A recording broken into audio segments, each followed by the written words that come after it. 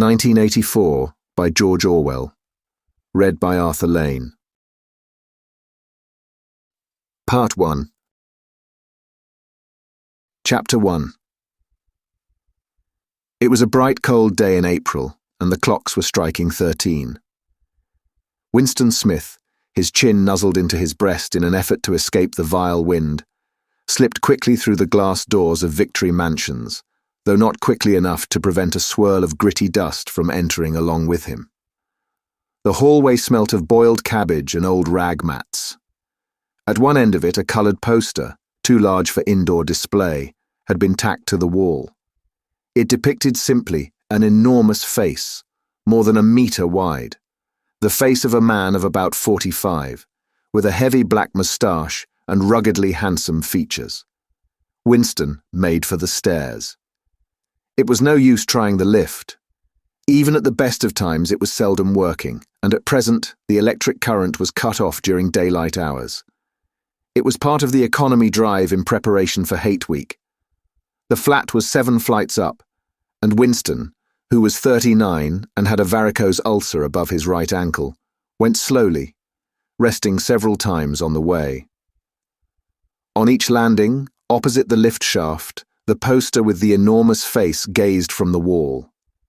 It was one of those pictures which are so contrived that the eyes follow you about when you move. "Big Brother is watching you," the caption beneath it ran. Inside the flat, a fruity voice was reading out a list of figures, which had something to do with the production of pig iron. The voice came from an oblong metal plaque like a dulled mirror, which formed part of the surface of the right-hand wall. Winston turned a switch, and the voice sank somewhat, though the words were still distinguishable.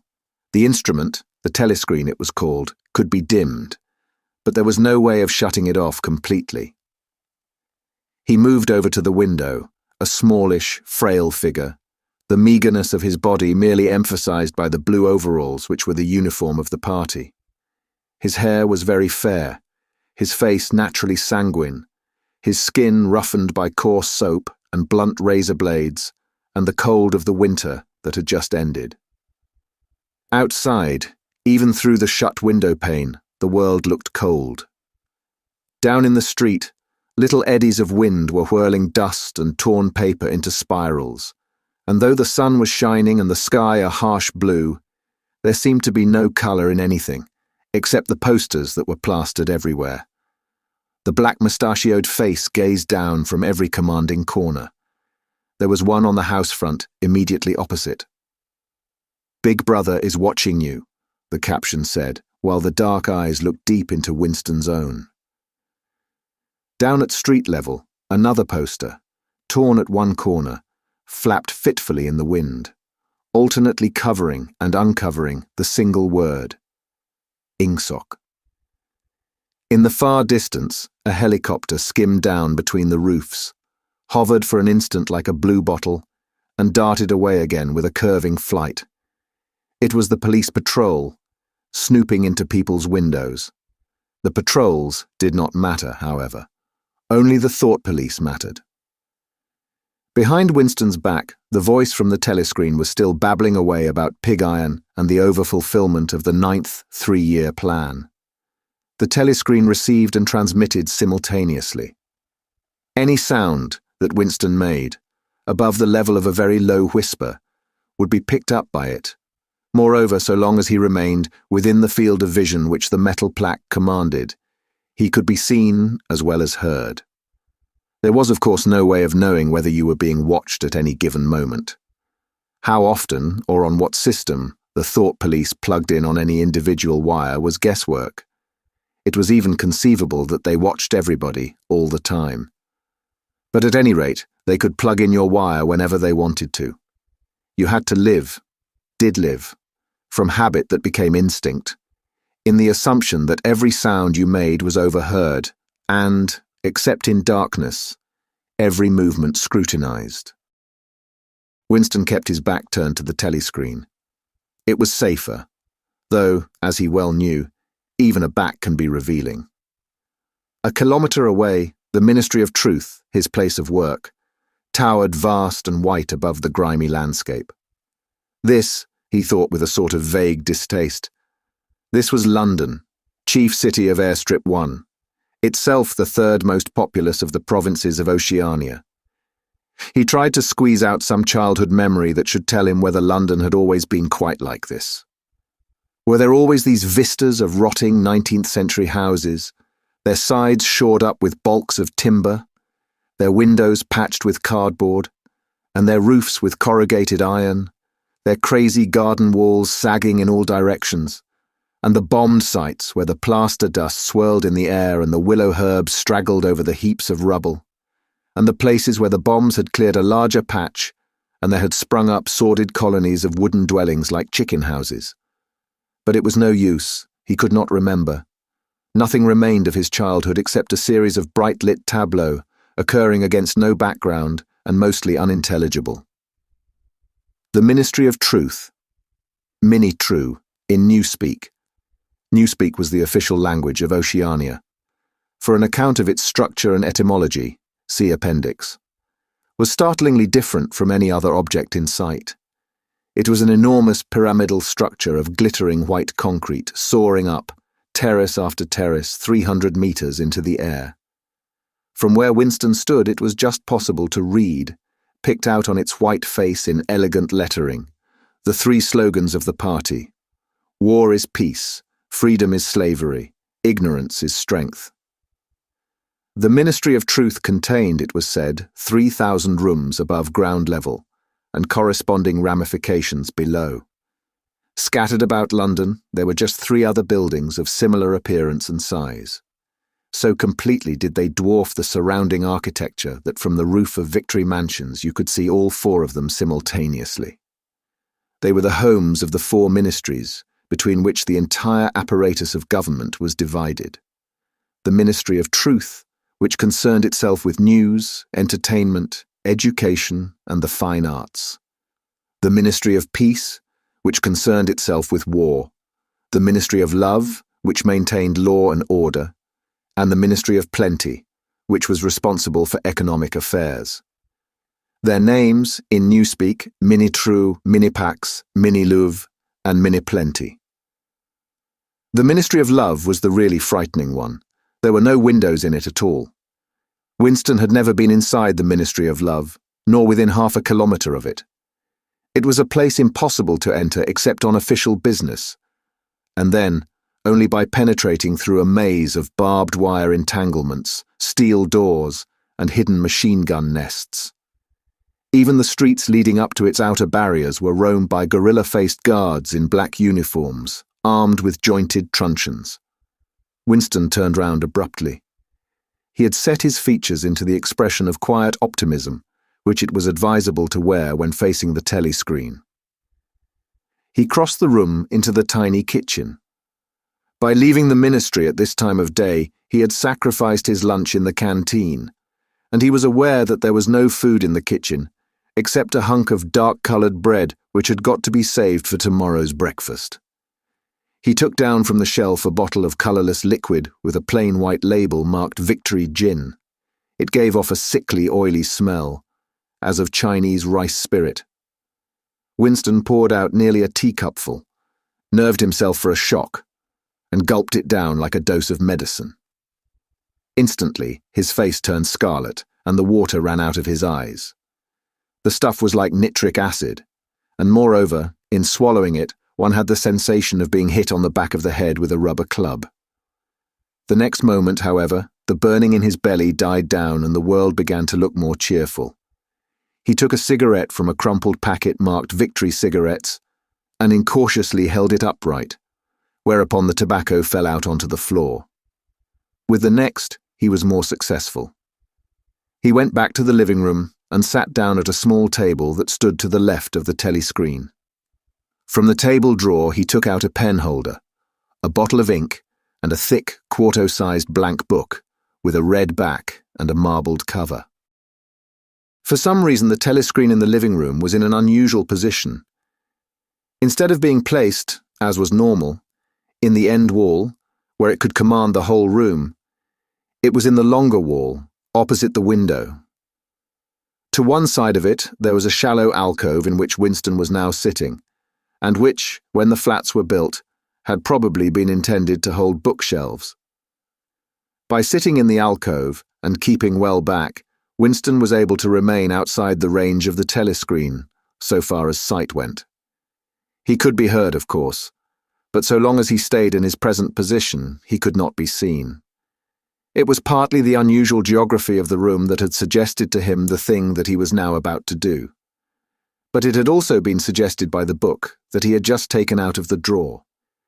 It was a peculiarly beautiful book. Its smooth, creamy paper, a little yellowed by age, was of a kind that had not been manufactured for at least 40 years past.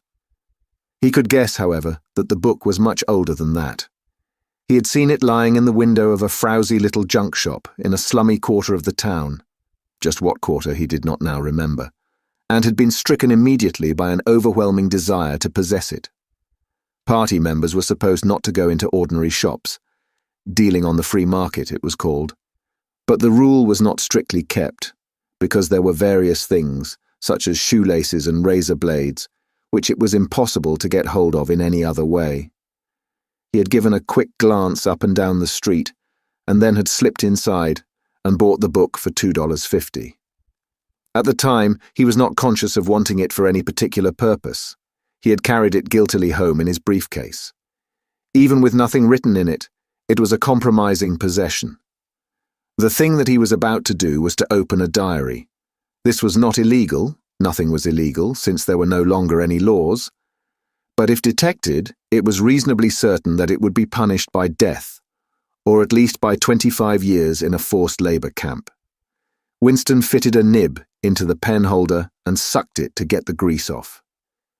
The pen was an archaic instrument, seldom used even for signatures, and he had procured one, furtively and with some difficulty, simply because of a feeling that the beautiful, creamy paper deserved to be written on with a real nib instead of being scratched with an ink pencil. Actually, he was not used to writing by hand. Apart from very short notes, it was usual to dictate everything into the speakwrite, which was of course impossible for his present purpose. He dipped the pen into the ink and then faltered for just a second. A tremor had gone through his bowels. To mark the paper was the decisive act. In small, clumsy letters he wrote, April 4th, 1984. He sat back. A sense of complete helplessness had descended upon him. To begin with, he did not know with any certainty that this was 1984. It must be round about that date, since he was fairly sure that his age was 39, and he believed that he had been born in 1944 or 1945. But it was never possible nowadays to pin down any date within a year or two. For whom, it suddenly occurred to him to wonder, was he writing this diary? For the future, for the unborn. His mind hovered for a moment round the doubtful date on the page, and then fetched up with a bump against the Newspeak word, doublethink. For the first time, the magnitude of what he had undertaken came home to him. How could you communicate with the future? It was of its nature impossible. Either the future would resemble the present, in which case it would not listen to him, or it would be different from it, and his predicament would be meaningless. For some time he sat gazing stupidly at the paper. The telescreen had changed over to strident military music. It was curious that he seemed not merely to have lost the power of expressing himself, but even to have forgotten what it was that he had originally intended to say. For weeks past he had been making ready for this moment, and it had never crossed his mind that anything would be needed except courage. The actual writing would be easy. All he had to do was to transfer to paper the interminable restless monologue that had been running inside his head, literally for years. At this moment, however, even the monologue had dried up. Moreover, his varicose ulcer had begun itching unbearably. He dared not scratch it, because if he did so, it always became inflamed. The seconds were ticking by. He was conscious of nothing except the blankness of the page in front of him, the itching of the skin above his ankle, the blaring of the music, and a slight booziness caused by the gin. Suddenly he began writing in sheer panic. only imperfectly aware of what he was setting down. His small but childish handwriting straggled up and down the page, shedding first its capital letters, and finally even its full stops. April 4th, 1984. Last night to the flicks. All war films. One very good one of a ship full of refugees being bombed somewhere in the Mediterranean. Audience much amused by shots of a great huge fat man trying to swim away with a helicopter after him. First you saw him wallowing along in the water like a porpoise, then you saw him through the helicopter's gun sights. Then he was full of holes, and the sea round him turned pink, and he sank as suddenly as though the holes had let in the water, audience shouting with laughter when he sank. Then you saw a lifeboat full of children with a helicopter hovering over it. There was a middle-aged woman, might have been a Jewess, sitting up in the bow with a little boy about 3 years old in her arms. Little boy screaming with fright and hiding his head between her breasts as if he was trying to burrow right into her, and the woman putting her arms round him and comforting him, although she was blue with fright herself, all the time covering him up as much as possible, as if she thought her arms could keep the bullets off him. Then the helicopter planted a 20-kilo bomb in among them, terrific flash, and the boat went all to matchwood. Then there was a wonderful shot of a child's arm going up, up, up, right up into the air. A helicopter with a camera in its nose must have followed it up, and there was a lot of applause from the party seats. But a woman down in the prole part of the house suddenly started kicking up a fuss and shouting. They didn't ought to have showed it, not in front of kids. They didn't, it ain't right. Not in front of kids.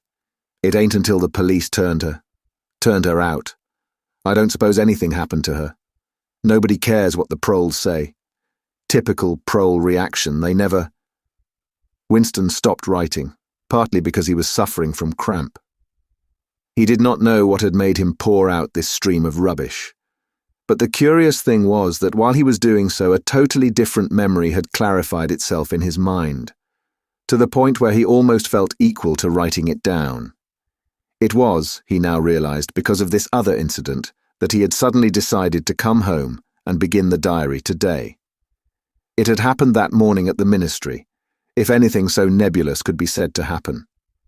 It was nearly 1100, and in the records department, where Winston worked, they were dragging the chairs out of the cubicles and grouping them in the center of the hall opposite the big telescreen, in preparation for the 2 minutes hate. Winston was just taking his place in one of the middle rows when two people whom he knew by sight but had never spoken to came unexpectedly into the room. One of them was a girl whom he often passed in the corridors. He did not know her name, but he knew that she worked in the fiction department. Presumably, since he had sometimes seen her with oily hands and carrying a spanner, she had some mechanical job on one of the novel writing machines. She was a bold-looking girl of about 27, with thick hair, a freckled face, and swift, athletic movements. A narrow scarlet sash, emblem of the Junior Anti-Sex League, was wound several times round the waist of her overalls, just tightly enough to bring out the shapeliness of her hips. Winston had disliked her from the very first moment of seeing her. He knew the reason. It was because of the atmosphere of hockey fields and cold baths and community hikes and general clean-mindedness which she managed to carry about with her. He disliked nearly all women, and especially the young and pretty ones. It was always the women, and above all the young ones, who were the most bigoted adherents of the party, the swallowers of slogans, the amateur spies and nosers out of unorthodoxy. But this particular girl gave him the impression of being more dangerous than most. Once, when they passed in the corridor, she gave him a quick, sidelong glance which seemed to pierce right into him and for a moment had filled him with black terror. The idea had even crossed his mind that she might be an agent of the thought police. That, it was true, was very unlikely.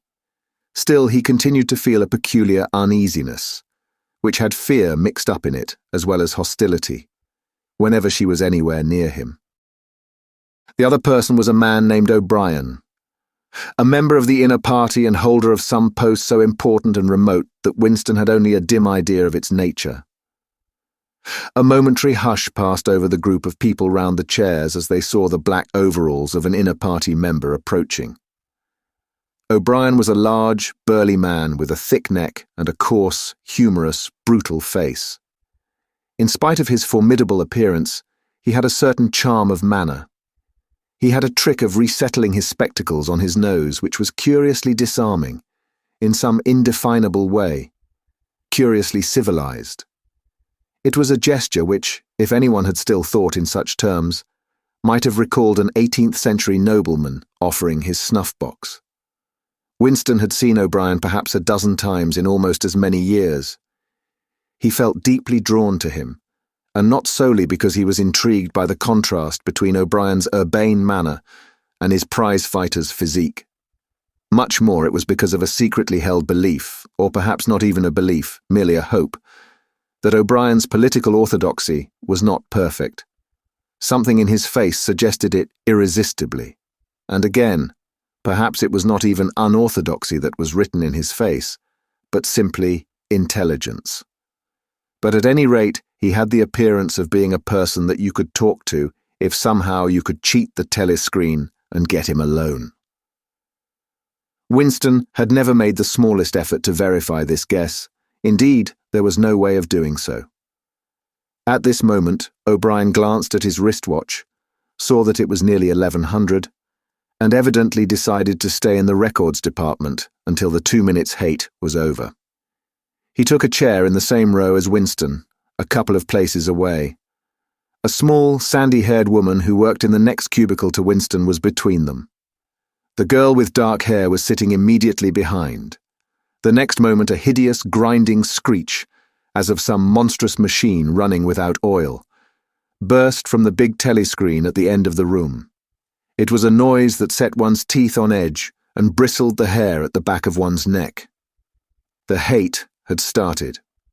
As usual, the face of Emmanuel Goldstein, the enemy of the people, had flashed onto the screen. There were hisses here and there among the audience. The little sandy-haired woman gave a squeak of mingled fear and disgust. Goldstein was the renegade and backslider who once, long ago, how long ago, nobody quite remembered, had been one of the leading figures of the party, almost on a level with Big Brother himself, and then had engaged in counter-revolutionary activities, had been condemned to death, and had mysteriously escaped and disappeared. The programs of the 2 minutes hate varied from day to day, but there was none in which Goldstein was not the principal figure. He was the primal traitor, the earliest defiler of the party's purity. All subsequent crimes against the party, all treacheries, acts of sabotage, heresies, deviations, sprang directly out of his teaching. Somewhere or other he was still alive and hatching his conspiracies. Perhaps somewhere beyond the sea, under the protection of his foreign paymasters. Perhaps even, so it was occasionally rumoured, in some hiding place in Oceania itself. Winston's diaphragm was constricted. He could never see the face of Goldstein without a painful mixture of emotions. It was a lean Jewish face, with a great fuzzy aureole of white hair and a small goatee beard. A clever face, and yet somehow inherently despicable, with a kind of senile silliness in the long, thin nose, near the end of which a pair of spectacles was perched. It resembled the face of a sheep, and the voice, too, had a sheep-like quality. Goldstein was delivering his usual venomous attack upon the doctrines of the party, an attack so exaggerated and perverse that a child should have been able to see through it, and yet just plausible enough to fill one with an alarmed feeling that other people, less level-headed than oneself, might be taken in by it. He was abusing Big Brother. He was denouncing the dictatorship of the party. He was demanding the immediate conclusion of peace with Eurasia. He was advocating freedom of speech, freedom of the press, freedom of assembly, freedom of thought. He was crying hysterically that the revolution had been betrayed. And all this in rapid polysyllabic speech, which was a sort of parody of the habitual style of the orators of the party, and even contained Newspeak words, more Newspeak words indeed than any party member would normally use in real life. And all the while, lest one should be in any doubt as to the reality which Goldstein's specious claptrap covered, behind his head on the telescreen there marched the endless columns of the Eurasian army, row after row of solid-looking men with expressionless Asiatic faces, who swam up to the surface of the screen and vanished, to be replaced by others exactly similar. The dull, rhythmic tramp of the soldiers' boots formed the background to Goldstein's bleating voice. Before the hate had proceeded for 30 seconds, uncontrollable exclamations of rage were breaking out from half the people in the room.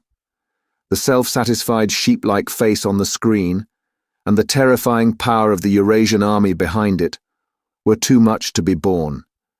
Besides, the sight or even the thought of Goldstein produced fear and anger automatically. He was an object of hatred more constant than either Eurasia or Eastasia. Since when Oceania was at war with one of these powers, it was generally at peace with the other. But what was strange was that although Goldstein was hated and despised by everybody, although every day and 1,000 times a day, on platforms, on the telescreen, in newspapers, in books, his theories were refuted, smashed, ridiculed, held up to the general gaze for the pitiful rubbish that they were. In spite of all this, his influence never seemed to grow less. Always there were fresh dupes waiting to be seduced by him. A day never passed when spies and saboteurs acting under his directions were not unmasked by the thought police. He was the commander of a vast, shadowy army, an underground network of conspirators dedicated to the overthrow of the state. The Brotherhood, its name was supposed to be. There were also whispered stories of a terrible book, a compendium of all the heresies, of which Goldstein was the author, and which circulated clandestinely here and there. It was a book without a title. People referred to it, if at all, simply as the book. But one knew of such things only through vague rumors. Neither the Brotherhood nor the book was a subject that any ordinary party member would mention if there was a way of avoiding it. In its second minute, the hate rose to a frenzy. People were leaping up and down in their places and shouting at the tops of their voices, in an effort to drown the maddening, bleating voice that came from the screen. The little sandy-haired woman had turned bright pink, and her mouth was opening and shutting like that of a landed fish. Even O'Brien's heavy face was flushed. He was sitting very straight in his chair, his powerful chest swelling and quivering as though he were standing up to the assault of a wave. The dark-haired girl behind Winston had begun crying out, "Swine, swine, swine," and suddenly she picked up a heavy Newspeak dictionary and flung it at the screen. It struck Goldstein's nose and bounced off. The voice continued inexorably. In a lucid moment, Winston found that he was shouting with the others and kicking his heel violently against the rung of his chair. The horrible thing about the 2 minutes' hate was not that one was obliged to act a part, but on the contrary, that it was impossible to avoid joining in. Within 30 seconds, any pretense was always unnecessary. A hideous ecstasy of fear and vindictiveness, a desire to kill, to torture, to smash faces in with a sledgehammer, seemed to flow through the whole group of people like an electric current, turning one, even against one's will, into a grimacing, screaming lunatic. And yet the rage that one felt was an abstract, undirected emotion which could be switched from one object to another, like the flame of a blow lamp. Thus, at one moment Winston's hatred was not turned against Goldstein at all, but on the contrary, against Big Brother, the party, and the thought police. And at such moments his heart went out to the lonely, derided heretic on the screen, sole guardian of truth and sanity in a world of lies. And yet the very next instant he was at one with the people about him, and all that was said of Goldstein seemed to him to be true. At those moments his secret loathing of Big Brother changed into adoration, and Big Brother seemed to tower up, an invincible, fearless protector, standing like a rock against the hordes of Asia, and Goldstein, in spite of his isolation, his helplessness, and the doubt that hung about his very existence, seemed like some sinister enchanter, capable by the mere power of his voice of wrecking the structure of civilization. It was even possible at moments to switch one's hatred this way or that by a voluntary act. Suddenly, by the sort of violent effort with which one wrenches one's head away from the pillow in a nightmare, Winston succeeded in transferring his hatred from the face on the screen to the dark-haired girl behind him. Vivid, beautiful hallucinations flashed through his mind. He would flog her to death with a rubber truncheon. He would tie her naked to a stake and shoot her full of arrows like Saint Sebastian. He would ravish her and cut her throat at the moment of climax. Better than before, moreover, he realized why it was that he hated her. He hated her because she was young and pretty and sexless, because he wanted to go to bed with her and would never do so, because round her sweet supple waist, which seemed to ask you to encircle it with your arm, there was only the odious scarlet sash, aggressive symbol of chastity. The hate rose to its climax. The voice of Goldstein had become an actual sheep's bleat, and for an instant the face changed into that of a sheep. Then the sheep face melted into the figure of a Eurasian soldier who seemed to be advancing, huge and terrible, his submachine gun roaring, and seeming to spring out of the surface of the screen, so that some of the people in the front row actually flinched backwards in their seats. But in the same moment, drawing a deep sigh of relief from everybody, the hostile figure melted into the face of Big Brother, black-haired, black-mustachioed, full of power and mysterious calm, and so vast that it almost filled up the screen. Nobody heard what Big Brother was saying. It was merely a few words of encouragement, the sort of words that are uttered in the din of battle, not distinguishable individually, but restoring confidence by the fact of being spoken. Then the face of Big Brother faded away again, and instead the three slogans of the party stood out in bold capitals. War is peace. Freedom is slavery. Ignorance is strength. But the face of Big Brother seemed to persist for several seconds on the screen, as though the impact that it had made on everyone's eyeballs was too vivid to wear off immediately. The little sandy-haired woman had flung herself forward over the back of the chair in front of her. With a tremulous murmur that sounded like "my saviour," she extended her arms towards the screen. Then she buried her face in her hands. It was apparent that she was uttering a prayer. At this moment, the entire group of people broke into a deep, slow, rhythmical chant of "Bibi, Bibi," over and over again, very slowly, with a long pause between the first B and the second, a heavy, murmurous sound, somehow curiously savage, in the background of which one seemed to hear the stamp of naked feet and the throbbing of tom-toms. For perhaps as much as 30 seconds they kept it up. It was a refrain that was often heard in moments of overwhelming emotion. Partly it was a sort of hymn to the wisdom and majesty of Big Brother, but still more, it was an act of self-hypnosis, a deliberate drowning of consciousness by means of rhythmic noise. Winston's entrails seemed to grow cold. In the 2 minutes' hate, he could not help sharing in the general delirium, but this subhuman chanting of b-b-b-b always filled him with horror. Of course, he chanted with the rest. It was impossible to do otherwise. To dissemble your feelings, to control your face, to do what everyone else was doing, was an instinctive reaction. But there was a space of a couple of seconds during which the expression of his eyes might conceivably have betrayed him. And it was exactly at this moment that the significant thing happened. If, indeed, it did happen. Momentarily, he caught O'Brien's eye. O'Brien had stood up. He had taken off his spectacles and was in the act of resettling them on his nose with his characteristic gesture. But there was a fraction of a second when their eyes met, and for as long as it took to happen, Winston knew. Yes, he knew.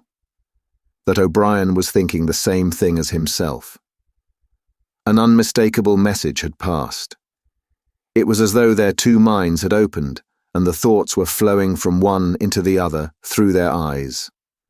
"I am with you," O'Brien seemed to be saying to him. "I know precisely what you are feeling. I know all about your contempt, your hatred, your disgust.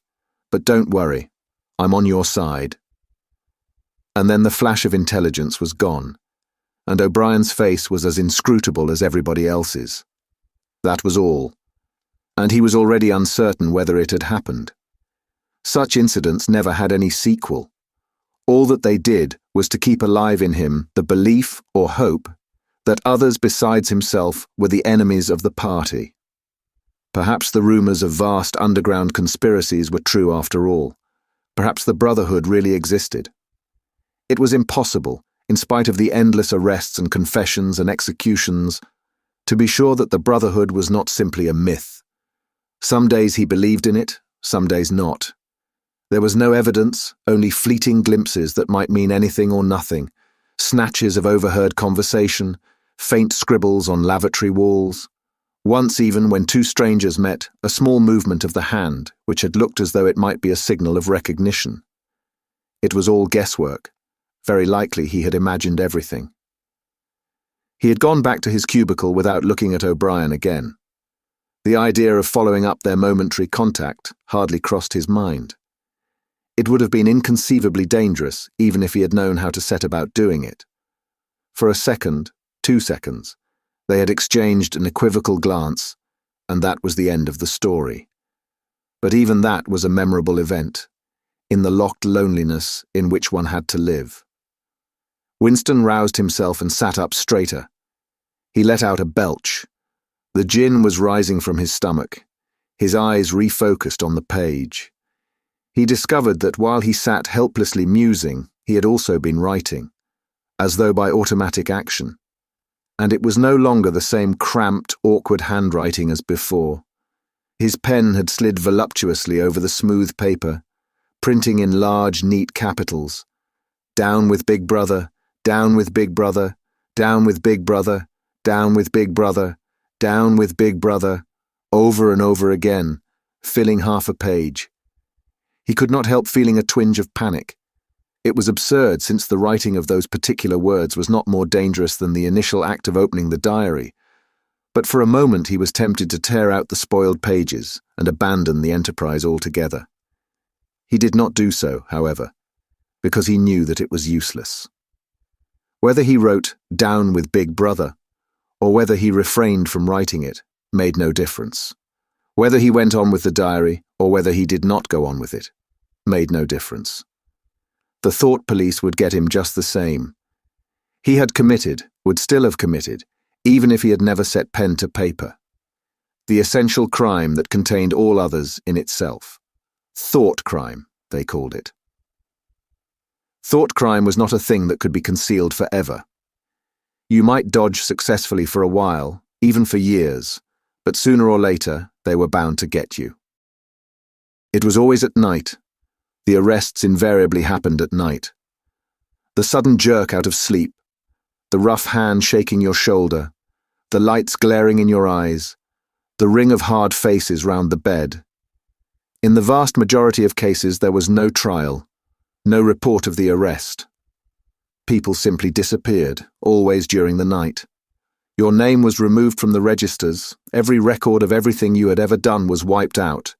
Your one-time existence was denied and then forgotten. You were abolished, annihilated, vaporized was the usual word. For a moment he was seized by a kind of hysteria. He began writing in a hurried, untidy scrawl. "They'll shoot me, I don't care. They'll shoot me in the back of the neck, I don't care. Down with Big Brother. They always shoot you in the back of the neck, I don't care. Down with Big Brother." He sat back in his chair, slightly ashamed of himself, and laid down the pen. The next moment, he started violently. There was a knocking at the door. Already. He sat as still as a mouse, in the futile hope that whoever it was might go away after a single attempt. But no, the knocking was repeated. The worst thing of all would be to delay. His heart was thumping like a drum, but his face, from long habit, was probably expressionless. He got up and moved heavily towards the door. Chapter 2. As he put his hand to the doorknob, Winston saw that he had left the diary open on the table. "Down with Big Brother" was written all over it, in letters almost big enough to be legible across the room. It was an inconceivably stupid thing to have done, but he realized, even in his panic, he had not wanted to smudge the creamy paper by shutting the book while the ink was wet. He drew in his breath and opened the door. Instantly, a warm wave of relief flowed through him. A colourless, crushed-looking woman with wispy hair and a lined face was standing outside. "Oh, comrade," she began in a dreary, whining sort of voice. "I thought I heard you come in. Do you think you could come across and have a look at our kitchen sink? It's got blocked up and—" It was Mrs. Parsons, the wife of a neighbour on the same floor. Mrs. was a word somewhat discountenanced by the party. You were supposed to call everyone comrade, but with some women, one used it instinctively. She was a woman of about 30, but looking much older. One had the impression that there was dust in the creases of her face. Winston followed her down the passage. These amateur repair jobs were an almost daily irritation. Victory mansions were old flats, built in 1930 or thereabouts, and were falling to pieces. The plaster flaked constantly from ceilings and walls. The pipes burst in every hard frost. The roof leaked whenever there was snow. The heating system was usually running at half steam when it was not closed down altogether from motives of economy. Repairs, except what you could do for yourself, had to be sanctioned by remote committees, which were liable to hold up even the mending of a window pane for 2 years. "Of course, it's only because Tom isn't home," said Mrs. Parsons vaguely. The Parsons flat was bigger than Winston's, and dingy in a different way. Everything had a battered, trampled-on look, as though the place had just been visited by some large, violent animal. Games impedimenta, hockey sticks, boxing gloves, a burst football, a pair of sweaty shorts turned inside out, lay all over the floor, and on the table there was a litter of dirty dishes and dog-eared exercise books. On the walls were scarlet banners of the Youth League and the Spies, and a full-sized poster of Big Brother. There was the usual boiled cabbage smell, common to the whole building, but it was shot through by a sharper reek of sweat, which, one knew this at the first sniff, though it was hard to say how, was the sweat of some person not present at the moment. In another room, someone with a comb and a piece of toilet paper was trying to keep tune with the military music which was still issuing from the telescreen. "It's the children," said Mrs. Parsons, casting a half-apprehensive glance at the door. "They haven't been out today, and of course—" She had a habit of breaking off her sentences in the middle. The kitchen sink was full nearly to the brim with filthy greenish water which smelt worse than ever of cabbage. Winston knelt down and examined the angle joint of the pipe. He hated using his hands, and he hated bending down, which was always liable to start him coughing. Mrs. Parsons looked on helplessly. "Of course, if Tom was home, he'd put it right in a moment," she said. "He loves anything like that. He's ever so good with his hands, Tom is." Parsons was Winston's fellow employee at the Ministry of Truth. He was a fattish but active man of paralysing stupidity, a mass of imbecile enthusiasms, one of those completely unquestioning, devoted drudges on whom, more even than on the thought police, the stability of the party depended. At 35, he had just been unwillingly evicted from the Youth League, and before graduating into the Youth League, he had managed to stay on in the Spies for a year beyond the statutory age. At the ministry, he was employed in some subordinate post for which intelligence was not required. But on the other hand, he was a leading figure on the sports committee, and all the other committees, engaged in organising community hikes, spontaneous demonstrations, savings campaigns, and voluntary activities generally. He would inform you with quiet pride, between whiffs of his pipe, that he had put in an appearance at the community centre every evening for the past 4 years.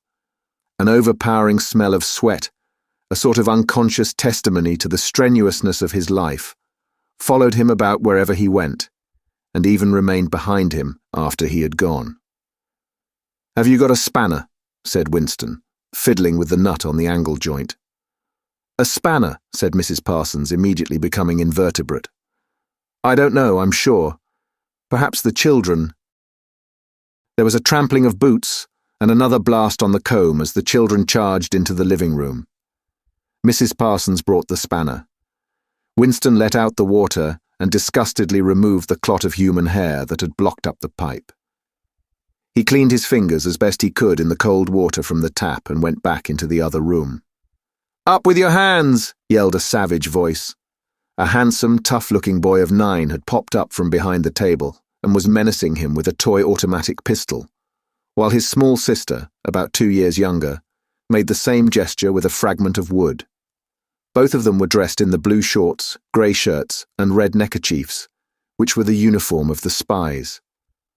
Winston raised his hands above his head, but with an uneasy feeling, so vicious was the boy's demeanour, that it was not altogether a game.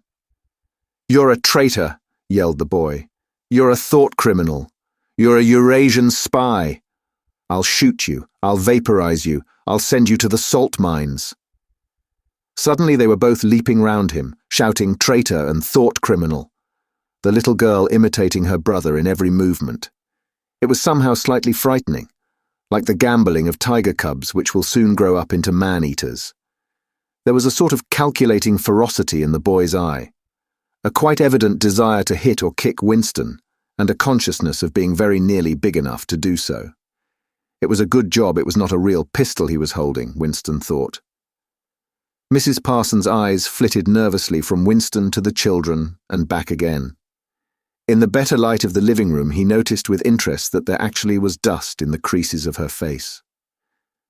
"They do get so noisy," she said. "They're disappointed because they couldn't go to see the hanging. That's what it is. I'm too busy to take them. And Tom won't be back from work in time." "Why can't we go and see the hanging?" roared the boy in his huge voice. "Want to see the hanging? Want to see the hanging?" chanted the little girl, still capering round. Some Eurasian prisoners, guilty of war crimes, were to be hanged in the park that evening, Winston remembered.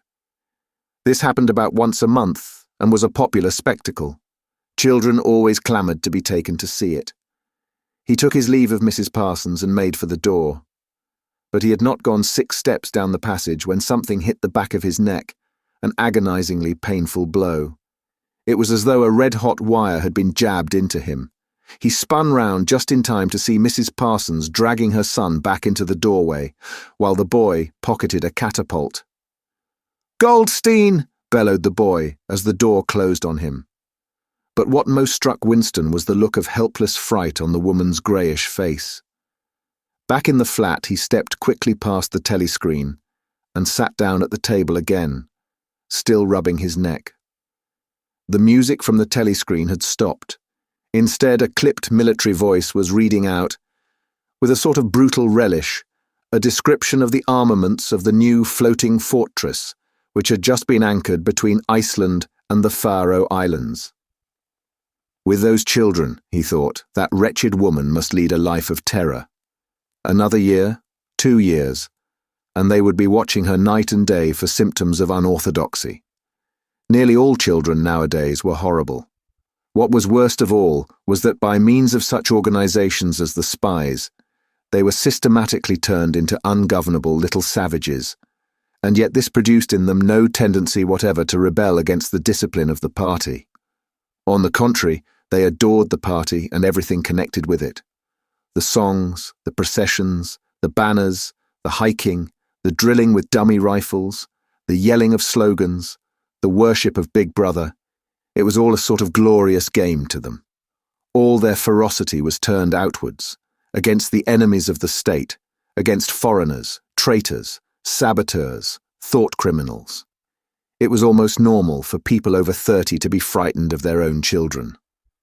And with good reason, for hardly a week passed in which The Times did not carry a paragraph describing how some eavesdropping little sneak, child hero was the phrase generally used, had overheard some compromising remark and denounced its parents to the thought police. The sting of the catapult bullet had worn off. He picked up his pen half-heartedly, wondering whether he could find something more to write in the diary. Suddenly he began thinking of O'Brien again. Years ago, how long was it? 7 years it must be. He had dreamed that he was walking through a pitch-dark room, and someone sitting to one side of him had said as he passed, "We shall meet in the place where there is no darkness." It was said very quietly, almost casually, a statement, not a command. He had walked on without pausing. What was curious was that at the time, in the dream, the words had not made much impression on him. It was only later and by degrees that they had seemed to take on significance. He could not now remember whether it was before or after having the dream that he had seen O'Brien for the first time, nor could he remember when he had first identified the voice as O'Brien's. But at any rate, the identification existed. It was O'Brien who had spoken to him out of the dark. Winston had never been able to feel sure. Even after this morning's flash of the eyes, it was still impossible to be sure whether O'Brien was a friend or an enemy, nor did it even seem to matter greatly. There was a link of understanding between them, more important than affection or partisanship. "We shall meet in the place where there is no darkness," he had said. Winston did not know what it meant, only that in some way or another it would come true. The voice from the telescreen paused. A trumpet call, clear and beautiful, floated into the stagnant air. The voice continued raspingly. "Attention. Your attention, please. A news flash has this moment arrived from the Malabar front. Our forces in South India have won a glorious victory. I am authorized to say that the action we are now reporting may well bring the war within measurable distance of its end. Here is the news flash." Bad news coming, thought Winston. And sure enough, following on a gory description of the annihilation of a Eurasian army, with stupendous figures of killed and prisoners, came the announcement that, as from next week, the chocolate ration would be reduced from 30 grams to 20. Winston belched again. The gin was wearing off, leaving a deflated feeling. The telescreen, perhaps to celebrate the victory, perhaps to drown the memory of the lost chocolate, crashed into Oceania, "'Tis for thee." You were supposed to stand to attention. However, in his present position, he was invisible. Oceania, "'Tis for thee" gave way to lighter music. Winston walked over to the window, keeping his back to the telescreen. The day was still cold and clear.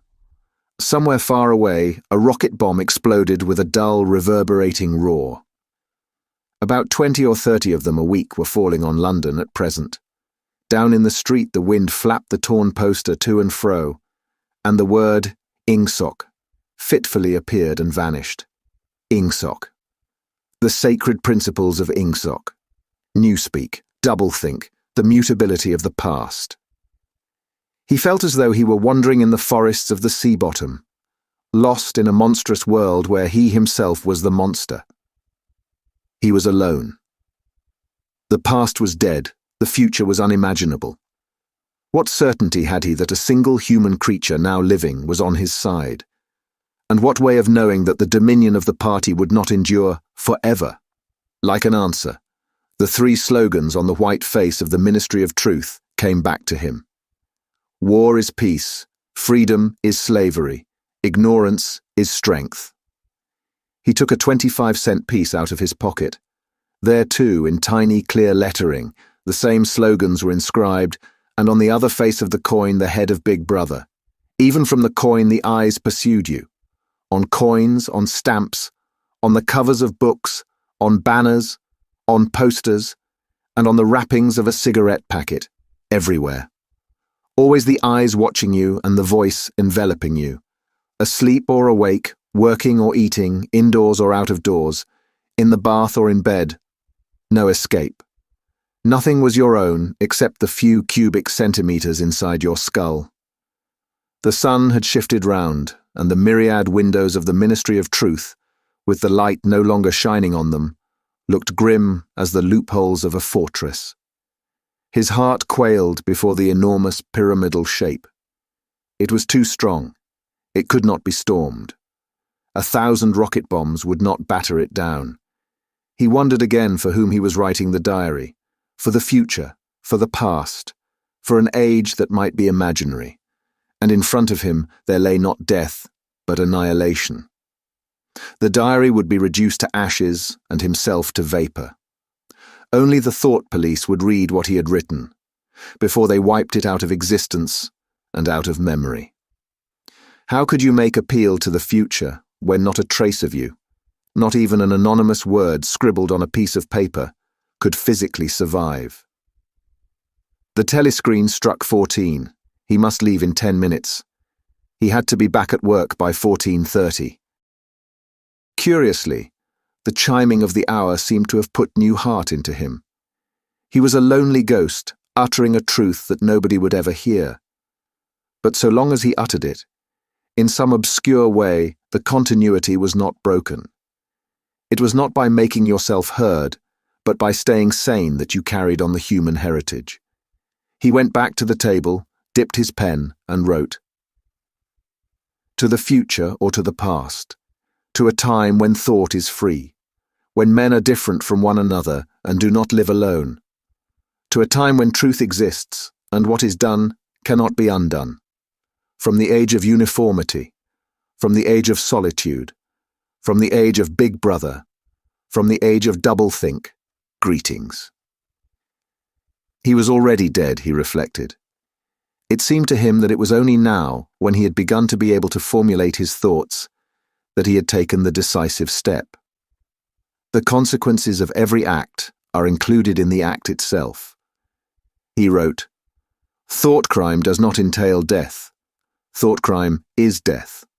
Now he had recognized himself as a dead man. It became important to stay alive as long as possible. 2 fingers of his right hand were ink-stained. It was exactly the kind of detail that might betray you.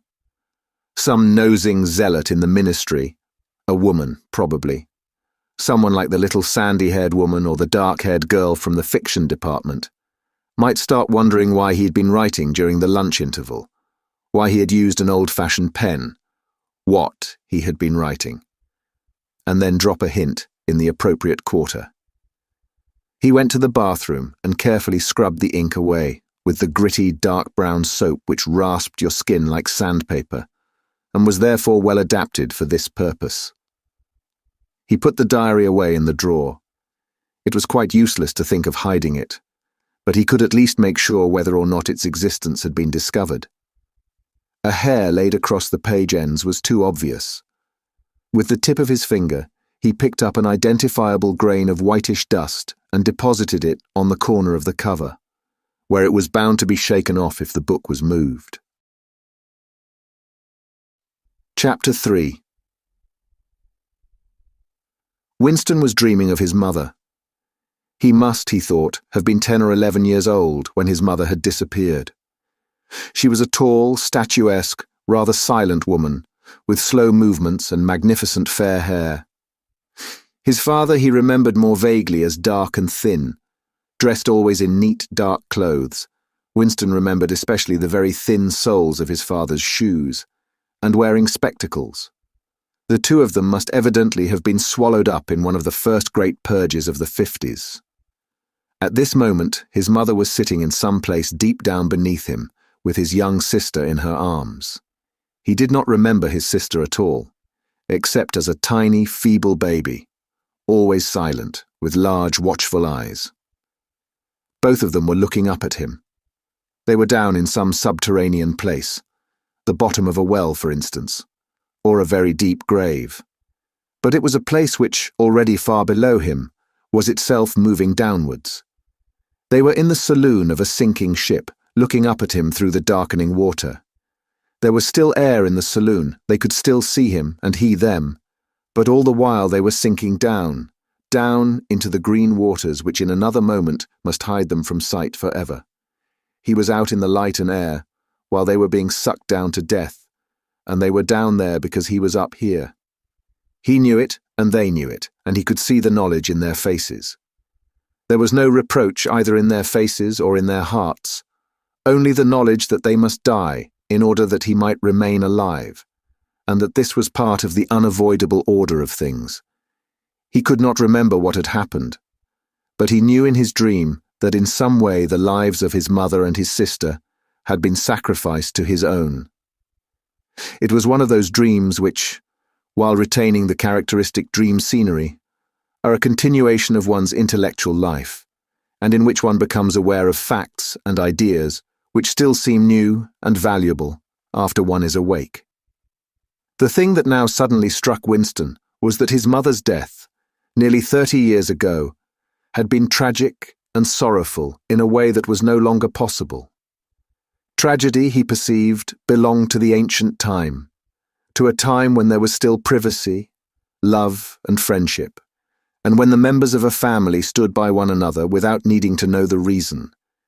His mother's memory tore at his heart because she had died loving him, when he was too young and selfish to love her in return, and because somehow, he did not remember how, she had sacrificed herself to a conception of loyalty that was private and unalterable.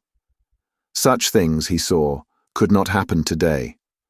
Today there were fear, hatred, and pain, but no dignity of emotion, no deep or complex sorrows. All this he seemed to see in the large eyes of his mother and his sister, looking up at him through the green water, hundreds of fathoms down and still sinking.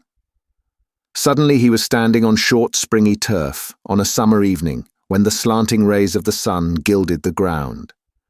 The landscape that he was looking at recurred so often in his dreams that he was never fully certain whether or not he had seen it in the real world. In his waking thoughts, he called it the Golden Country.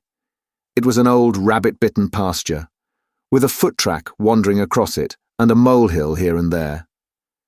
In the ragged hedge on the opposite side of the field, the boughs of the elm trees were swaying very faintly in the breeze, their leaves just stirring in dense masses like women's hair.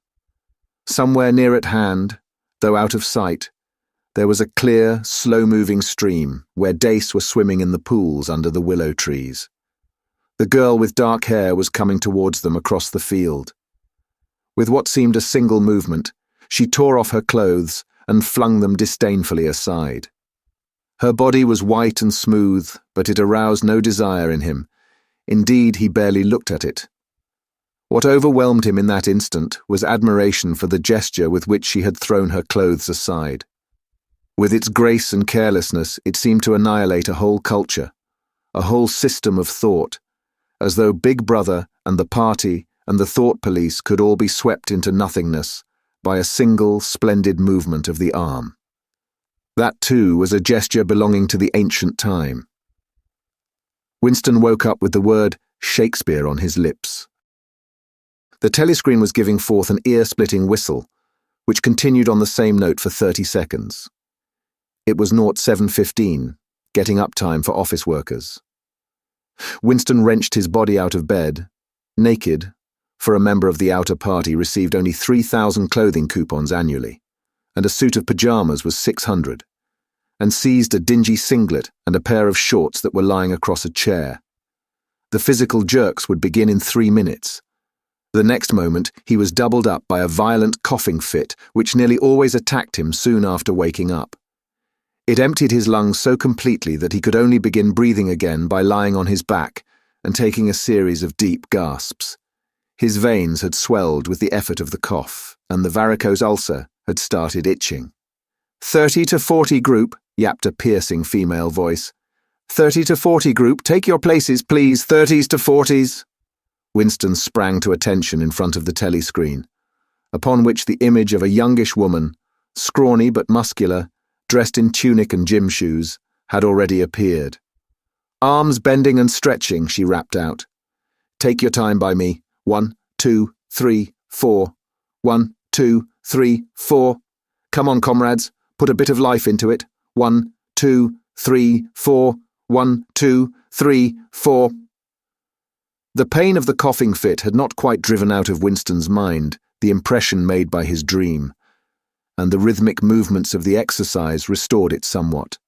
As he mechanically shot his arms back and forth, wearing on his face the look of grim enjoyment which was considered proper during the physical jerks, he was struggling to think his way backward into the dim period of his early childhood. It was extraordinarily difficult. Beyond the late 50s, everything faded. When there were no external records that you could refer to, even the outline of your own life lost its sharpness. You remembered huge events which had quite probably not happened. You remembered the detail of incidents without being able to recapture their atmosphere. And there were long blank periods to which you could assign nothing. Everything had been different then. Even the names of countries and their shapes on the map had been different. Airstrip 1, for instance, had not been so called in those days. It had been called England or Britain, though London, he felt fairly certain, had always been called London. Winston could not definitely remember a time when his country had not been at war, but it was evident that there had been a fairly long interval of peace during his childhood, because one of his early memories was of an air raid which appeared to take everyone by surprise. Perhaps it was the time when the atomic bomb had fallen on Colchester. He did not remember the raid itself, but he did remember his father's hand clutching his own as they hurried down, down, down into some place deep in the earth, round and round a spiral staircase which rang under his feet, and which finally so wearied his legs that he began whimpering, and they had to stop and rest. His mother, in her slow, dreamy way, was following a long way behind them. She was carrying his baby sister. Or perhaps it was only a bundle of blankets that she was carrying. He was not certain whether his sister had been born then. Finally, they had emerged into a noisy, crowded place which he had realized to be a tube station. There were people sitting all over the stone-flagged floor, and other people, packed tightly together, were sitting on metal bunks, one above the other. Winston and his mother and father found themselves a place on the floor, and near them an old man and an old woman were sitting side by side on a bunk. The old man had on a decent dark suit and a black cloth cap pushed back from very white hair. His face was scarlet, and his eyes were blue and full of tears. He reeked of gin. It seemed to breathe out of his skin in place of sweat, and one could have fancied that the tears welling from his eyes were pure gin. But though slightly drunk, he was also suffering under some grief that was genuine and unbearable. In his childish way, Winston grasped that some terrible thing, something that was beyond forgiveness and could never be remedied, had just happened. It also seemed to him that he knew what it was. Someone whom the old man loved, a little granddaughter perhaps, had been killed. Every few minutes the old man kept repeating, "We didn't ought to have trusted 'em. I said so, Ma, didn't I? That's what comes of trusting 'em. I said so all along. We didn't ought to have trusted the buggers." But which buggers they didn't ought to have trusted, Winston could not now remember. Since about that time, war had been literally continuous, though strictly speaking it had not always been the same war.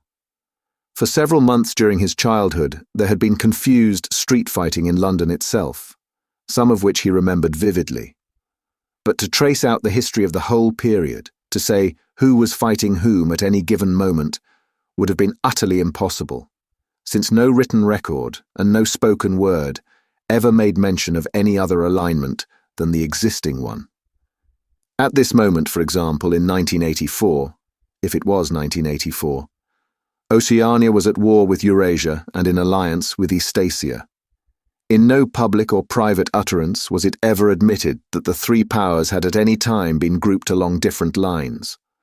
Actually, as Winston well knew, it was only 4 years since Oceania had been at war with Eastasia and in alliance with Eurasia.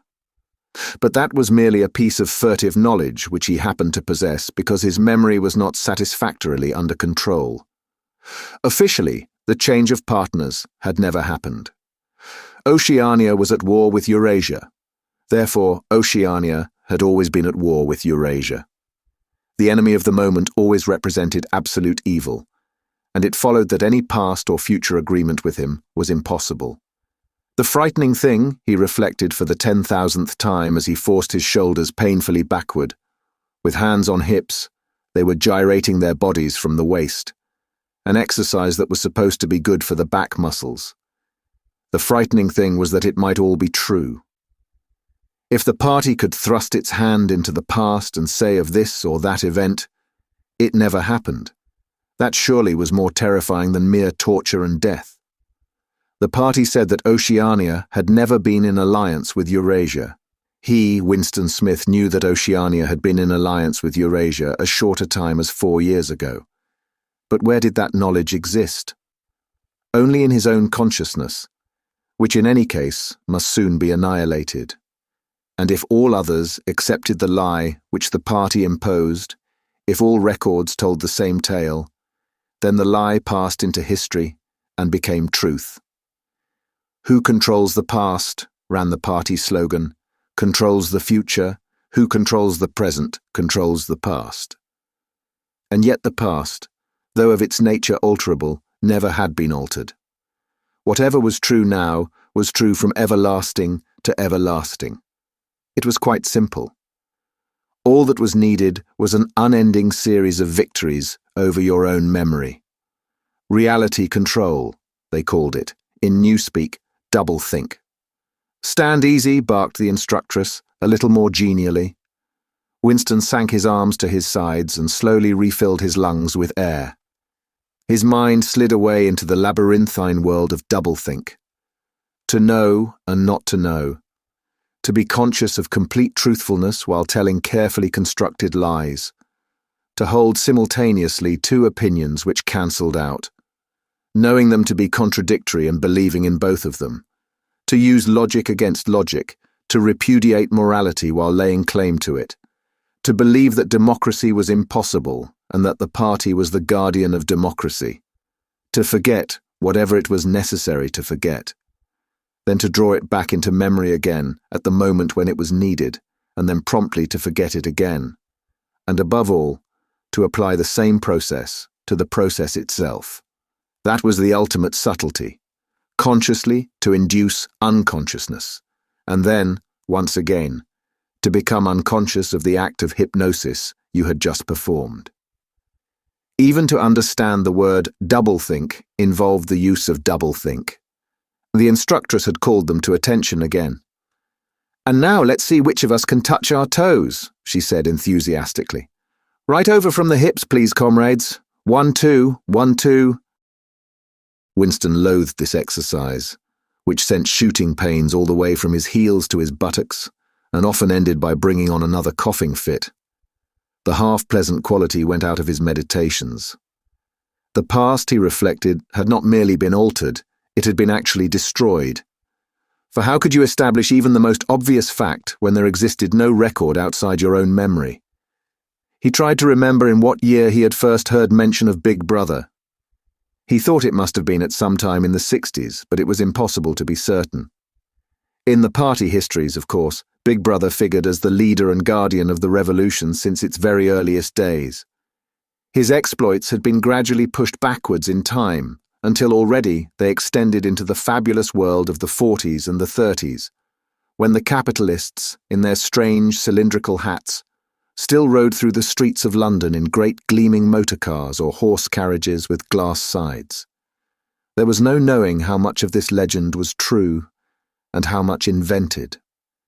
Winston could not even remember at what date the party itself had come into existence.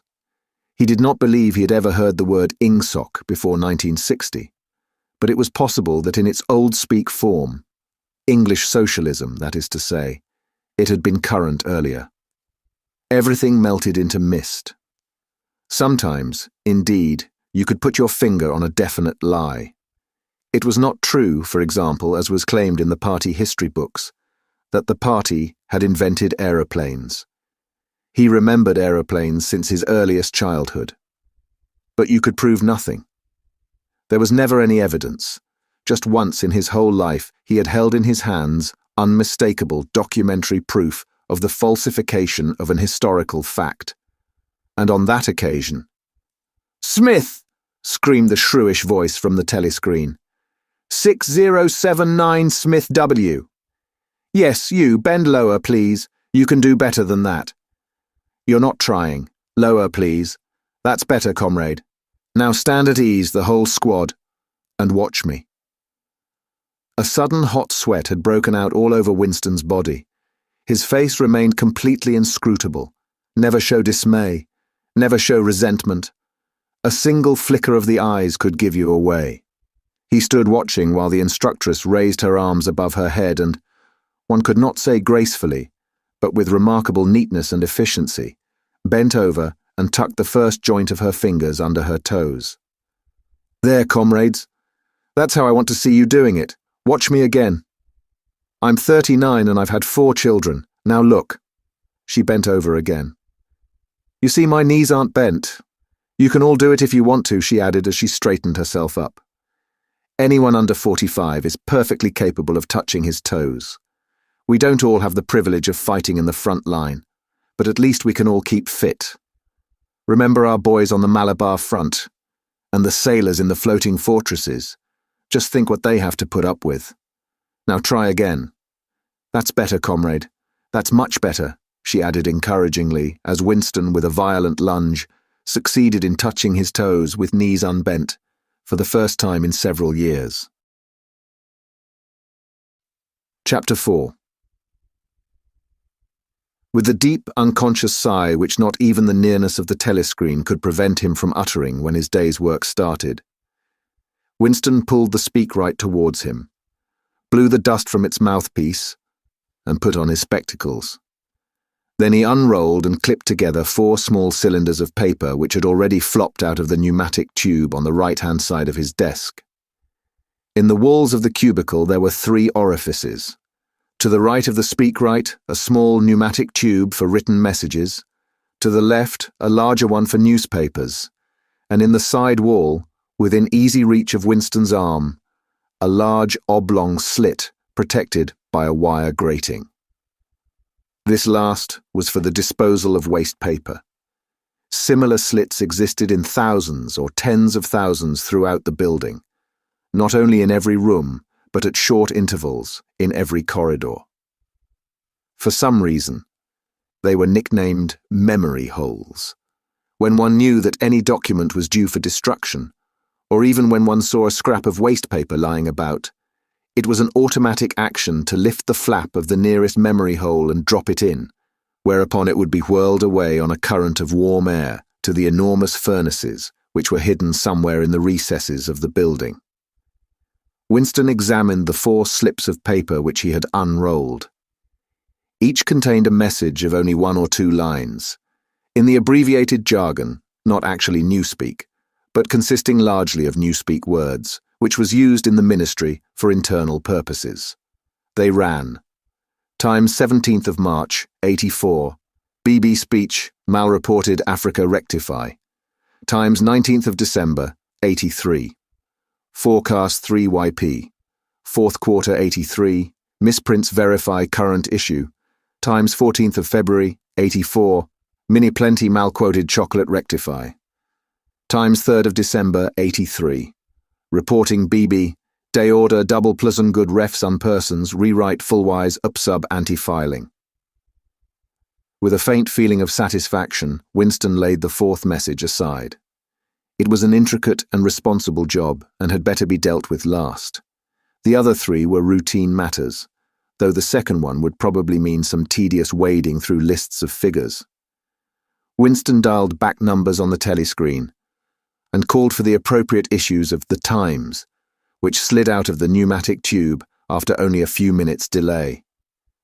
The messages he had received referred to articles or news items which, for one reason or another, it was thought necessary to alter, or, as the official phrase had it, to rectify.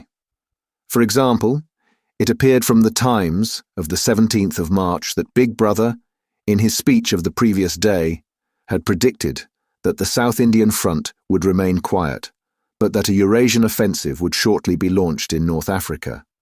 As it happened, the Eurasian Higher Command had launched its offensive in South India and left North Africa alone. It was therefore necessary to rewrite a paragraph of Big Brother's speech, in such a way as to make him predict the thing that had actually happened. Or again, The Times of the 19th of December had published the official forecasts of the output of various classes of consumption goods in the 4th quarter of 1983, which was also the 6th quarter of the 9th 3-year plan. Today's issue contained a statement of the actual output, from which it appeared that the forecasts were in every instance grossly wrong. Winston's job was to rectify the original figures by making them agree with the later ones. As for the 3rd message, it referred to a very simple error which could be set right in a couple of minutes. As short a time ago as February, the Ministry of Plenty had issued a promise, a categorical pledge were the official words, that there would be no reduction of the chocolate ration during 1984. Actually, as Winston was aware, the chocolate ration was to be reduced from 30 grams to 20 at the end of the present week. All that was needed was to substitute for the original promise, a warning that it would probably be necessary to reduce the ration at some time in April. As soon as Winston had dealt with each of the messages, he clipped his speak-written corrections to the appropriate copy of The Times and pushed them into the pneumatic tube. Then, with a movement which was as nearly as possible unconscious, he crumpled up the original message, and any notes that he himself had made, and dropped them into the memory hole to be devoured by the flames. What happened in the unseen labyrinth to which the pneumatic tubes led, he did not know in detail, but he did know in general terms. As soon as all the corrections which happened to be necessary in any particular number of The Times had been assembled and collated, that number would be reprinted, the original copy destroyed, and the corrected copy placed on the files in its stead. This process of continuous alteration was applied not only to newspapers, but to books, periodicals, pamphlets, posters, leaflets, films, soundtracks, cartoons, photographs, to every kind of literature or documentation which might conceivably hold any political or ideological significance. Day by day, and almost minute by minute, the past was brought up to date. In this way, every prediction made by the party could be shown by documentary evidence to have been correct, nor was any item of news, or any expression of opinion, which conflicted with the needs of the moment, ever allowed to remain on record. All history was a palimpsest, scraped clean and reinscribed exactly as often as was necessary. In no case would it have been possible, once the deed was done, to prove that any falsification had taken place. The largest section of the records department, far larger than the one on which Winston worked, consisted simply of persons whose duty it was to track down and collect all copies of books, newspapers, and other documents which had been superseded and were due for destruction. A number of The Times, which might, because of changes in political alignment or mistaken prophecies uttered by Big Brother, have been rewritten a dozen times, still stood on the files bearing its original date, and no other copy existed to contradict it. Books also were recalled and rewritten again and again, and were invariably reissued without any admission that any alteration had been made. Even the written instructions which Winston received, and which he invariably got rid of as soon as he had dealt with them, never stated or implied that an act of forgery was to be committed. Always the reference was to slips, errors, misprints, or misquotations, which it was necessary to put right in the interests of accuracy. But actually, he thought as he readjusted the Ministry of Plenty's figures, it was not even forgery. It was merely the substitution of one piece of nonsense for another. Most of the material that you were dealing with had no connection with anything in the real world, not even the kind of connection that is contained in a direct lie. Statistics were just as much a fantasy in their original version as in their rectified version. A great deal of the time you were expected to make them up out of your head. For example, the Ministry of Plenty's forecast had estimated the output of boots for the quarter at 145 million pairs. The actual output was given as 62 millions. Winston, however, in rewriting the forecast, marked the figure down to 57 millions, so as to allow for the usual claim that the quota had been overfulfilled. In any case, 62 millions was no nearer the truth than 57 millions, or than 145 million S. Very likely no boots had been produced at all. Likelier still, nobody knew how many had been produced, much less cared. All one knew was that every quarter astronomical numbers of boots were produced on paper, while perhaps half the population of Oceania went barefoot. And so it was with every class of recorded fact, great or small. Everything faded away into a shadow world in which finally, even the date of the year had become uncertain. Winston glanced across the hall. In the corresponding cubicle on the other side, a small, precise-looking, dark-chinned man named Tillotson was working steadily away, with a folded newspaper on his knee, and his mouth very close to the mouthpiece of the speakwrite. He had the air of trying to keep what he was saying a secret between himself and the telescreen. He looked up, and his spectacles darted a hostile flash in Winston's direction. Winston hardly knew Tillotson, and had no idea what work he was employed on. People in the records department did not readily talk about their jobs. In the long, windowless hall, with its double row of cubicles and its endless rustle of papers and hum of voices murmuring into speakwrites, there were quite a dozen people whom Winston did not even know by name, though he daily saw them hurrying to and fro in the corridors or gesticulating in the 2 minutes hate. He knew that in the cubicle next to him, the little woman with sandy hair toiled day in, day out, simply at tracking down and deleting from the press the names of people who had been vaporized, and were therefore considered never to have existed. There was a certain fitness in this, since her own husband had been vaporized a couple of years earlier, and a few cubicles away, a mild, ineffectual, dreamy creature named Ampleforth, with very hairy ears and a surprising talent for juggling with rhymes and meters, was engaged in producing garbled versions, definitive texts they were called, of poems which had become ideologically offensive, but which for one reason or another were to be retained in the anthologies. And this hall, with its 50 workers or thereabouts, was only one subsection, a single cell, as it were, in the huge complexity of the records department. Beyond, above, below, were other swarms of workers engaged in an unimaginable multitude of jobs. There were the huge printing shops with their sub-editors, their typography experts, and their elaborately equipped studios for the faking of photographs. There was the teleprograms section with its engineers, its producers, and its teams of actors specially chosen for their skill in imitating voices. There were the armies of reference clerks whose job was simply to draw up lists of books and periodicals which were due for recall. There were the vast repositories where the corrected documents were stored, and the hidden furnaces where the original copies were destroyed. And somewhere or other, quite anonymous, there were the directing brains who coordinated the whole effort and laid down the lines of policy, which made it necessary that this fragment of the past should be preserved, that one falsified, and the other rubbed out of existence. And the records department, after all, was itself only a single branch of the Ministry of Truth, whose primary job was not to reconstruct the past, but to supply the citizens of Oceania with newspapers, films, textbooks, telescreen programs, plays, novels, with every conceivable kind of information, instruction or entertainment, from a statue to a slogan, from a lyric poem to a biological treatise, and from a child's spelling book to a Newspeak dictionary.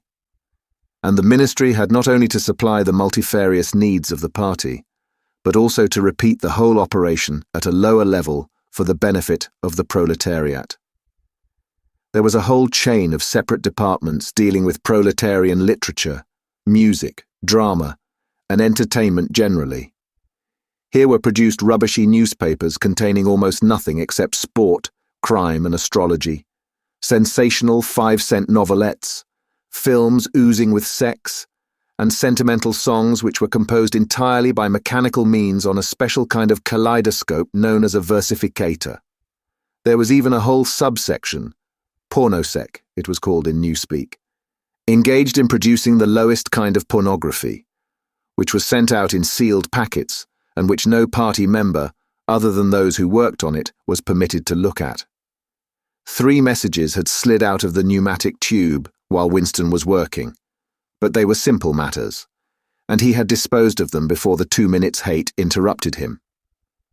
When the hate was over, he returned to his cubicle, took the Newspeak dictionary from the shelf, pushed the speakwrite to one side, cleaned his spectacles, and settled down to his main job of the morning. Winston's greatest pleasure in life was in his work. Most of it was a tedious routine, but included in it there were also jobs so difficult and intricate that you could lose yourself in them as in the depths of a mathematical problem. Delicate pieces of forgery in which you had nothing to guide you except your knowledge of the principles of ingsoc, and your estimate of what the party wanted you to say. Winston was good at this kind of thing. On occasion, he had even been entrusted with the rectification of The Times' leading articles, which were written entirely in Newspeak. He unrolled the message that he had set aside earlier. It ran, Times 3rd of December, 83. Reporting BB Day Order, double plusen good refs, unpersons, rewrite full-wise up-sub anti-filing. In Old Speak, or Standard English, this might be rendered. The reporting of Big Brother's order for the day in the Times of December the 3rd, 1983, is extremely unsatisfactory and makes references to non-existent persons. Rewrite it in full and submit your draft to higher authority before filing. Winston read through the offending article. Big Brother's order for the day, it seemed, had been chiefly devoted to praising the work of an organization known as FFCC, which supplied cigarettes and other comforts to the sailors in the floating fortresses. A certain Comrade Withers, a prominent member of the inner party, had been singled out for special mention and awarded a decoration, the Order of Conspicuous Merit, 2nd class. 3 months later, FFCC had suddenly been dissolved with no reasons given. One could assume that Withers and his associates were now in disgrace, but there had been no report of the matter in the press or on the telescreen. That was to be expected, since it was unusual for political offenders to be put on trial or even publicly denounced. The great purges involving thousands of people, with public trials of traitors and thought criminals who made abject confession of their crimes and were afterwards executed, were special showpieces not occurring oftener than once in a couple of years. More commonly, people who had incurred the displeasure of the party simply disappeared and were never heard of again. One never had the smallest clue as to what had happened to them. In some cases, they might not even be dead. Perhaps 30 people personally known to Winston, not counting his parents, had disappeared at one time or another. Winston stroked his nose gently with a paperclip. In the cubicle across the way, Comrade Tillotson was still crouching secretively over his speakwrite. He raised his head for a moment. Again the hostile spectacle flash. Winston wondered whether Comrade Tillotson was engaged on the same job as himself. It was perfectly possible. So tricky a piece of work would never be entrusted to a single person. On the other hand, to turn it over to a committee would be to admit openly that an act of fabrication was taking place. Very likely as many as a dozen people were now working away on rival versions of what Big Brother had actually said, and presently some master brain in the inner party would select this version or that, would re-edit it and set in motion the complex processes of cross-referencing that would be required, and then the chosen lie would pass into the permanent records and become truth. Winston did not know why Withers had been disgraced. Perhaps it was for corruption or incompetence. Perhaps Big Brother was merely getting rid of a too popular subordinate. Perhaps Withers or someone close to him had been suspected of heretical tendencies. Or perhaps, what was likeliest of all, the thing had simply happened because purges and vaporizations were a necessary part of the mechanics of government. The only real clue lay in the words refs unpersons, which indicated that Withers was already dead. You could not invariably assume this to be the case when people were arrested. Sometimes they were released and allowed to remain at liberty for as much as a year or 2 years before being executed. Very occasionally, some person whom you had believed dead long since would make a ghostly reappearance at some public trial, where he would implicate hundreds of others by his testimony, before vanishing, this time forever. Withers, however, was already an unperson. He did not exist. He had never existed. Winston decided that it would not be enough simply to reverse the tendency of Big Brother's speech. It was better to make it deal with something totally unconnected with its original subject. He might turn the speech into the usual denunciation of traitors and thought criminals, but that was a little too obvious, while to invent a victory at the front, or some triumph of overproduction in the 9th 3-year plan, might complicate the records too much. What was needed was a piece of pure fantasy. Suddenly there sprang into his mind, ready-made as it were, the image of a certain Comrade Ogilvy, who had recently died in battle, in heroic circumstances. There were occasions when Big Brother devoted his order for the day to commemorating some humble, rank-and-file party member whose life and death he held up as an example worthy to be followed. Today, he should commemorate Comrade Ogilvy. It was true that there was no such person as Comrade Ogilvy, but a few lines of print and a couple of faked photographs would soon bring him into existence. Winston thought for a moment, then pulled the speakwrite towards him and began dictating in Big Brother's familiar style. A style at once military and pedantic, and because of a trick of asking questions and then promptly answering them. What lessons do we learn from this fact, comrades? The lesson, which is also one of the fundamental principles of INGSOC, that, etc., etc., easy to imitate. At the age of 3, Comrade Ogilvy had refused all toys except a drum, a submachine gun, and a model helicopter. At 6, a year early, by a special relaxation of the rules, he had joined the Spies. At 9, he had been a troop leader. At 11, he had denounced his uncle to the thought police after overhearing a conversation which appeared to him to have criminal tendencies. At 17, he had been a district organizer of the Junior Anti-Sex League.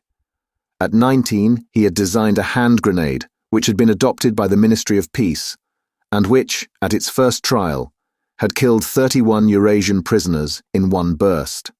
At 23, he had perished in action, pursued by enemy jet planes while flying over the Indian Ocean with important dispatches. He had weighted his body with his machine gun and leapt out of the helicopter into deep water, dispatches and all. An end, said Big Brother, which it was impossible to contemplate without feelings of envy. Big Brother added a few remarks on the purity and single-mindedness of Comrade Ogilvy's life. He was a total abstainer and a non-smoker, had no recreations except a daily hour in the gymnasium, and had taken a vow of celibacy, believing marriage and the care of a family to be incompatible with a 24-hour-a-day devotion to duty. He had no subjects of conversation except the principles of INGSOC, and no aim in life except the defeat of the Eurasian enemy and the hunting down of spies, saboteurs, thought criminals, and traitors generally. Winston debated with himself whether to award Comrade Ogilvy the Order of Conspicuous Merit. In the end he decided against it because of the unnecessary cross-referencing that it would entail. Once again he glanced at his rival in the opposite cubicle. Something seemed to tell him with certainty that Tillotson was busy on the same job as himself. There was no way of knowing whose job would finally be adopted, but he felt a profound conviction that it would be his own. Comrade Ogilvy, unimagined an hour ago, was now a fact. It struck him as curious that you could create dead men, but not living ones. Comrade Ogilvy, who had never existed in the present, now existed in the past, and when once the act of forgery was forgotten, he would exist just as authentically, and upon the same evidence, as Charlemagne or Julius Caesar. Chapter 5. In the low-ceilinged canteen, deep underground, the lunch queue jerked slowly forward. The room was already very full and deafeningly noisy.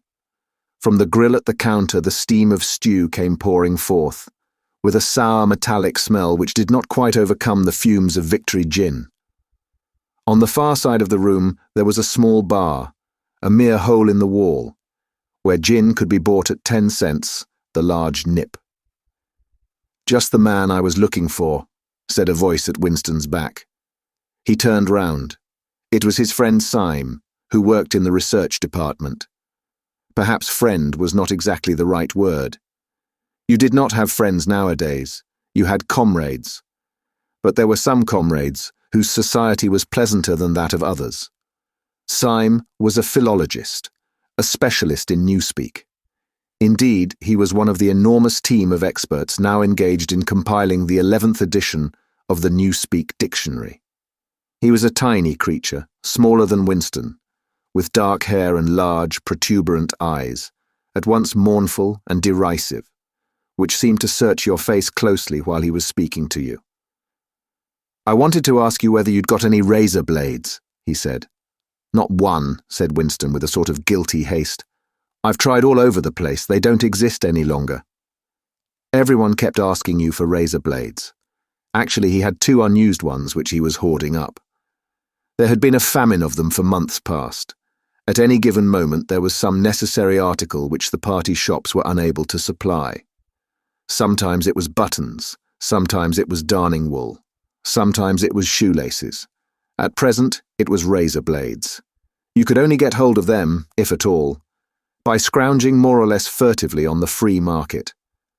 "I've been using the same blade for 6 weeks," he added untruthfully. The queue gave another jerk forward. As they halted, he turned and faced Syme again. Each of them took a greasy metal tray from a pile at the end of the counter. "Did you go and see the prisoners hanged yesterday?" said Syme. "I was working," said Winston indifferently. "I shall see it on the flicks, I suppose." "A very inadequate substitute," said Syme. His mocking eyes roved over Winston's face. "I know you," the eyes seemed to say. "I see through you.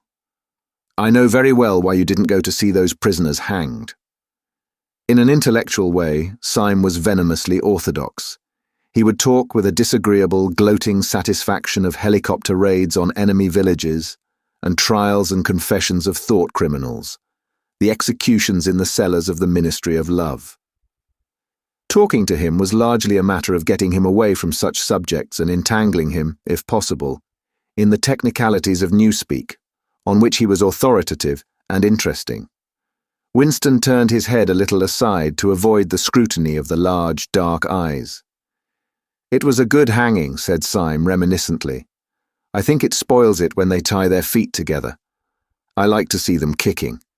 And above all, at the end, the tongue sticking right out, and blue.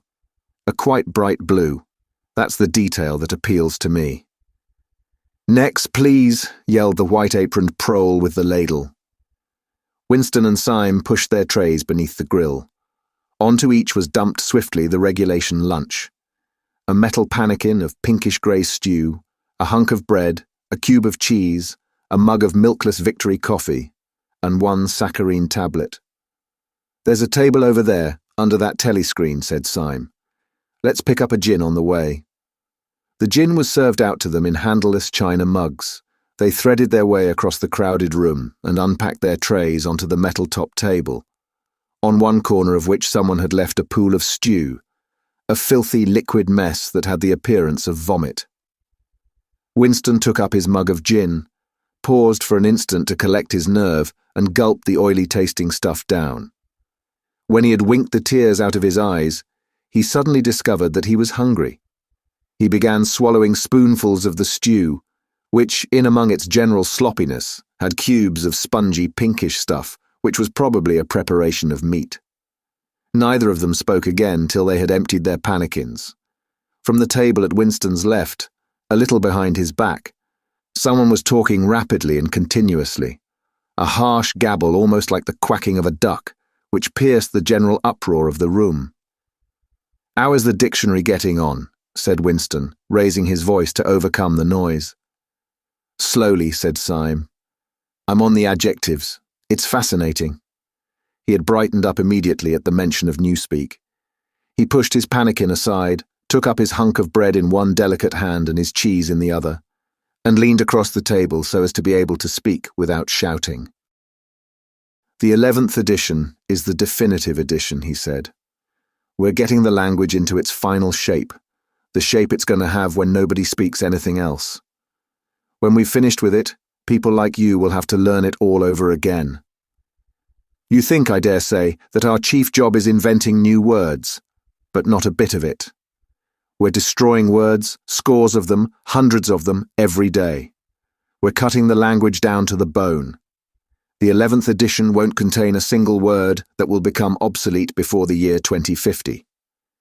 He bit hungrily into his bread and swallowed a couple of mouthfuls, then continued speaking, with a sort of pedant's passion. His thin, dark face had become animated. His eyes had lost their mocking expression and grown almost dreamy. It's a beautiful thing, the destruction of words. Of course, the great wastage is in the verbs and adjectives, but there are hundreds of nouns that can be got rid of as well. It isn't only the synonyms, there are also the antonyms.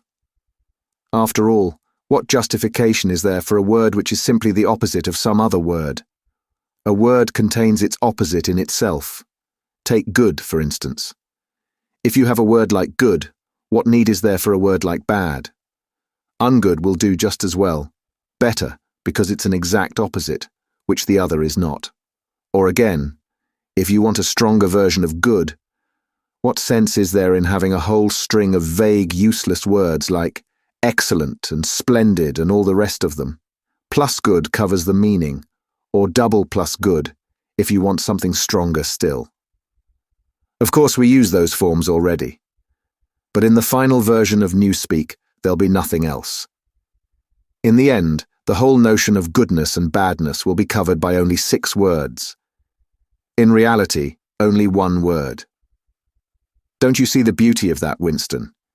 It was BB's idea originally, of course, he added as an afterthought. A sort of vapid eagerness flitted across Winston's face at the mention of Big Brother.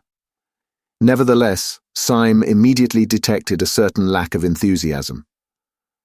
You haven't a real appreciation of Newspeak, Winston, he said, almost sadly. Even when you write it, you're still thinking in old speak. I've read some of those pieces that you write in the Times, occasionally. They're good enough, but they're translations. In your heart, you'd prefer to stick to old speak, with all its vagueness and its useless shades of meaning. You don't grasp the beauty of the destruction of words. Do you know that Newspeak is the only language in the world whose vocabulary gets smaller every year? Winston did know that, of course. He smiled, sympathetically he hoped, not trusting himself to speak. Syme bit off another fragment of the dark-coloured bread, chewed it briefly, and went on. Don't you see that the whole aim of Newspeak is to narrow the range of thought? In the end, we shall make thought crime literally impossible, because there will be no words in which to express it. Every concept that can ever be needed will be expressed by exactly 1 word, with its meaning rigidly defined, and all its subsidiary meanings rubbed out and forgotten. Already, in the 11th edition, we're not far from that point, but the process will still be continuing long after you and I are dead. Every year, fewer and fewer words, and the range of consciousness always a little smaller. Even now, of course, there's no reason or excuse for committing thought crime.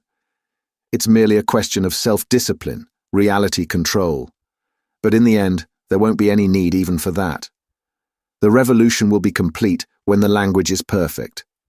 Newspeak is Ingsoc, and Ingsoc is Newspeak, he added with a sort of mystical satisfaction. Has it ever occurred to you, Winston, that by the year 2050, at the very latest, not a single human being will be alive who could understand such a conversation as we are having now? Except, began Winston doubtfully, and he stopped. It had been on the tip of his tongue to say, except the proles, but he checked himself, not feeling fully certain that this remark was not in some way unorthodox. Syme, however, had divined what he was about to say. The proles are not human beings, he said carelessly. By 2050, earlier probably, all real knowledge of old speak will have disappeared. The whole literature of the past will have been destroyed. Chaucer, Shakespeare, Milton, Byron, they'll exist only in Newspeak versions, not merely changed into something different, but actually changed into something contradictory of what they used to be. Even the literature of the party will change. Even the slogans will change. How could you have a slogan like "freedom is slavery" when the concept of freedom has been abolished? The whole climate of thought will be different. In fact, there will be no thought, as we understand it now. Orthodoxy means not thinking, not needing to think. Orthodoxy is unconsciousness. One of these days, thought Winston with sudden deep conviction, Syme will be vaporized. He is too intelligent. He sees too clearly and speaks too plainly. The party does not like such people. One day, he will disappear. It is written in his face. Winston had finished his bread and cheese. He turned a little sideways in his chair to drink his mug of coffee. At the table on his left, the man with the strident voice was still talking remorselessly away. A young woman who was perhaps his secretary, and who was sitting with her back to Winston, was listening to him and seemed to be eagerly agreeing with everything that he said. From time to time, Winston caught some such remark as, "I think you're so right, I do so agree with you," uttered in a youthful and rather silly feminine voice. But the other voice never stopped for an instant, even when the girl was speaking. Winston knew the man by sight, though he knew no more about him than that he held some important post in the fiction department. He was a man of about 30, with a muscular throat and a large, mobile mouth. His head was thrown back a little, and because of the angle at which he was sitting, his spectacles caught the light and presented to Winston 2 blank discs instead of eyes. What was slightly horrible was that from the stream of sound that poured out of his mouth, it was almost impossible to distinguish a single word.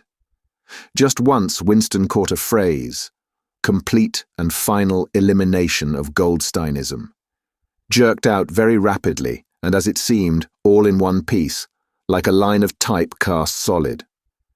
For the rest, it was just a noise, a quack-quack-quacking. And yet, though you could not actually hear what the man was saying, you could not be in any doubt about its general nature. He might be denouncing Goldstein and demanding sterner measures against thought criminals and saboteurs. He might be fulminating against the atrocities of the Eurasian army. He might be praising Big Brother or the heroes on the Malabar front. It made no difference. Whatever it was, you could be certain that every word of it was pure orthodoxy, pure ingsoc. As he watched the eyeless face with the jaw moving rapidly up and down, Winston had a curious feeling that this was not a real human being, but some kind of dummy. It was not the man's brain that was speaking, it was his larynx. The stuff that was coming out of him consisted of words, but it was not speech in the true sense. It was a noise uttered in unconsciousness, like the quacking of a duck. Syme had fallen silent for a moment, and with the handle of his spoon was tracing patterns in the puddle of stew.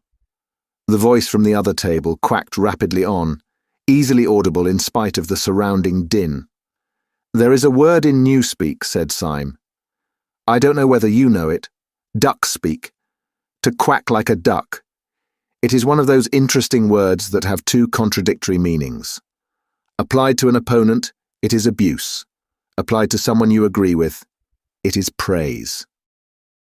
Unquestionably, Syme will be vaporized, Winston thought again.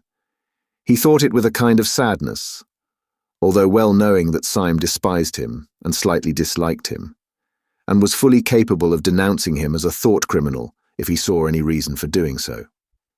There was something subtly wrong with Syme. There was something that he lacked. Discretion, aloofness, a sort of saving stupidity. You could not say that he was unorthodox. He believed in the principles of ingsoc. He venerated Big Brother. He rejoiced over victories. He hated heretics, not merely with sincerity, but with a sort of restless zeal, an up-to-dateness of information, which the ordinary party member did not approach. Yet a faint air of disreputability always clung to him. He said things that would have been better unsaid. He had read too many books. He frequented the Chestnut Tree Cafe, haunt of painters and musicians. There was no law, not even an unwritten law, against frequenting the Chestnut Tree Cafe, yet the place was somehow ill-omened. The old, discredited leaders of the party had been used to gather there before they were finally purged. Goldstein himself, it was said, had sometimes been seen there years and decades ago. Syme's fate was not difficult to foresee. And yet it was a fact that if Syme grasped, even for 3 seconds, the nature of his, Winston's, secret opinions, he would betray him instantly to the thought police. So would anybody else, for that matter. But Syme more than most. Zeal was not enough. Orthodoxy was unconsciousness. Syme looked up. "Here comes Parsons," he said. Something in the tone of his voice seemed to add, "That bloody fool." Parsons, Winston's fellow tenant at Victory Mansions, was in fact threading his way across the room, a tubby, middle-sized man with fair hair and a frog-like face. At 35 he was already putting on rolls of fat at neck and waistline, but his movements were brisk and boyish. His whole appearance was that of a little boy grown large, so much so that although he was wearing the regulation overalls, it was almost impossible not to think of him as being dressed in the blue shorts, grey shirt, and red neckerchief of the spies. In visualizing him, one saw always a picture of dimpled knees and sleeves rolled back from pudgy forearms. Parsons did, indeed, invariably revert to shorts when a community hike or any other physical activity gave him an excuse for doing so. He greeted them both with a cheery, "Hello, hello," and sat down at the table, giving off an intense smell of sweat. Beads of moisture stood out all over his pink face. His powers of sweating were extraordinary. At the community centre you could always tell when he had been playing table tennis by the dampness of the bat handle. Syme had produced a strip of paper on which there was a long column of words, and was studying it with an ink pencil between his fingers.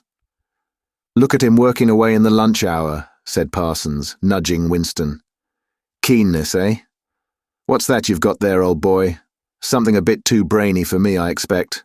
Smith, old boy, I'll tell you why I'm chasing you. It's that sub you forgot to give me." "Which sub is that?" said Winston, automatically feeling for money. About a quarter of one's salary had to be earmarked for voluntary subscriptions, which were so numerous that it was difficult to keep track of them. "For Hate Week. You know, the house-by-house fund. I'm treasurer for our block. We're making an all-out effort, going to put on a tremendous show. I tell you, it won't be my fault if old Victory Mansions doesn't have the biggest outfit of flags in the whole street. $2 you promised me." Winston found and handed over 2 creased and filthy notes, which Parsons entered in a small notebook, in the neat handwriting of the illiterate. "By the way, old boy," he said, "I hear that little beggar of mine let fly at you with his catapult yesterday. I gave him a good dressing down for it. In fact, I told him I'd take the catapult away if he does it again." "I think he was a little upset at not going to the execution," said Winston. "Ah, well, what I mean to say, shows the right spirit, doesn't it? Mischievous little beggars they are, both of them. But talk about keenness. All they think about is the spies. And the war, of course. Do you know what that little girl of mine did last Saturday when her troop was on a hike out Berkhamsted way?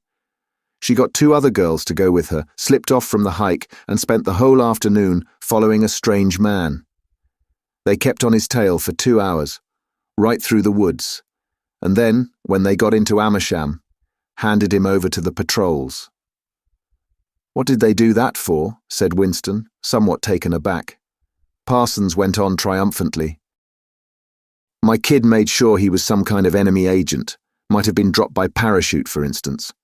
But here's the point, old boy. What do you think put her onto him in the first place? She spotted he was wearing a funny kind of shoes. Said she'd never seen anyone wearing shoes like that before. So the chances were he was a foreigner. Pretty smart for a nipper of 7, eh?" "What happened to the man?" said Winston. "Ah, that I couldn't say, of course. But I wouldn't be altogether surprised if—" Parsons made the motion of aiming a rifle and clicked his tongue for the explosion. "Good," said Syme abstractedly, without looking up from his strip of paper. "Of course we can't afford to take chances," agreed Winston dutifully.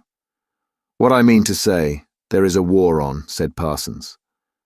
As though in confirmation of this, a trumpet call floated from the telescreen just above their heads. However, it was not the proclamation of a military victory this time, but merely an announcement from the Ministry of Plenty. "Comrades," cried an eager, youthful voice. "Attention, comrades, we have glorious news for you. We have won the battle for production. Returns now completed of the output of all classes of consumption goods show that the standard of living has risen by no less than 20% over the past year, all over Oceania.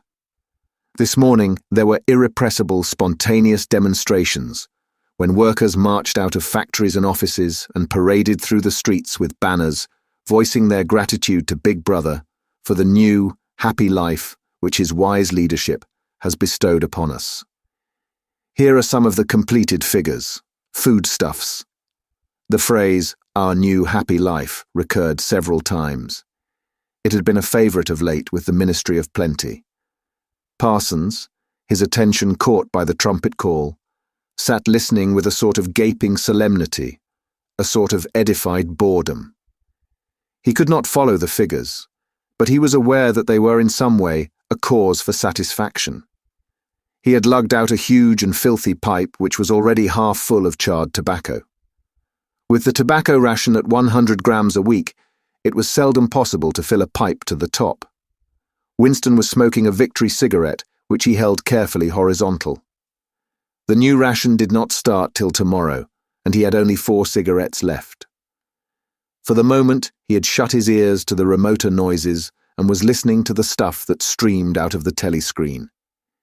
It appeared that there had even been demonstrations to thank Big Brother for raising the chocolate ration to 20 grams a week.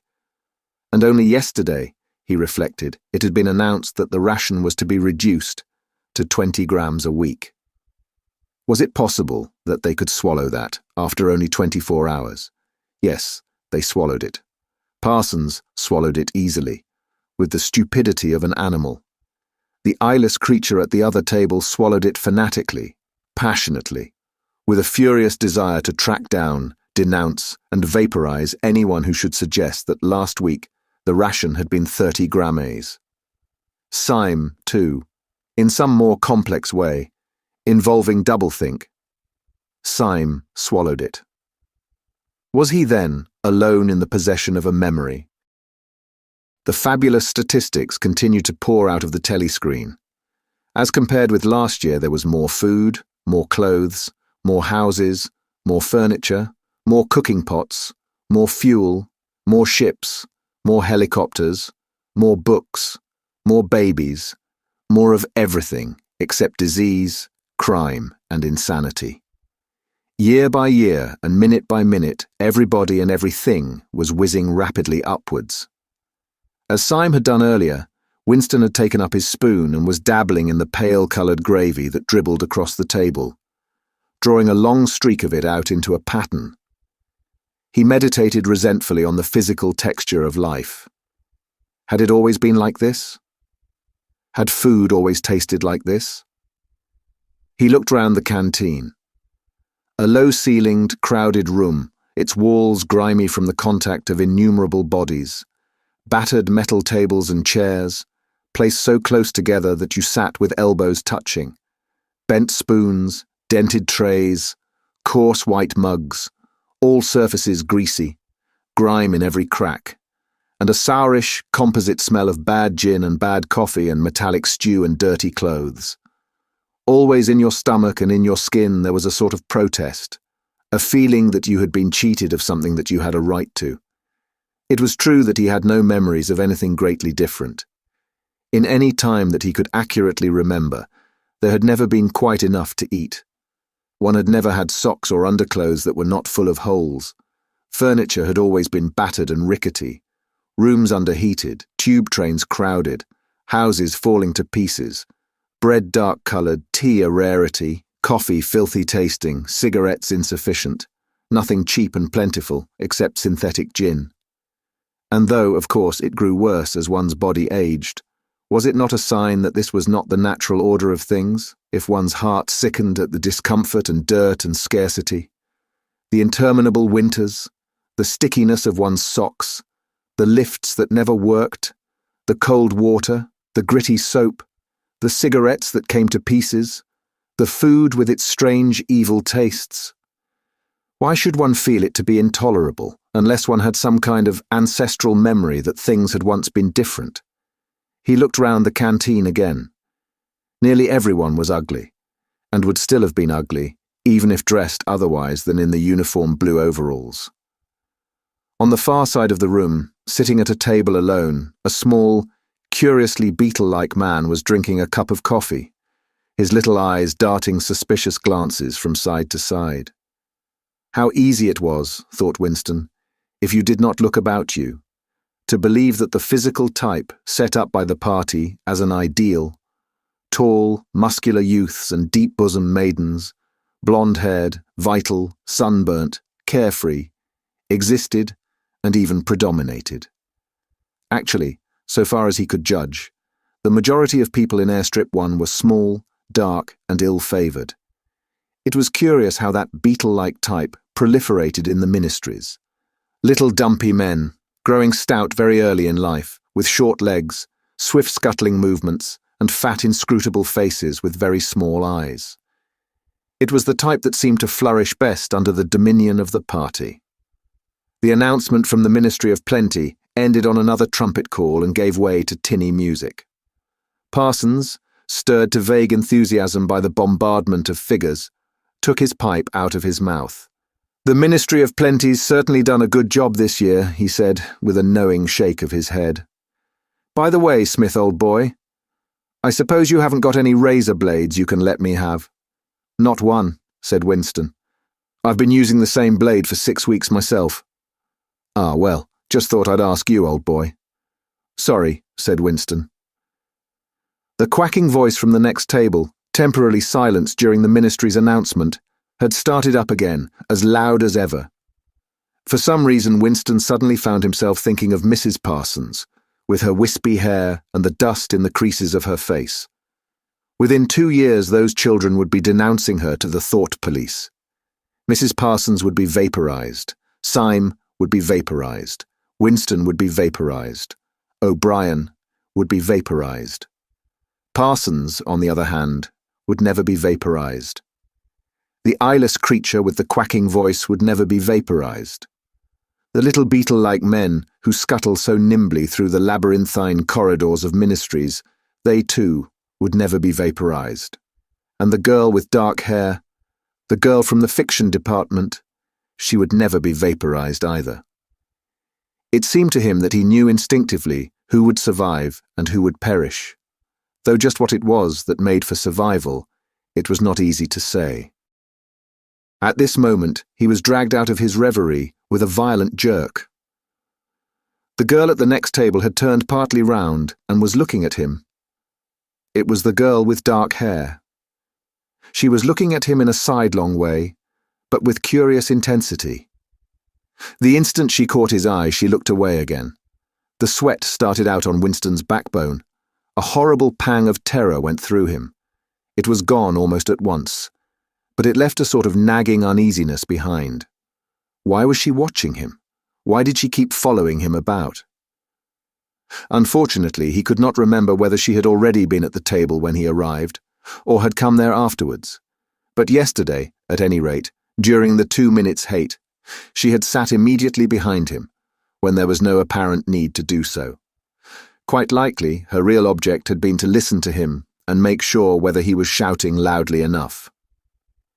His earlier thought returned to him. Probably she was not actually a member of the thought police. But then it was precisely the amateur spy who was the greatest danger of all. He did not know how long she'd been looking at him, but perhaps for as much as 5 minutes, and it was possible that his features had not been perfectly under control. It was terribly dangerous to let your thoughts wander when you were in any public place or within range of a telescreen. The smallest thing could give you away. A nervous tic, an unconscious look of anxiety, a habit of muttering to yourself, anything that carried with it the suggestion of abnormality, of having something to hide. In any case, to wear an improper expression on your face, to look incredulous when a victory was announced, for example, was itself a punishable offence. There was even a word for it in Newspeak. Face crime, it was called. The girl had turned her back on him again. Perhaps after all she was not really following him about. Perhaps it was coincidence that she had sat so close to him 2 days running. His cigarette had gone out, and he laid it carefully on the edge of the table.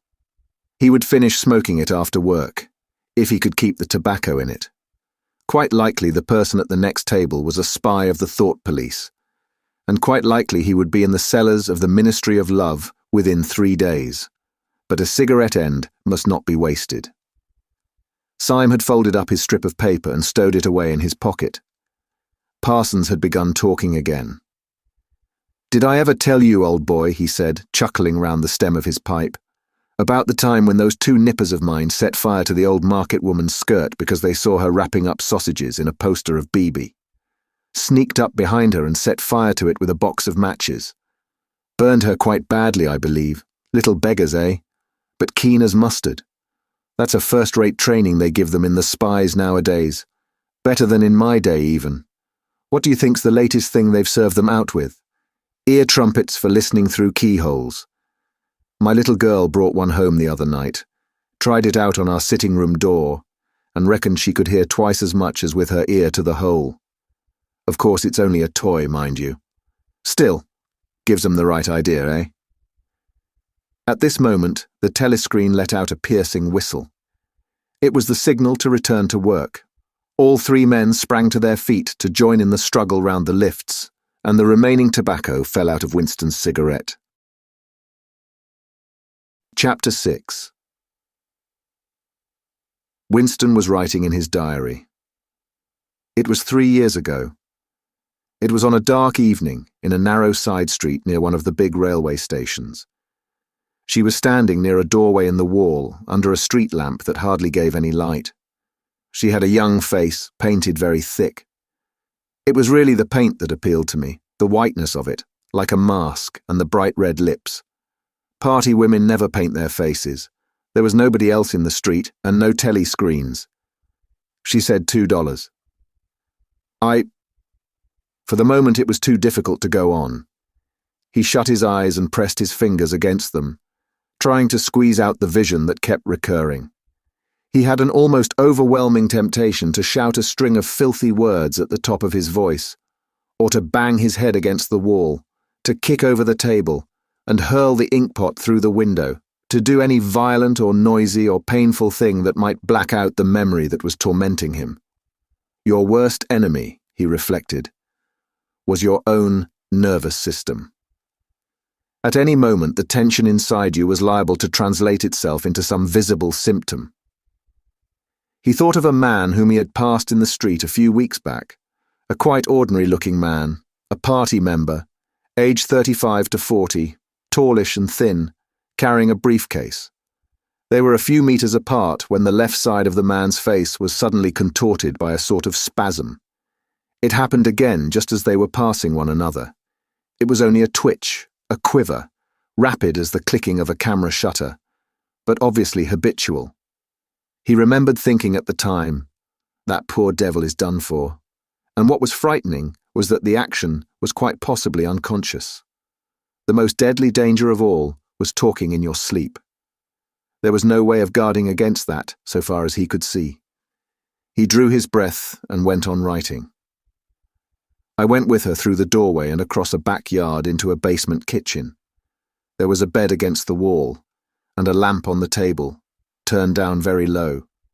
His teeth were set on edge. He would have liked to spit. Simultaneously with the woman in the basement kitchen, he thought of Catherine, his wife. Winston was married, had been married at any rate. Probably he still was married. So far as he knew, his wife was not dead. He seemed to breathe again the warm, stuffy odour of the basement kitchen, an odour compounded of bugs and dirty clothes and villainous cheap scent, but nevertheless alluring, because no woman of the party ever used scent, or could be imagined as doing so. Only the proles used scent. In his mind, the smell of it was inextricably mixed up with fornication.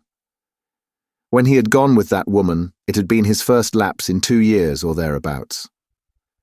Consorting with prostitutes was forbidden, of course, but it was one of those rules that you could occasionally nerve yourself to break. It was dangerous, but it was not a life-and-death matter. To be caught with a prostitute might mean 5 years in a forced labour camp. Not more, if you had committed no other offence.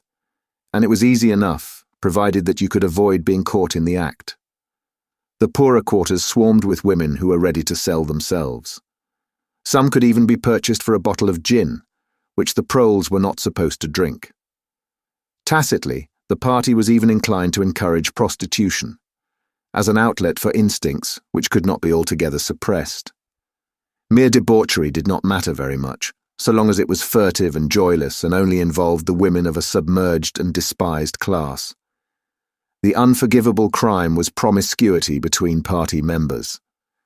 But, though this was one of the crimes that the accused in the Great Purges invariably confessed to, it was difficult to imagine any such thing actually happening.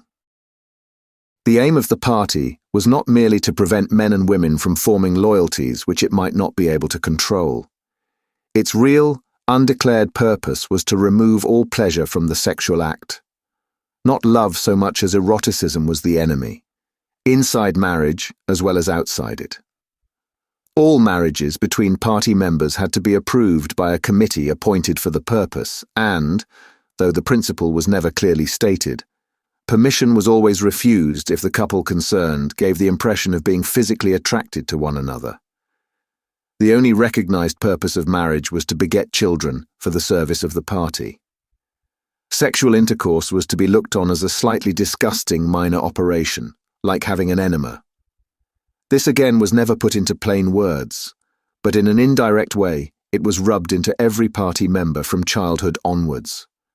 There were even organizations such as the Junior Anti-Sex League, which advocated complete celibacy for both sexes. All children were to be begotten by artificial insemination, artsem, it was called in Newspeak, and brought up in public institutions. This, Winston was aware, was not meant altogether seriously, but somehow it fitted in with the general ideology of the party. The party was trying to kill the sex instinct, or, if it could not be killed, then to distort it and dirty it. He did not know why this was so, but it seemed natural that it should be so. And as far as the women were concerned, the party's efforts were largely successful. He thought again of Catherine. It must be 9, 10, nearly 11 years since they had parted. It was curious how seldom he thought of her. For days at a time, he was capable of forgetting that he had ever been married. They had only been together for about 15 months. The party did not permit divorce, but it rather encouraged separation in cases where there were no children. Catherine was a tall, fair-haired girl, very straight, with splendid movements. She had a bold, aquiline face, a face that one might have called noble, until one discovered that there was as nearly as possible nothing behind it. Very early in her married life he had decided, though perhaps it was only that he knew her more intimately than he knew most people, that she had without exception the most stupid, vulgar, empty mind that he had ever encountered. She had not a thought in her head that was not a slogan, and there was no imbecility, absolutely none that she was not capable of swallowing if the party handed it out to her, the human soundtrack. He nicknamed her in his own mind. Yet he could have endured living with her if it had not been for just one thing: sex. As soon as he touched her, she seemed to wince and stiffen. To embrace her was like embracing a jointed wooden image. And what was strange was that even when she was clasping him against her, he had the feeling that she was simultaneously pushing him away with all her strength. The rigidity of her muscles managed to convey that impression. She would lie there with shut eyes, neither resisting nor cooperating, but submitting. It was extraordinarily embarrassing, and after a while, horrible. But even then, he could have borne living with her if it had been agreed that they should remain celibate. But curiously enough, it was Catherine who refused this. They must, she said, produce a child if they could. So the performance continued to happen, once a week quite regularly, whenever it was not impossible. She even used to remind him of it in the morning, as something which had to be done that evening and which must not be forgotten. She had 2 names for it. One was making a baby, and the other was our duty to the party. Yes, she had actually used that phrase. Quite soon, he grew to have a feeling of positive dread when the appointed day came round. But luckily, no child appeared, and in the end, she agreed to give up trying, and soon afterwards they parted. Winston sighed inaudibly. He picked up his pen again and wrote. She threw herself down on the bed, and at once, without any kind of preliminary, in the most coarse, horrible way you can imagine, pulled up her skirt.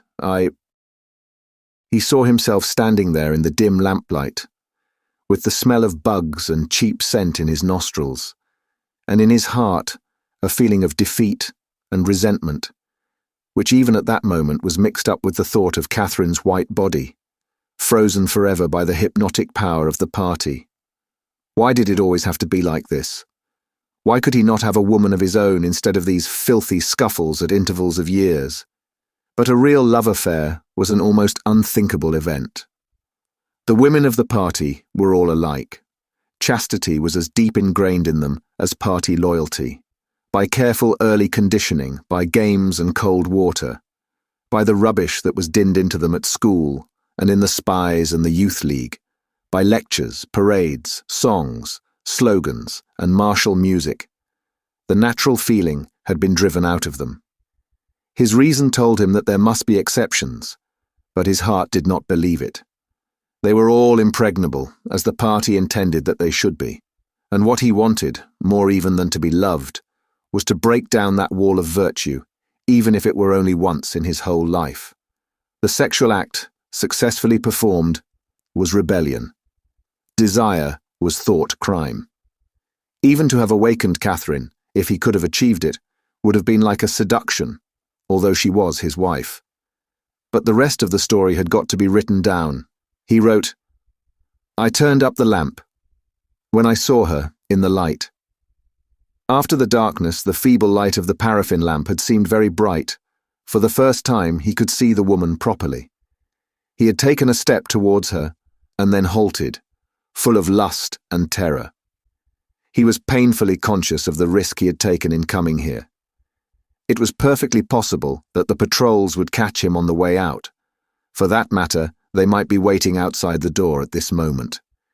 If he went away, without even doing what he had come here to do, it had got to be written down, it had got to be confessed. What he had suddenly seen in the lamplight was that the woman was old. The paint was plastered so thick on her face that it looked as though it might crack like a cardboard mask.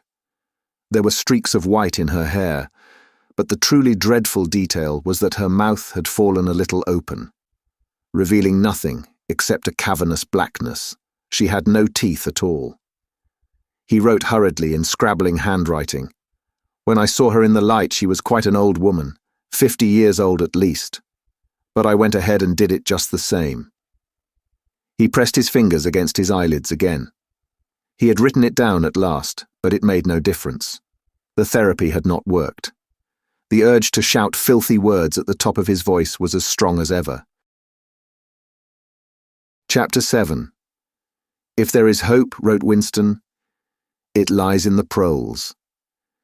If there was hope, it must lie in the proles, because only there, in those swarming, disregarded masses, 85% of the population of Oceania, could the force to destroy the party ever be generated. The party could not be overthrown from within. Its enemies, if it had any enemies, had no way of coming together or even of identifying one another. Even if the legendary brotherhood existed, as just possibly it might, it was inconceivable that its members could ever assemble in larger numbers than 2s and 3s. Rebellion meant a look in the eyes, an inflection of the voice, at the most, an occasional whispered word. But the proles, if only they could somehow become conscious of their own strength, would have no need to conspire. They needed only to rise up and shake themselves like a horse shaking off flies. If they chose, they could blow the party to pieces tomorrow morning. Surely sooner or later it must occur to them to do it. And yet, he remembered how once he had been walking down a crowded street when a tremendous shout of hundreds of voices, women's voices, had burst from a side street a little way ahead. It was a great formidable cry of anger and despair, a deep, loud "oh, oh, oh, oh, oh" that went humming on like the reverberation of a bell. His heart had leapt. It started, he had thought. A riot. The proles are breaking loose at last. When he had reached the spot, it was to see a mob of 200 or 300 women crowding round the stalls of a street market, with faces as tragic as though they had been the doomed passengers on a sinking ship. But at this moment, The general despair broke down into a multitude of individual quarrels. It appeared that one of the stalls had been selling tin saucepans. They were wretched, flimsy things, but cooking pots of any kind were always difficult to get. Now the supply had unexpectedly given out. The successful women, bumped and jostled by the rest, were trying to make off with their saucepans, while dozens of others clamoured round the stall, accusing the stall-keeper of favouritism and of having more saucepans somewhere in reserve. There was a fresh outburst of yells. Two bloated women, one of them with her hair coming down, had got hold of the same saucepan and were trying to tear it out of one another's hands. For a moment they were both tugging, and then the handle came off. Winston watched them disgustedly.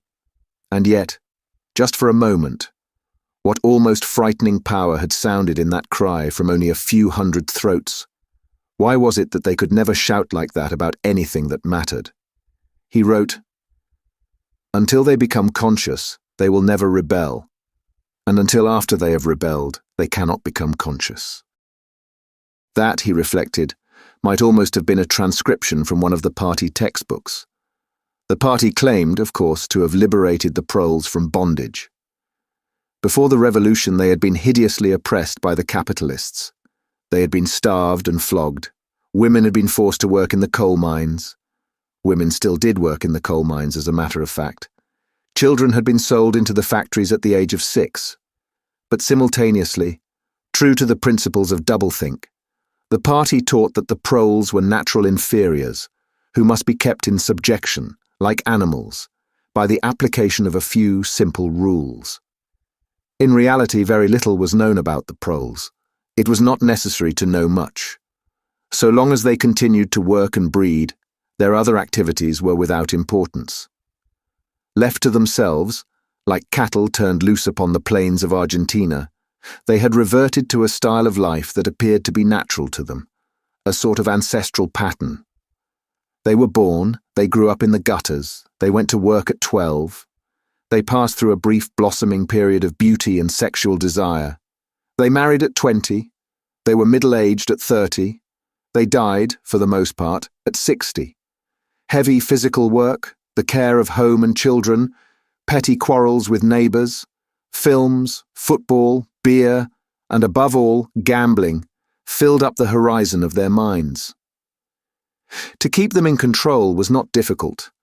A few agents of the thought police moved always among them, spreading false rumours and marking down and eliminating the few individuals who were judged capable of becoming dangerous. But no attempt was made to indoctrinate them with the ideology of the party. It was not desirable that the proles should have strong political feelings. All that was required of them was a primitive patriotism, which could be appealed to whenever it was necessary to make them accept longer working hours or shorter rations. And even when they became discontented, as they sometimes did, their discontent led nowhere, because being without general ideas, they could only focus it on petty specific grievances. The larger evils invariably escaped their notice. The great majority of proles did not even have telescreens in their homes. Even the civil police interfered with them very little.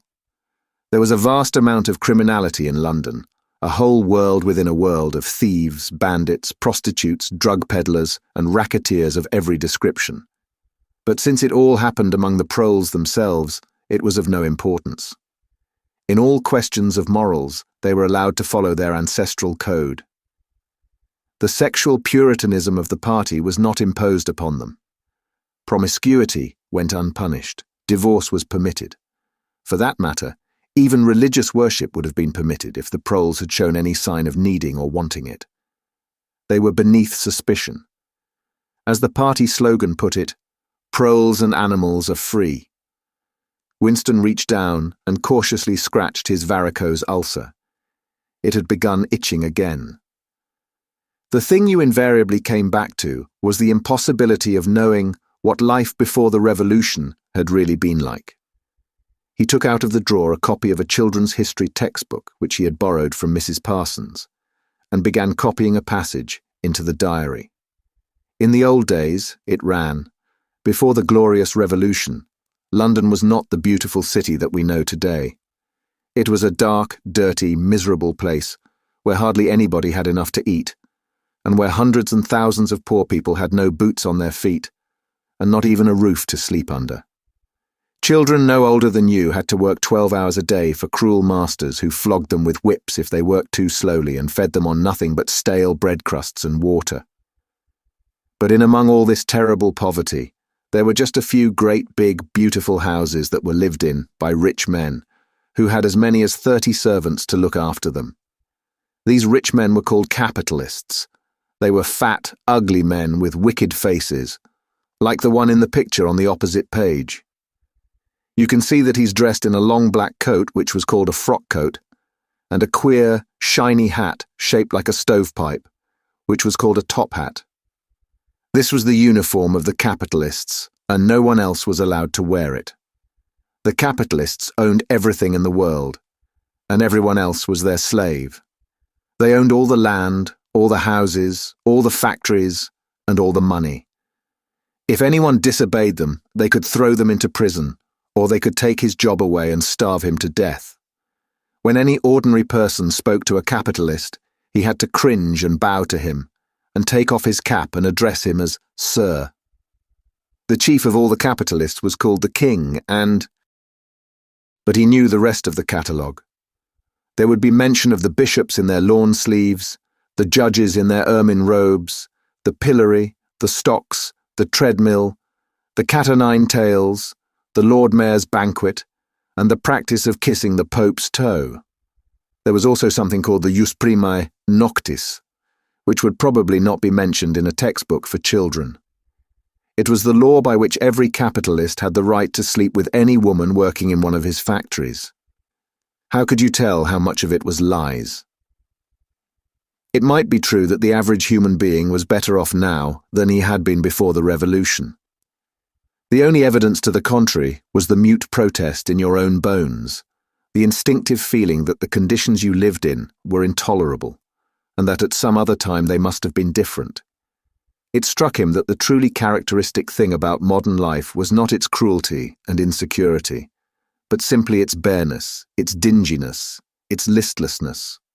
Life, if you looked about you, bore no resemblance not only to the lies that streamed out of the telescreens, but even to the ideals that the party was trying to achieve. Great areas of it, even for a party member, were neutral and non-political, a matter of slogging through dreary jobs, fighting for a place on the tube, darning a worn-out sock, cadging a saccharin tablet, saving a cigarette end. The ideal set up by the party was something huge, terrible, and glittering, a world of steel and concrete, of monstrous machines and terrifying weapons, a nation of warriors and fanatics, marching forward in perfect unity, all thinking the same thoughts and shouting the same slogans, perpetually working, fighting, triumphing, persecuting. 300 million people, all with the same face. The reality was decaying, dingy cities where underfed people shuffled to and fro in leaky shoes, in patched-up 19th century houses that smelt always of cabbage and bad lavatories. He seemed to see a vision of London, vast and ruinous, city of 1,000,000 dustbins. And mixed up with it was a picture of Mrs. Parsons, a woman with lined face and wispy hair, fiddling helplessly with a blocked wastepipe. He reached down and scratched his ankle again. Day and night the telescreens bruised your ears with statistics proving that people today had more food, more clothes, better houses, better recreations, that they lived longer, worked shorter hours, were bigger, healthier, stronger, happier, more intelligent, better educated than the people of 50 years ago. Not a word of it could ever be proved or disproved. The party claimed, for example, that today 40% of adult proles were literate. Before the revolution, it was said the number had only been 15%. The party claimed that the infant mortality rate was now only 160 per thousand, whereas before the revolution it had been 300. And so it went on. It was like a single equation with two unknowns. It might very well be that literally every word in the history books, even the things that one accepted without question, was pure fantasy.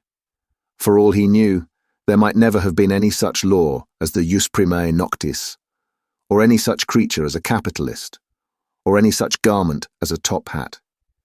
Everything faded into mist. The past was erased. The erasure was forgotten. The lie became truth.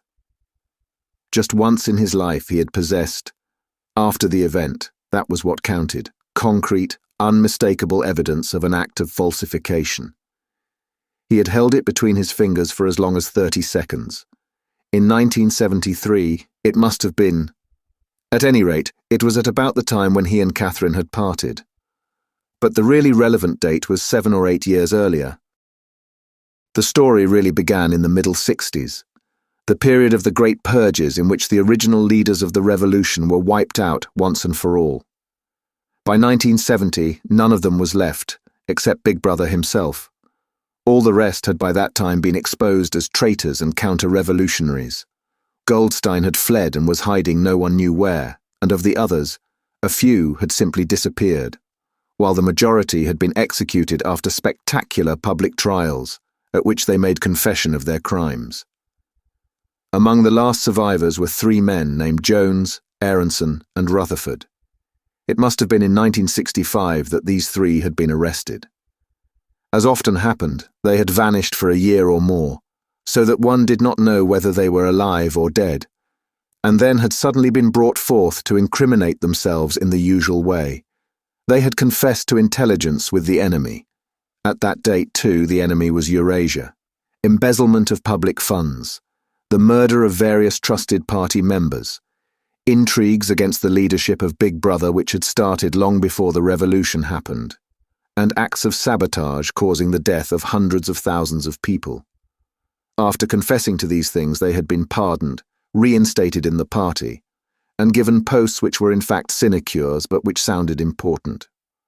All 3 had written long, abject articles in The Times, analysing the reasons for their defection and promising to make amends. Sometime after their release, Winston had actually seen all 3 of them in the Chestnut Tree Cafe. He remembered the sort of terrified fascination with which he had watched them out of the corner of his eye. They were men far older than himself, relics of the ancient world, almost the last great figures left over from the heroic days of the party. The glamour of the underground struggle and the Civil War still faintly clung to them. He had the feeling, though already at that time facts and dates were growing blurry, that he had known their names years earlier than he had known that of Big Brother. But also they were outlaws, enemies, untouchables, doomed with absolute certainty to extinction within a year or 2. No one who had once fallen into the hands of the thought police ever escaped in the end. They were corpses waiting to be sent back to the grave. There was no one at any of the tables nearest to them. It was not wise even to be seen in the neighbourhood of such people. They were sitting in silence before glasses of the gin flavoured with cloves, which was the speciality of the cafe.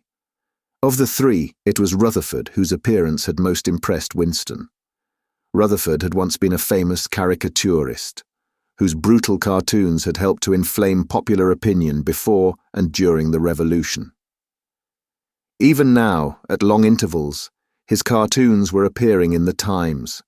They were simply an imitation of his earlier manner, and curiously lifeless and unconvincing. Always they were a rehashing of the ancient themes: slum tenements, starving children, street battles, capitalists in top hats. Even on the barricades, the capitalists still seemed to cling to their top hats, an endless, hopeless effort to get back into the past.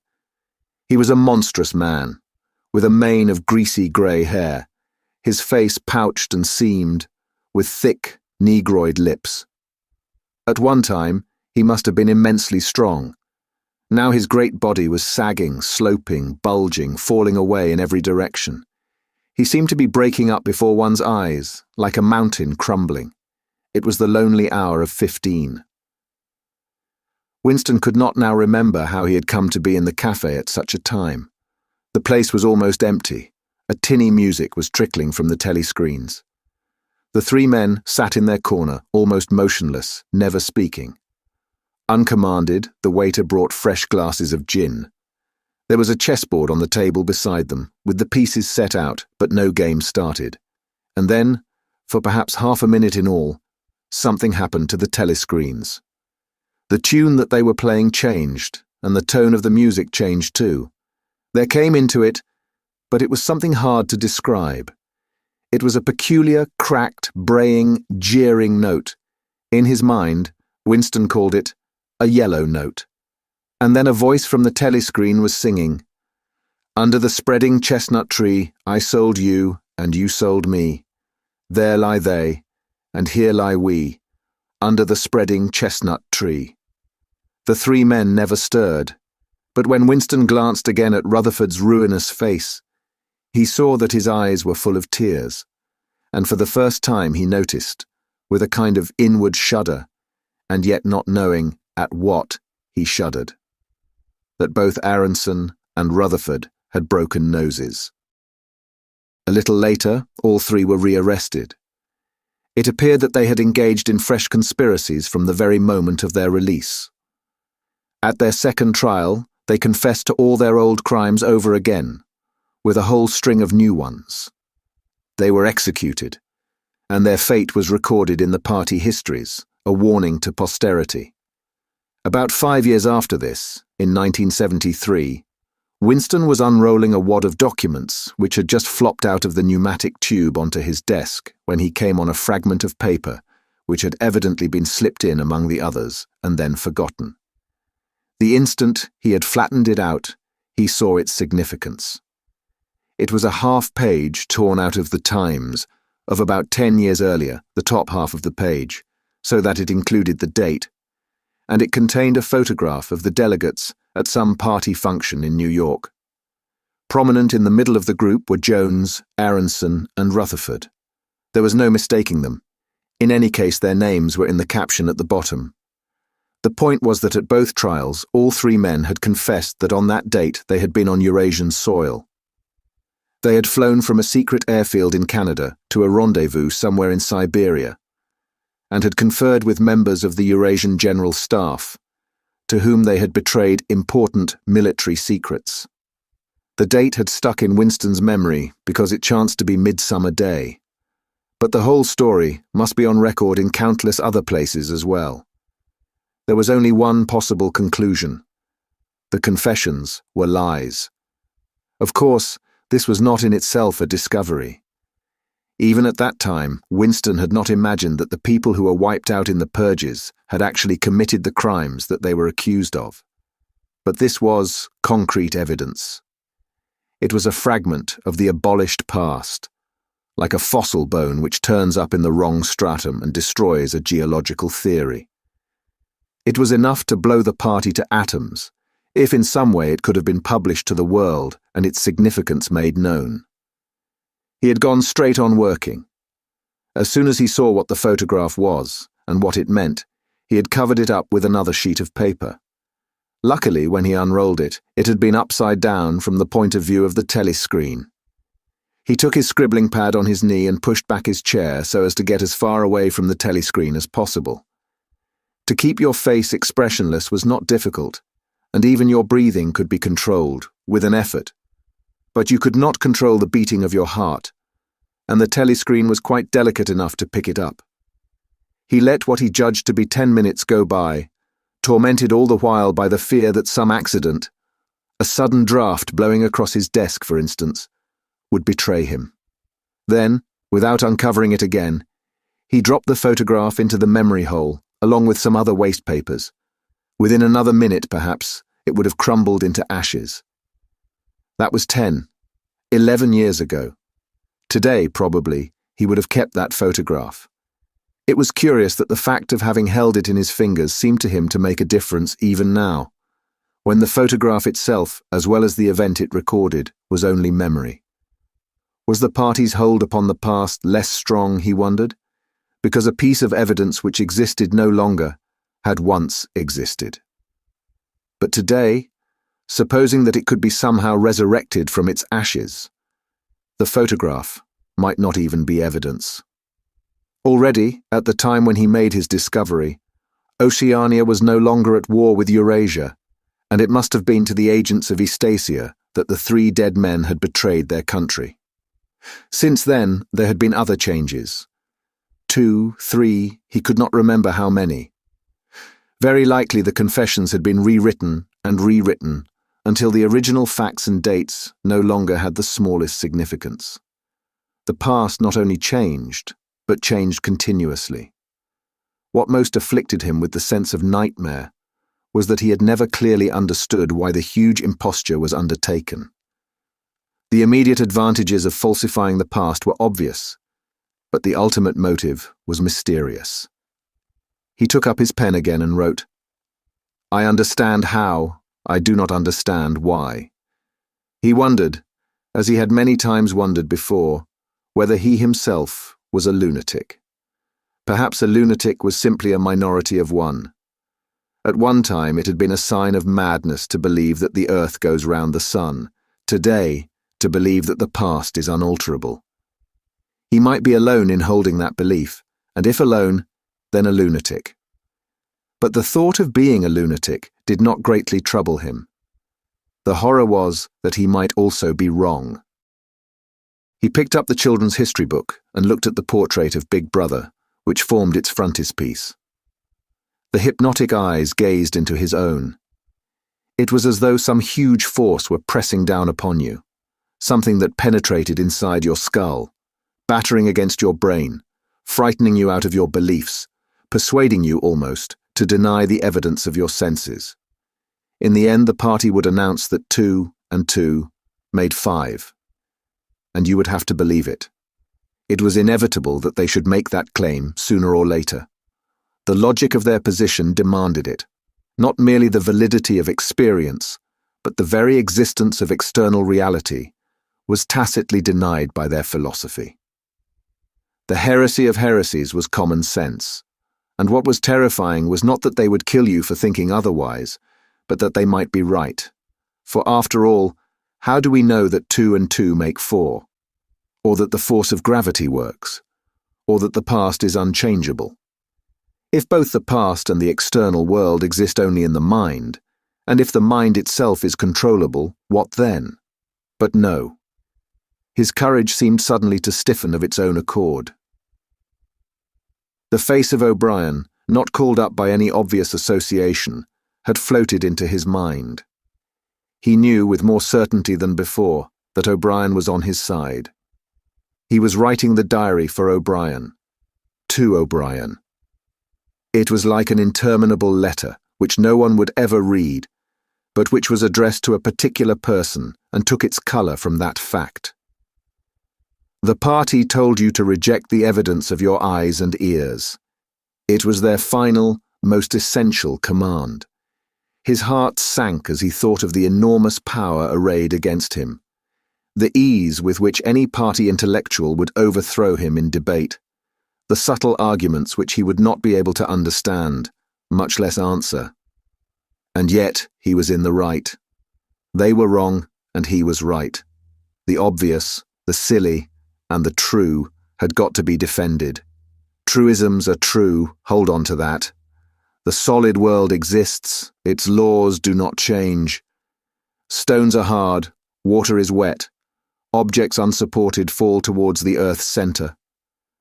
With the feeling that he was speaking to O'Brien, and also that he was setting forth an important axiom, he wrote, "Freedom is the freedom to say that 2 + 2 make 4. If that is granted, all else follows." Chapter 8. From somewhere at the bottom of a passage, the smell of roasting coffee, real coffee, not victory coffee, came floating out into the street. Winston paused involuntarily.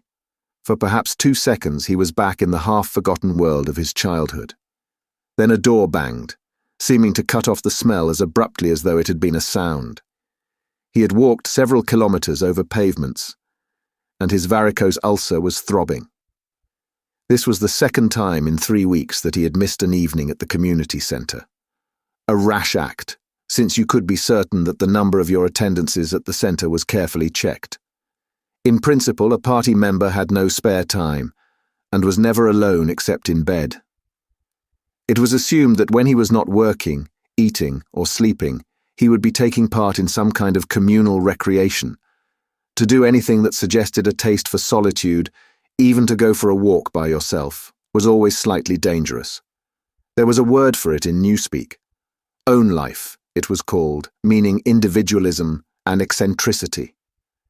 But this evening, as he came out of the ministry, the balminess of the April air had tempted him. The sky was a warmer blue than he had seen it that year, and suddenly the long, noisy evening at the centre, the boring, exhausting games, the lectures, the creaking camaraderie oiled by gin, had seemed intolerable. On impulse, he had turned away from the bus stop and wandered off into the labyrinth of London, first south, then east, then north again, losing himself among unknown streets and hardly bothering in which direction he was going. If there is hope, he had written in the diary, it lies in the proles. The words kept coming back to him, statement of a mystical truth and a palpable absurdity. He was somewhere in the vague, brown-coloured slums to the north and east of what had once been St. Pancras Station. He was walking up a cobbled street of little two-storey houses with battered doorways which gave straight on the pavement and which were somehow curiously suggestive of rathholes. There were puddles of filthy water here and there among the cobbles. In and out of the dark doorways and down narrow alleyways that branched off on either side, people swarmed in astonishing numbers. Girls in full bloom, with crudely lipsticked mouths, and youths who chased the girls, and swollen, waddling women who showed you what the girls would be like in 10 years' time, and old bent creatures shuffling along on splayed feet, and ragged barefooted children who played in the puddles and then scattered at angry yells from their mothers.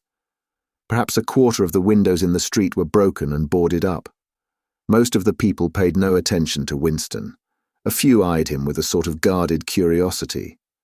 2 monstrous women with brick-red forearms folded across their aprons were talking outside a doorway.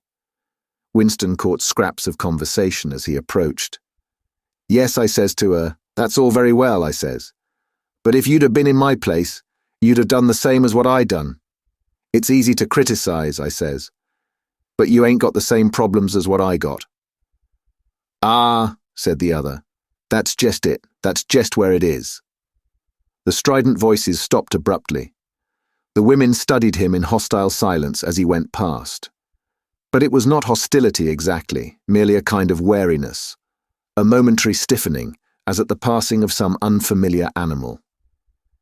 The blue overalls of the party could not be a common sight in a street like this.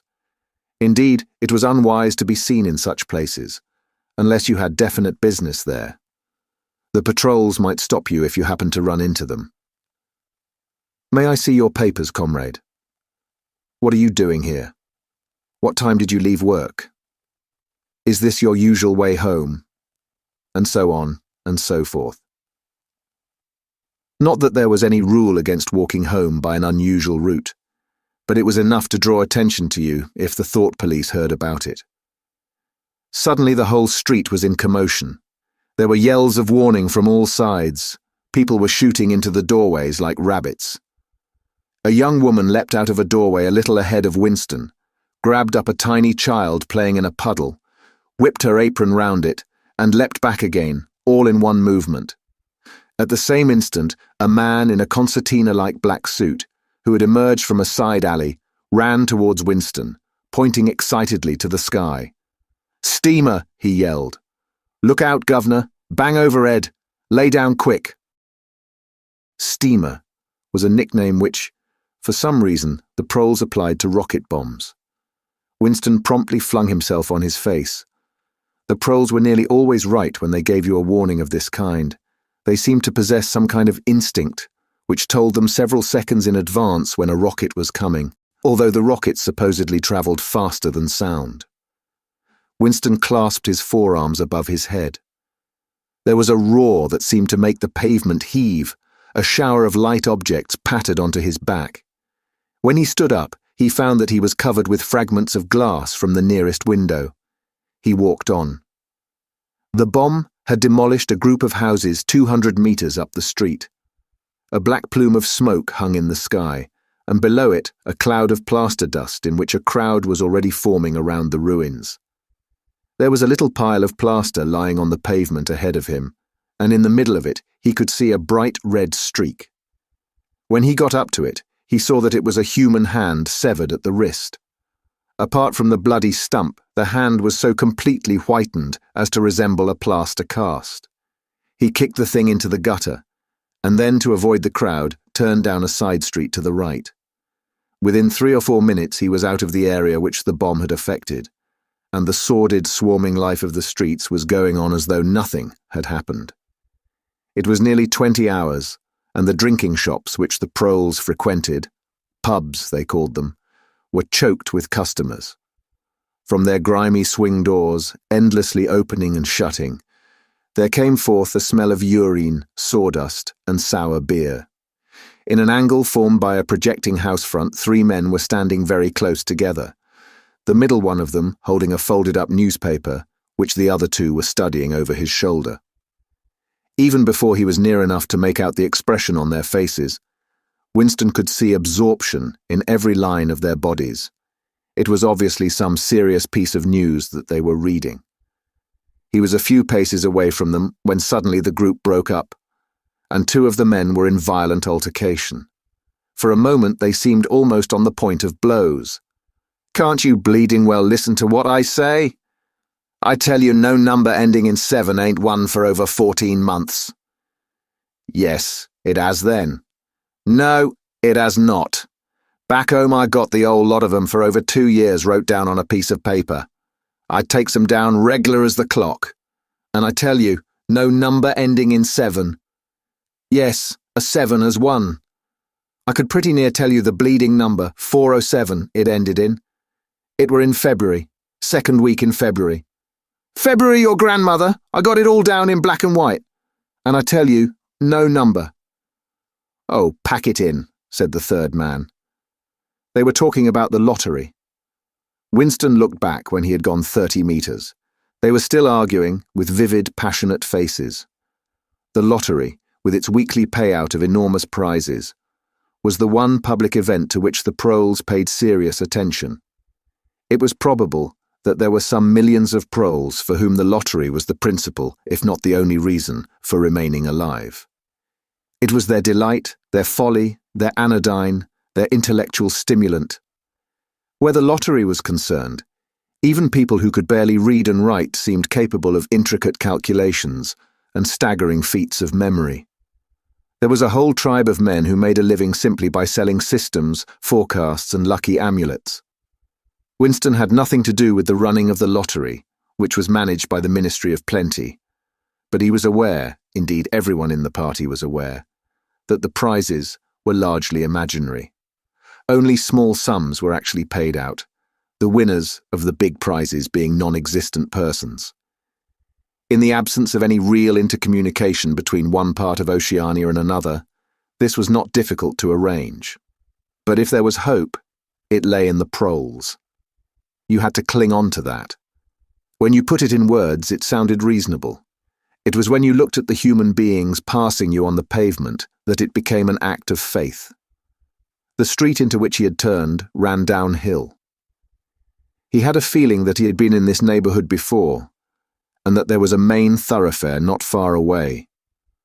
From somewhere ahead, there came a din of shouting voices. The street took a sharp turn, and then ended in a flight of steps which led down into a sunken alley, where a few stall keepers were selling tired-looking vegetables. At this moment, Winston remembered where he was. The alley led out into the main street, and down the next turning, not 5 minutes away, was the junk shop where he had bought the blank book which was now his diary. And in a small stationer's shop not far away, he had bought his pen holder and his bottle of ink. He paused for a moment at the top of the steps.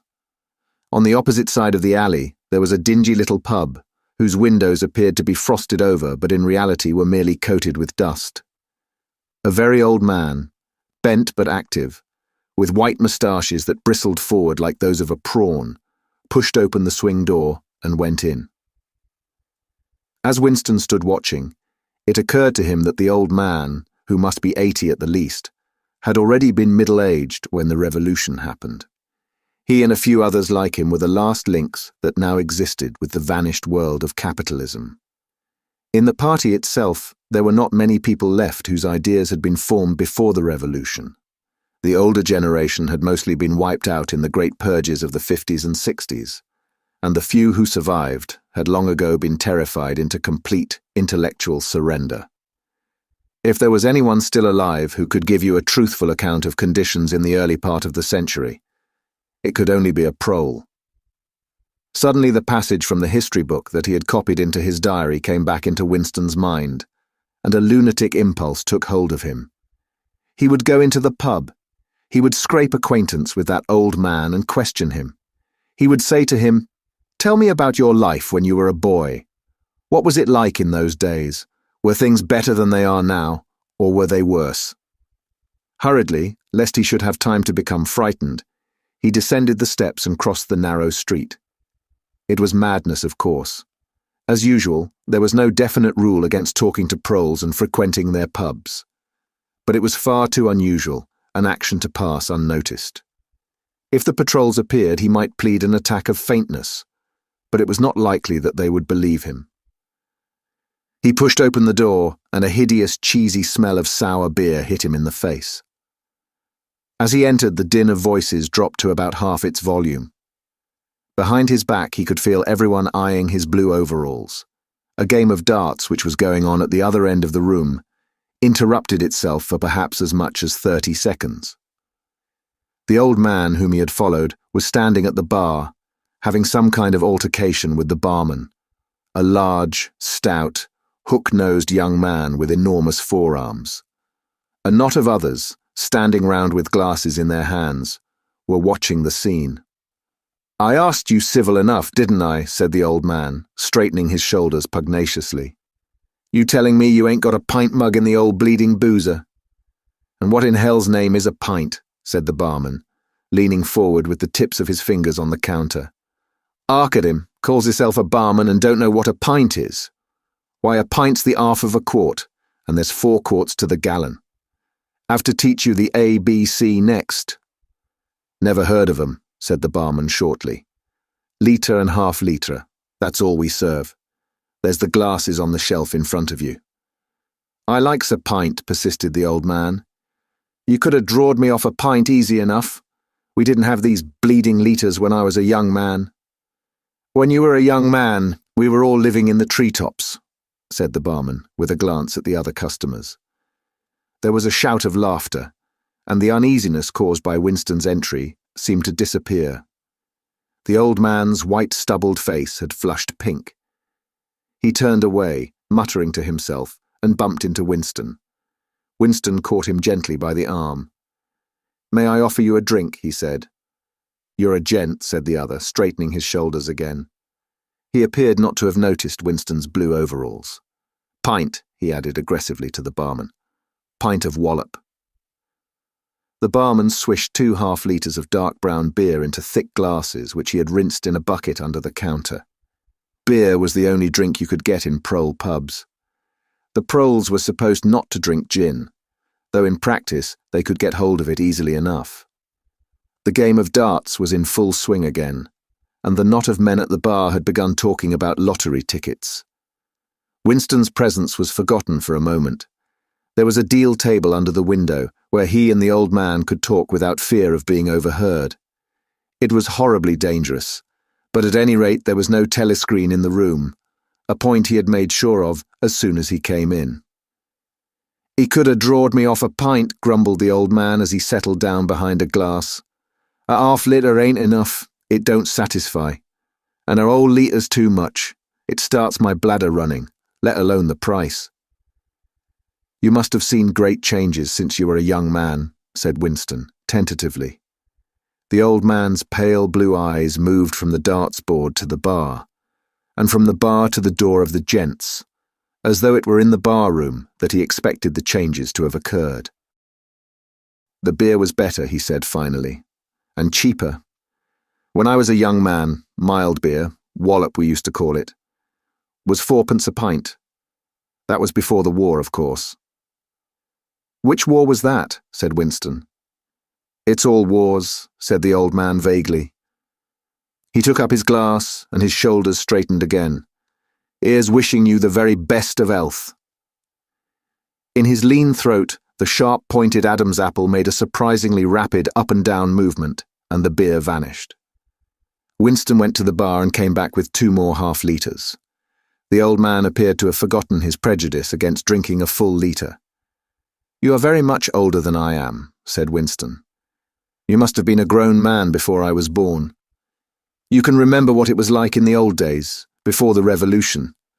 People of my age don't really know anything about those times. We can only read about them in books, and what it says in the books may not be true. I should like your opinion on that. The history books say that life before the revolution was completely different from what it is now. There was the most terrible oppression, injustice, poverty, worse than anything we can imagine. Here in London, the great mass of the people never had enough to eat from birth to death. Half of them hadn't even boots on their feet. They worked 12 hours a day. They left school at 9. They slept 10 in a room. And at the same time, there were a very few people, only a few thousands, the capitalists they were called, who were rich and powerful. They owned everything that there was to own. They lived in great, gorgeous houses with 30 servants. They rode about in motor cars and 4-horse carriages. They drank champagne. They wore top hats. The old man brightened suddenly. Top hats, he said. Funny you should mention 'em. The same thing come into my head only yesterday. I dunno why. I was just thinking. I ain't seen a top hat in years. Gone right out, they have. The last time I wore one was at my sister-in-law's funeral. And that was, well, I couldn't give you the date, but it must have been 50 years ago. Of course, it was only hired for the occasion, you understand. It isn't very important about the top hats, said Winston patiently. The point is, these capitalists, they, and a few lawyers and priests and so forth who lived on them, were the lords of the earth. Everything existed for their benefit. You, the ordinary people, the workers, were their slaves. They could do what they liked with you. They could ship you off to Canada like cattle. They could sleep with your daughters if they chose. They could order you to be flogged with something called a cat o' nine tails. You had to take your cap off when you passed them. Every capitalist went about with a gang of lackeys who— The old man brightened again. Lackeys, he said. Now there's a word I ain't heard since ever so long. Lackeys. That regular takes me back, that does. I recollect. Oh, donkeys years ago. I used to sometimes go to Wyde Park of a Sunday afternoon to hear the blokes making speeches. Salvation Army, Roman Catholics, Jews, Indians, all sorts there was. And there was one bloke. Well, I couldn't give you his name, but a real powerful speaker he was. He didn't half give it 'em. Lackeys, he says, lackeys of the bourgeoisie, flunkies of the ruling class. Parasites, that was another of them. And hyenas, he definitely called them hyenas. Of course he was referring to the Labour Party, you understand.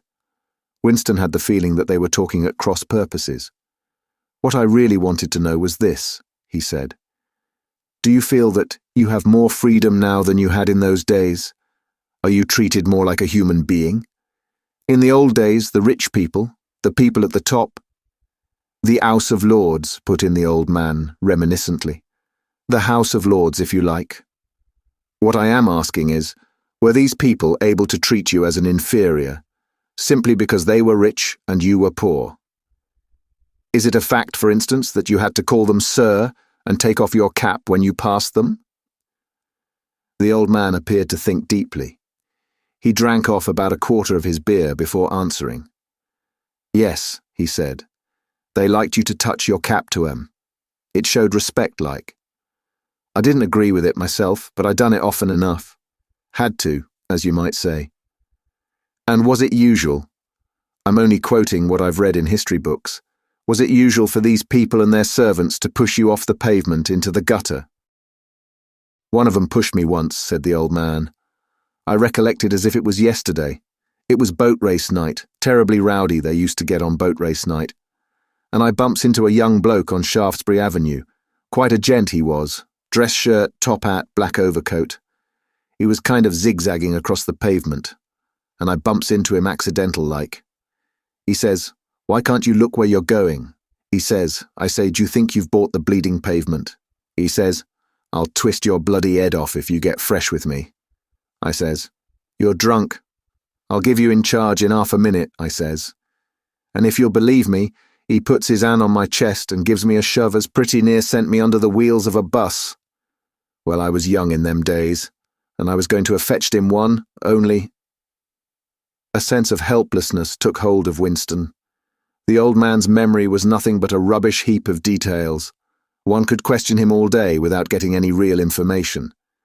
The party histories might still be true, after a fashion. They might even be completely true. He made a last attempt. "Perhaps I've not made myself clear," he said. "What I'm trying to say is this. You have been alive a very long time. You lived half of your life before the revolution. In 1925, for instance, you were already grown up. Would you say, from what you can remember, that life in 1925 was better than it is now, or worse? If you could choose, would you prefer to live then or now?" The old man looked meditatively at the darts board. He finished up his beer, more slowly than before. When he spoke, it was with a tolerant, philosophical air, as though the beer had mellowed him. "I know what you expect me to say," he said. "You expect me to say as I'd sooner be young again. Most people say they'd sooner be young, if you asked them. You got your health and strength when you're young. When you get to my time of life, you ain't never well. I suffer something wicked from my feet, and my bladder's just terrible. 6 and 7 times a night it has me out of bed. On the other hand, there's great advantages in being a old man. You ain't got the same worries. No truck with women, and that's a great thing. I ain't had a woman for near on 30 year, if you'd credit it. Nor wanted to, what's more." Winston sat back against the windowsill. It was no use going on. He was about to buy some more beer when the old man suddenly got up and shuffled rapidly into the stinking urinal at the side of the room. The extra half-litre was already working on him. Winston sat for a minute or two gazing at his empty glass, and hardly noticed when his feet carried him out into the street again. Within 20 years at the most, he reflected, the huge and simple question, was life better before the revolution than it is now, would have ceased once and for all to be answerable. But in effect, it was unanswerable even now, since the few scattered survivors from the ancient world were incapable of comparing one age with another. They remembered a million useless things, a quarrel with a workmate, a hunt for a lost bicycle pump, the expression on a long-dead sister's face, the swirls of dust on a windy morning 70 years ago. But all the relevant facts were outside the range of their vision. They were like the ant, which can see small objects but not large ones. And when memory failed, and written records were falsified, when that happened, the claim of the party to have improved the conditions of human life had got to be accepted, because there did not exist, and never again could exist, any standard against which it could be tested. At this moment, his train of thought stopped abruptly. He halted and looked up. He was in a narrow street with a few dark little shops, interspersed among dwelling houses. Immediately above his head there hung 3 discoloured metal balls which looked as if they had once been gilded. He seemed to know the place. Of course. He was standing outside the junk shop where he had bought the diary. A twinge of fear went through him. It had been a sufficiently rash act to buy the book in the beginning, and he had sworn never to come near the place again. And yet the instant that he allowed his thoughts to wander, his feet had brought him back here of their own accord. It was precisely against suicidal impulses of this kind that he had hoped to guard himself by opening the diary. At the same time he noticed that although it was nearly 21 hours, the shop was still open. With the feeling that he would be less conspicuous inside than hanging about on the pavement, he stepped through the doorway. If questioned, he could plausibly say that he was trying to buy razor blades. The proprietor had just lighted a hanging oil lamp, which gave off an unclean but friendly smell. He was a man of perhaps 60, frail and bowed, with a long, benevolent nose, and mild eyes distorted by thick spectacles. His hair was almost white, but his eyebrows were bushy and still black. His spectacles, his gentle, fussy movements, and the fact that he was wearing an aged jacket of black velvet, gave him a vague air of intellectuality, as though he had been some kind of literary man, or perhaps a musician. His voice was soft, as though faded, and his accent less debased than that of the majority of proles. "I recognized you on the pavement," he said immediately. "You're the gentleman that bought the young lady's keepsake album. That was a beautiful bit of paper, that was. Cream-laid, it used to be called. There's been no paper like that made for, I dare say 50 years. He peered at Winston over the top of his spectacles. "Is there anything special I can do for you, or did you just want to look round?" "I was passing," said Winston vaguely. "I just looked in. I don't want anything in particular." "It's just as well," said the other, "because I don't suppose I could have satisfied you." He made an apologetic gesture with his soft-palmed hand. "You see how it is. An empty shop, you might say. Between you and me, the antique trade's just about finished. No demand any longer, and no stock either. Furniture, china, glass, it's all been broken up by degrees, and of course the metal stuff's mostly been melted down. I haven't seen a brass candlestick in years." The tiny interior of the shop was in fact uncomfortably full, but there was almost nothing in it of the slightest value. The floor space was very restricted, because all around the walls were stacked innumerable dusty picture frames. In the window there were trays of nuts and bolts, worn-out chisels, penknives with broken blades, tarnished watches that did not even pretend to be in going order, and other miscellaneous rubbish. Only on a small table in the corner was there a litter of odds and ends, lacquered snuff boxes, agate brooches and the like, which looked as though they might include something interesting. As Winston wandered towards the table, his eye was caught by a round, smooth thing that gleamed softly in the lamplight, and he picked it up. It was a heavy lump of glass, curved on one side, flat on the other, making almost a hemisphere. There was a peculiar softness, as of rainwater, in both the colour and the texture of the glass.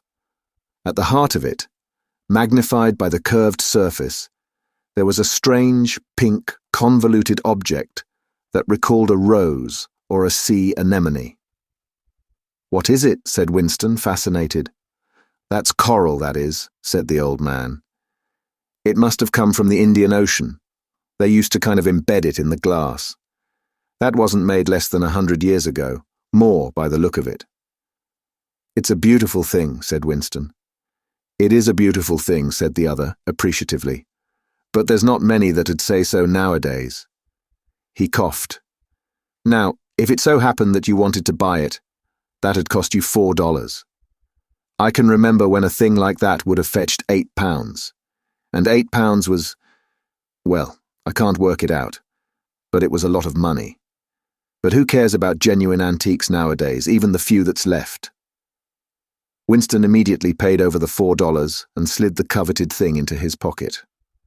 What appealed to him about it was not so much its beauty as the air it seemed to possess of belonging to an age quite different from the present one. The soft, rain-watery glass was not like any glass that he had ever seen. The thing was doubly attractive because of its apparent uselessness, though he could guess that it must once have been intended as a paperweight. It was very heavy in his pocket, but fortunately it did not make much of a bulge. It was a queer thing, even a compromising thing, for a party member to have in his possession. Anything old, and for that matter anything beautiful, was always vaguely suspect. The old man had grown noticeably more cheerful after receiving the $4. Winston realized that he would have accepted 3 or even 2. "There's another room upstairs that you might care to take a look at," he said. "There's not much in it, just a few pieces. We'll do with a light if we're going upstairs." He lit another lamp, and with bowed back led the way slowly up the steep and worn stairs and along a tiny passage, into a room which did not give on the street but looked out on a cobbled yard and a forest of chimney pots. Winston noticed that the furniture was still arranged as though the room were meant to be lived in.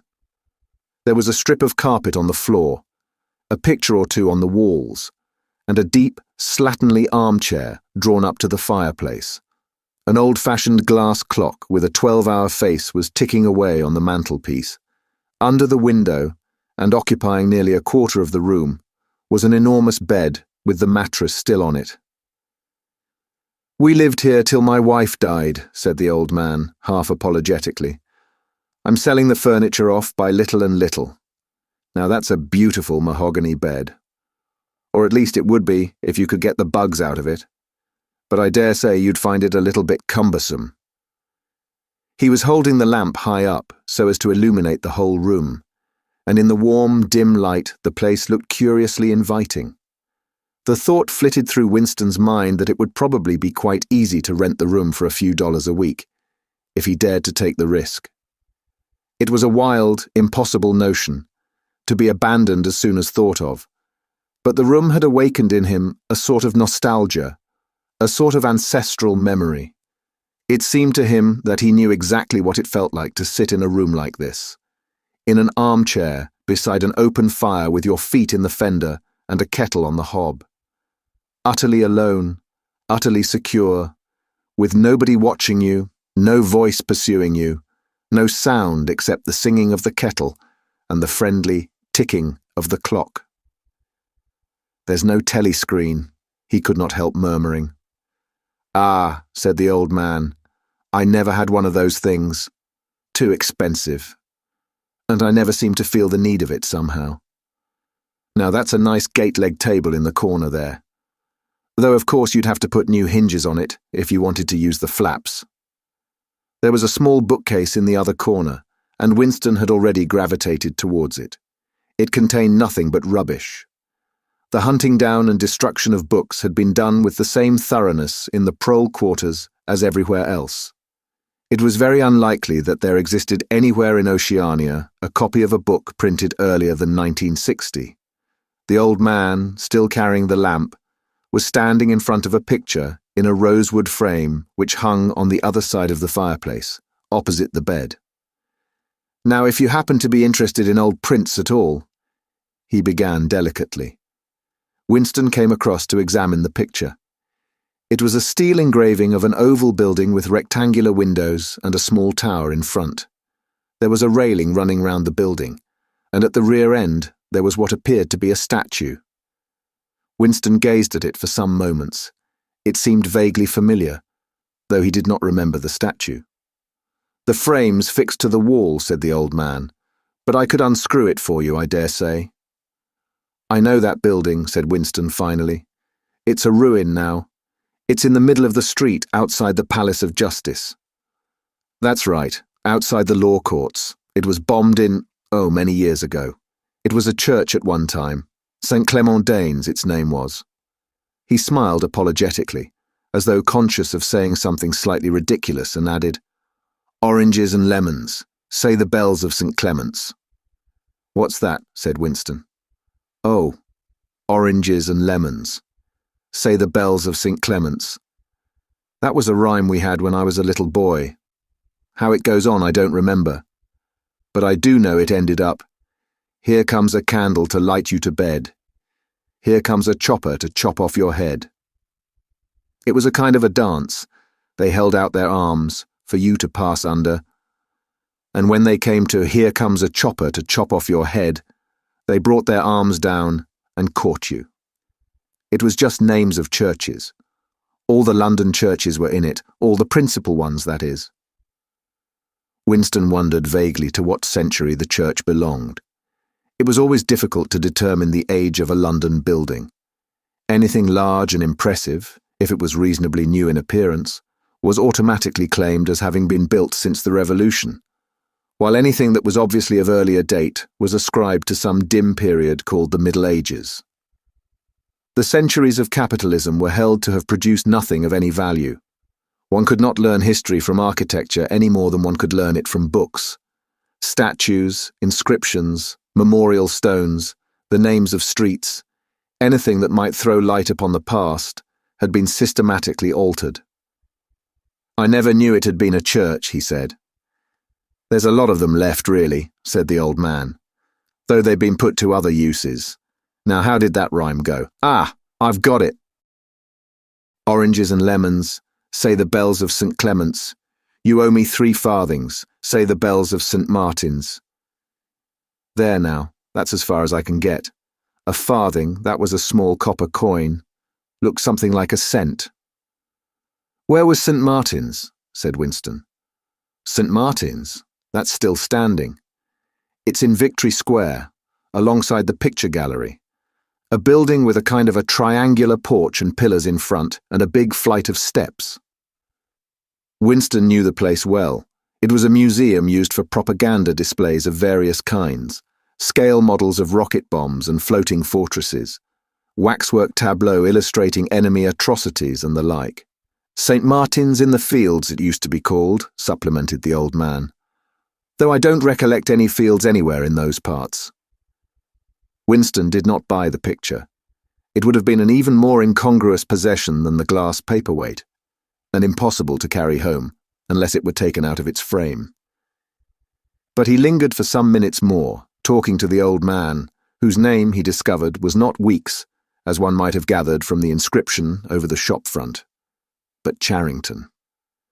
Mr. Charrington, it seemed, was a widower, aged 63, and had inhabited this shop for 30 years. Throughout that time he had been intending to alter the name over the window, but had never quite got to the point of doing it. All the while that they were talking, the half-remembered rhyme kept running through Winston's head. "Oranges and lemons, say the bells of St. Clement's. You owe me 3 farthings, say the bells of St. Martin's."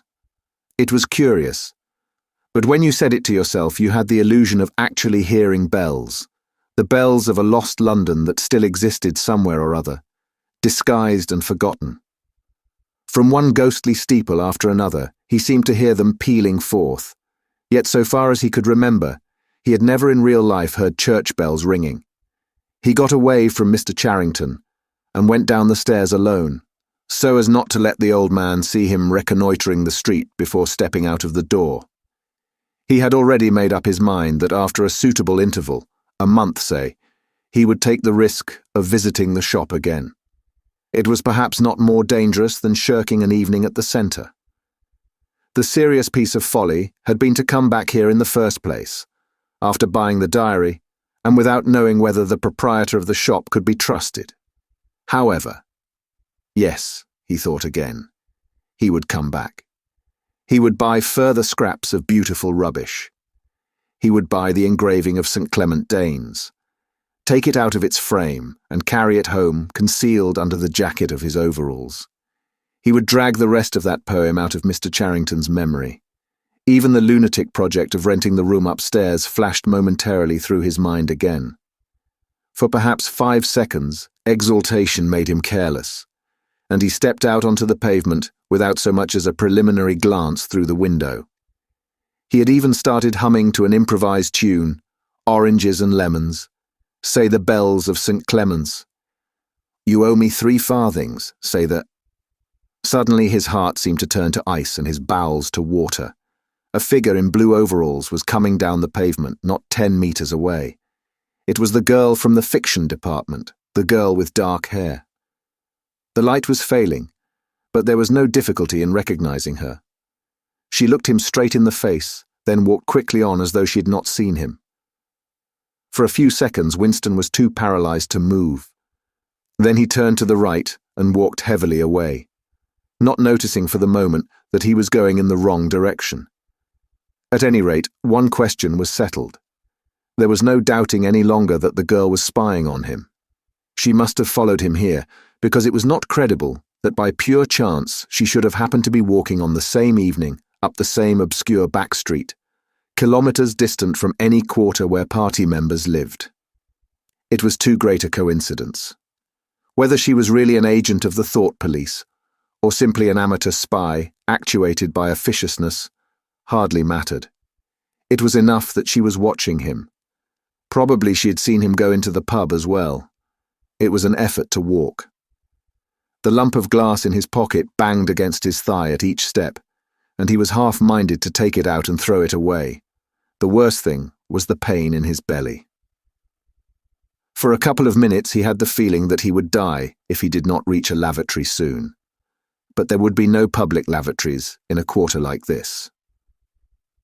Then the spasm passed, leaving a dull ache behind. The street was a blind alley. Winston halted, stood for several seconds wondering vaguely what to do, then turned round and began to retrace his steps. As he turned, it occurred to him that the girl had only passed him 3 minutes ago, and that by running he could probably catch up with her. He could keep on her track till they were in some quiet place, and then smash her skull in with a cobblestone. The piece of glass in his pocket would be heavy enough for the job, but he abandoned the idea immediately, because even the thought of making any physical effort was unbearable. He could not run. He could not strike a blow. Besides, she was young and lusty and would defend herself. He thought also of hurrying to the community centre and staying there till the place closed, so as to establish a partial alibi for the evening. But that too was impossible. A deadly lassitude had taken hold of him. All he wanted was to get home quickly, and then sit down and be quiet. It was after 22 hours when he got back to the flat. The lights would be switched off at the main at 23:30. He went into the kitchen and swallowed nearly a teacupful of Victory gin. Then he went to the table in the alcove, sat down, and took the diary out of the drawer. But he did not open it at once. From the telescreen, a brassy female voice was squalling a patriotic song. He sat staring at the marbled cover of the book, trying without success to shut the voice out of his consciousness. It was at night that they came for you, always at night. The proper thing was to kill yourself before they got you. Undoubtedly, some people did so. Many of the disappearances were actually suicides. But it needed desperate courage to kill yourself in a world where firearms, or any quick and certain poison, were completely unprocurable. He thought with a kind of astonishment of the biological uselessness of pain and fear, the treachery of the human body which always freezes into inertia at exactly the moment when a special effort is needed. He might have silenced the dark-haired girl if only he had acted quickly enough, but precisely because of the extremity of his danger, he had lost the power to act. It struck him that in moments of crisis, one is never fighting against an external enemy, but always against one's own body. Even now, in spite of the gin, the dull ache in his belly made consecutive thought impossible. And it is the same, he perceived, in all seemingly heroic or tragic situations, on the battlefield, in the torture chamber, on a sinking ship. The issues that you are fighting for are always forgotten, because the body swells up until it fills the universe. And even when you are not paralyzed by fright or screaming with pain, life is a moment-to-moment struggle against hunger or cold or sleeplessness, against a sour stomach or an aching tooth. He opened the diary. It was important to write something down. The woman on the telescreen had started a new song. Her voice seemed to stick into his brain like jagged splinters of glass. He tried to think of O'Brien, for whom, or to whom, the diary was written, but instead he began thinking of the things that would happen to him after the thought police took him away. It would not matter if they killed you at once. To be killed was what you expected.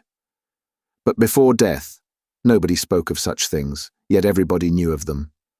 There was the routine of confession that had to be gone through, the grovelling on the floor and screaming for mercy, the crack of broken bones, the smashed teeth and bloody clots of hair. Why did you have to endure it, since the end was always the same? Why was it not possible to cut a few days or weeks out of your life? Nobody ever escaped detection, and nobody ever failed to confess. When once you had succumbed to thought crime, it was certain that by a given date you would be dead. Why then did that horror, which altered nothing, have to lie embedded in future time? He tried with a little more success than before to summon up the image of O'Brien. "We shall meet in the place where there is no darkness," O'Brien had said to him. He knew what it meant, or thought he knew. The place where there is no darkness was the imagined future, which one would never see, but which, by foreknowledge, one could mystically share in. But with the voice from the telescreen nagging at his ears, he could not follow the train of thought further. He put a cigarette in his mouth. Half the tobacco promptly fell out onto his tongue, a bitter dust which was difficult to spit out again. The face of Big Brother swam into his mind, displacing that of O'Brien. Just as he had done a few days earlier, he slid a coin out of his pocket and looked at it. The face gazed up at him, heavy, calm, protecting. But what kind of smile was hidden beneath the dark moustache? Like a leaden knell, the words came back at him. War is peace.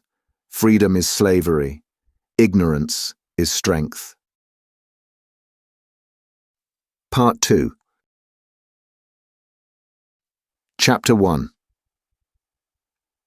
It was the middle of the morning, and Winston had left the cubicle to go to the lavatory. A solitary figure was coming towards him from the other end of the long, brightly lit corridor. It was the girl with dark hair. 4 days had gone past since the evening when he had run into her outside the junk shop. As she came nearer, he saw that her right arm was in a sling, not noticeable at a distance because it was of the same color as her overalls. Probably she had crushed her hand while swinging round one of the big kaleidoscopes on which the plots of novels were roughed in. It was a common accident in the fiction department. They were perhaps 4 meters apart when the girl stumbled and fell almost flat on her face. A sharp cry of pain was wrung out of her. She must have fallen right on the injured arm. Winston stopped short. The girl had risen to her knees. Her face had turned a milky yellow color against which her mouth stood out redder than ever. Her eyes were fixed on his, with an appealing expression that looked more like fear than pain. A curious emotion stirred in Winston's heart. In front of him was an enemy who was trying to kill him. In front of him also was a human creature, in pain and perhaps with a broken bone. Already he had instinctively started forward to help her. In the moment when he had seen her fall on the bandaged arm, it had been as though he felt the pain in his own body. "You're hurt," he said. "It's nothing. My arm. It'll be all right in a second." She spoke as though her heart were fluttering. She had certainly turned very pale. "You haven't broken anything." "No, I'm all right. It hurt for a moment, that's all." She held out her free hand to him, and he helped her up. She had regained some of her color, and appeared very much better. "It's nothing," she repeated shortly. "I only gave my wrist a bit of a bang. Thanks, comrade." And with that she walked on in the direction in which she had been going, as briskly as though it had really been nothing. The whole incident could not have taken as much as half a minute. Not to let one's feelings appear in one's face was a habit that had acquired the status of an instinct, and in any case they had been standing straight in front of a telescreen when the thing happened. Nevertheless, it had been very difficult not to betray a momentary surprise, for in the 2 or 3 seconds while he was helping her up, the girl had slipped something into his hand. There was no question that she had done it intentionally. It was something small and flat. As he passed through the lavatory door, he transferred it to his pocket and felt it with the tips of his fingers. It was a scrap of paper folded into a square.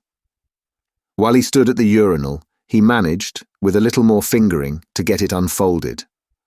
Obviously, there must be a message of some kind written on it. For a moment, he was tempted to take it into one of the water closets and read it at once. But that would be shocking folly, as he well knew.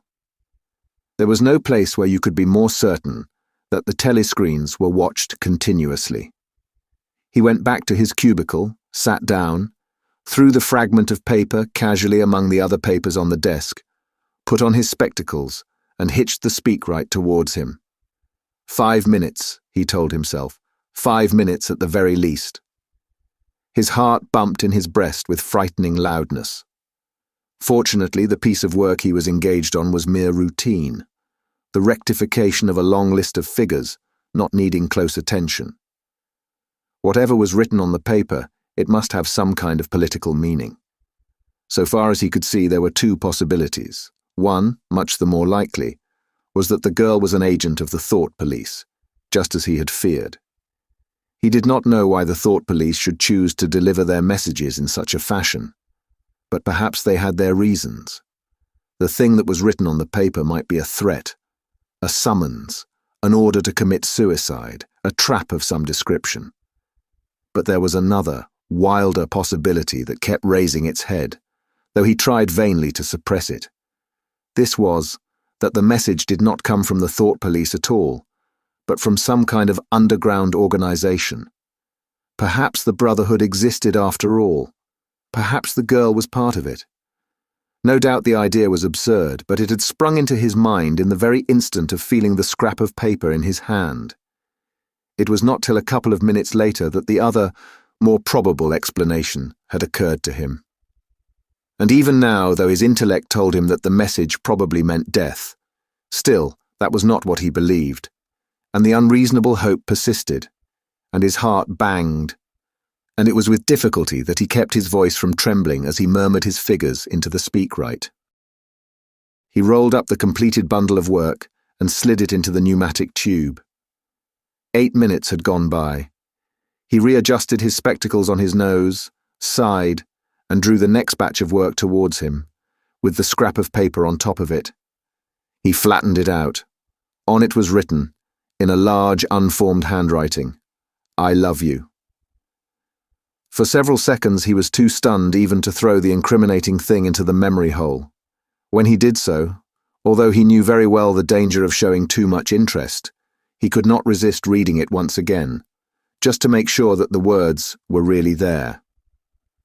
For the rest of the morning, it was very difficult to work. What was even worse than having to focus his mind on a series of niggling jobs was the need to conceal his agitation from the telescreen. He felt as though a fire were burning in his belly. Lunch in the hot, crowded, noise-filled canteen was torment. He had hoped to be alone for a little while during the lunch hour, but as bad luck would have it, the imbecile Parsons flopped down beside him, the tang of his sweat almost defeating the tinny smell of stew, and kept up a stream of talk about the preparations for Hate Week. He was particularly enthusiastic about a papier-mâché model of Big Brother's head, 2 meters wide, which was being made for the occasion by his daughter's troupe of spies. The irritating thing was that in the racket of voices, Winston could hardly hear what Parsons was saying, and was constantly having to ask for some fatuous remark to be repeated. Just once he caught a glimpse of the girl, at a table with 2 other girls at the far end of the room. She appeared not to have seen him, and he did not look in that direction again. The afternoon was more bearable. Immediately after lunch there arrived a delicate, difficult piece of work which would take several hours and necessitated putting everything else aside. It consisted in falsifying a series of production reports of 2 years ago, in such a way as to cast discredit on a prominent member of the inner party, who was now under a cloud. This was the kind of thing that Winston was good at, and for more than 2 hours he succeeded in shutting the girl out of his mind altogether. Then the memory of her face came back, and with it a raging, intolerable desire to be alone. Until he could be alone, it was impossible to think this new development out. Tonight was one of his nights at the community centre. He wolfed another tasteless meal in the canteen, hurried off to the centre, took part in the solemn foolery of a discussion group, played 2 games of table tennis, swallowed several glasses of gin, and sat for half an hour through a lecture entitled Ingsoc in Relation to Chess. His soul writhed with boredom, but for once he had had no impulse to shirk his evening at the centre, at the sight of the words, "I love you." The desire to stay alive had welled up in him, and the taking of minor risks suddenly seemed stupid. It was not till 23 hours, when he was home and in bed, in the darkness where you were safe even from the telescreen so long as you kept silent, that he was able to think continuously. It was a physical problem that had to be solved: how to get in touch with the girl and arrange a meeting. He did not consider any longer the possibility that she might be laying some kind of trap for him. He knew that it was not so because of her unmistakable agitation when she handed him the note. Obviously, she had been frightened out of her wits, as well she might be. Nor did the idea of refusing her advances even cross his mind. Only 5 nights ago, he had contemplated smashing her skull in with a cobblestone, but that was of no importance. He thought of her naked, youthful body, as he had seen it in his dream. He had imagined her a fool like all the rest of them, her head stuffed with lies and hatred, her belly full of ice. A kind of fever seized him at the thought that he might lose her, the white, youthful body might slip away from him. What he feared more than anything else was that she would simply change her mind if he did not get in touch with her quickly. But the physical difficulty of meeting was enormous. It was like trying to make a move at chess when you were already mated. Whichever way you turned, the telescreen faced you. Actually, all the possible ways of communicating with her had occurred to him within 5 minutes of reading the note. But now, with time to think, he went over them one by one, as though laying out a row of instruments on a table. Obviously, the kind of encounter that had happened this morning could not be repeated. If she had worked in the records department, it might have been comparatively simple. But he had only a very dim idea whereabouts in the building the fiction department lay, and he had no pretext for going there.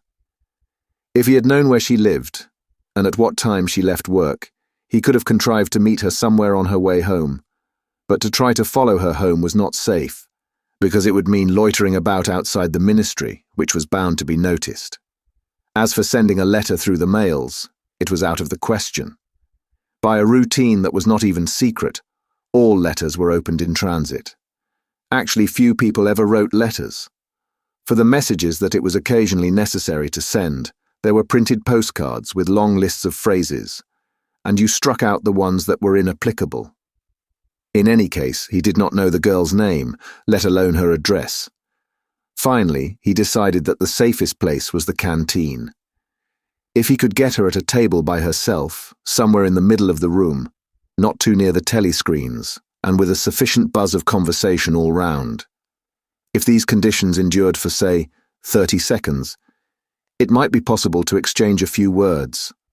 For a week after this, life was like a restless dream. On the next day, she did not appear in the canteen until he was leaving it, the whistle having already blown. Presumably she had been changed onto a later shift. They passed each other without a glance. On the day after that, she was in the canteen at the usual time, but with 3 other girls, and immediately under a telescreen. Then for 3 dreadful days, she did not appear at all. His whole mind and body seemed to be afflicted with an unbearable sensitivity, a sort of transparency, which made every movement, every sound, every contact, every word that he had to speak or listen to, an agony. Even in sleep, he could not altogether escape from her image. He did not touch the diary during those days. If there was any relief, it was in his work, in which he could sometimes forget himself for 10 minutes at a stretch. He had absolutely no clue as to what had happened to her. There was no inquiry he could make. She might have been vaporized. She might have committed suicide. She might have been transferred to the other end of Oceania. Worst and likeliest of all, she might simply have changed her mind and decided to avoid him. The next day, she reappeared. Her arm was out of the sling and she had a band of sticking plaster round her wrist. The relief of seeing her was so great that he could not resist staring directly at her for several seconds. On the following day, he very nearly succeeded in speaking to her. When he came into the canteen, she was sitting at a table well out from the wall and was quite alone. It was early, and the place was not very full. The queue edged forward till Winston was almost at the counter, then was held up for 2 minutes because someone in front was complaining that he had not received his tablet of saccharine. But the girl was still alone when Winston secured his tray and began to make for her table. He walked casually towards her, his eyes searching for a place at some table beyond her. She was perhaps 3 meters away from him. Another 2 seconds would do it. Then a voice behind him called, "Smith!" He pretended not to hear. "Smith," repeated the voice more loudly. It was no use. He turned round. A blonde-headed, silly-faced young man named Wilshire, whom he barely knew, was inviting him with a smile to a vacant place at his table. It was not safe to refuse. After having been recognized, he could not go and sit at a table with an unattended girl. It was too noticeable. He sat down with a friendly smile. The silly blonde face beamed into his. Winston had a hallucination of himself smashing a pickaxe right into the middle of it. The girl's table filled up a few minutes later. But she must have seen him coming towards her, and perhaps she would take the hint. Next day, he took care to arrive early. Surely enough, she was at a table in about the same place, and again alone. The person immediately ahead of him in the queue was a small, swiftly moving, beetle-like man with a flat face and tiny, suspicious eyes. As Winston turned away from the counter with his tray, he saw that the little man was making straight for the girl's table. His hopes sank again. There was a vacant place at a table further away, but something in the little man's appearance suggested that he would be sufficiently attentive to his own comfort to choose the emptiest table. With ice at his heart, Winston followed. It was no use unless he could get the girl alone. At this moment, there was a tremendous crash. The little man was sprawling on all fours. His tray had gone flying. 2 streams of soup and coffee were flowing across the floor. He started to his feet with a malignant glance at Winston, whom he evidently suspected of having tripped him up. But it was all right. 5 seconds later, with a thundering heart, Winston was sitting at the girl's table. He did not look at her. He unpacked his tray and promptly began eating. It was all important to speak at once, before anyone else came, but now a terrible fear had taken possession of him. A week had gone by since she had first approached him. She would have changed her mind. She must have changed her mind. It was impossible that this affair should end successfully. Such things did not happen in real life. He might have flinched altogether from speaking if at this moment he had not seen Ampleforth, the hairy-eared poet, wandering limply round the room with a tray, looking for a place to sit down. In his vague way, Ampleforth was attached to Winston, and would certainly sit down at his table if he caught sight of him. There was perhaps a minute in which to act. Both Winston and the girl were eating steadily. The stuff they were eating was a thin stew, actually a soup, of haricot beans. In a low murmur, Winston began speaking. Neither of them looked up. Steadily they spooned the watery stuff into their mouths, and between spoonfuls exchanged the few necessary words in low, expressionless voices. "What time do you leave work?" 18:30. "Where can we meet?" "Victory Square, near the monument. It's full of telescreens. It doesn't matter if there's a crowd." "Any signal?" "No. Don't come up to me until you see me among a lot of people, and don't look at me. Just keep somewhere near me." "What time?" 19 hours. "All right." Ampleforth failed to see Winston and sat down at another table. They did not speak again, and so far as it was possible for 2 people sitting on opposite sides of the same table, they did not look at one another. The girl finished her lunch quickly and made off, while Winston stayed to smoke a cigarette. Winston was in Victory Square before the appointed time. He wandered round the base of the enormous fluted column, at the top of which Big Brother's statue gazed southward towards the skies where he had vanquished the Eurasian aeroplanes, the Eastasian aeroplanes it had been, a few years ago, in the Battle of Airstrip 1. In the street in front of it, there was a statue of a man on horseback which was supposed to represent Oliver Cromwell. At 5 minutes past the hour, the girl had still not appeared. Again the terrible fear seized upon Winston. She was not coming. She had changed her mind. He walked slowly up to the north side of the square and got a sort of pale-coloured pleasure from identifying St. Martin's Church, whose bells, when it had bells, had chimed, "You owe me 3 farthings." Then he saw the girl standing at the base of the monument, reading, or pretending to read a poster which ran spirally up the column. It was not safe to go near her until some more people had accumulated. There were telescreens all round the pediment, but at this moment there was a din of shouting and a zoom of heavy vehicles from somewhere to the left. Suddenly everyone seemed to be running across the square. The girl nipped nimbly round the lions at the base of the monument and joined in the rush. Winston followed. As he ran, he gathered from some shouted remarks that a convoy of Eurasian prisoners was passing. Already a dense mass of people was blocking the south side of the square. Winston, at normal times, the kind of person who gravitates to the outer edge of any kind of scrimmage, shoved, butted, squirmed his way forward into the heart of the crowd. Soon he was within arm's length of the girl, but the way was blocked by an enormous prole and an almost equally enormous woman, presumably his wife, who seemed to form an impenetrable wall of flesh. Winston wriggled himself sideways, and with a violent lunge, managed to drive his shoulder between them. For a moment it felt as though his entrails were being ground to pulp between the two muscular hips. Then he had broken through, sweating a little. He was next to the girl. They were shoulder to shoulder, both staring fixedly in front of them.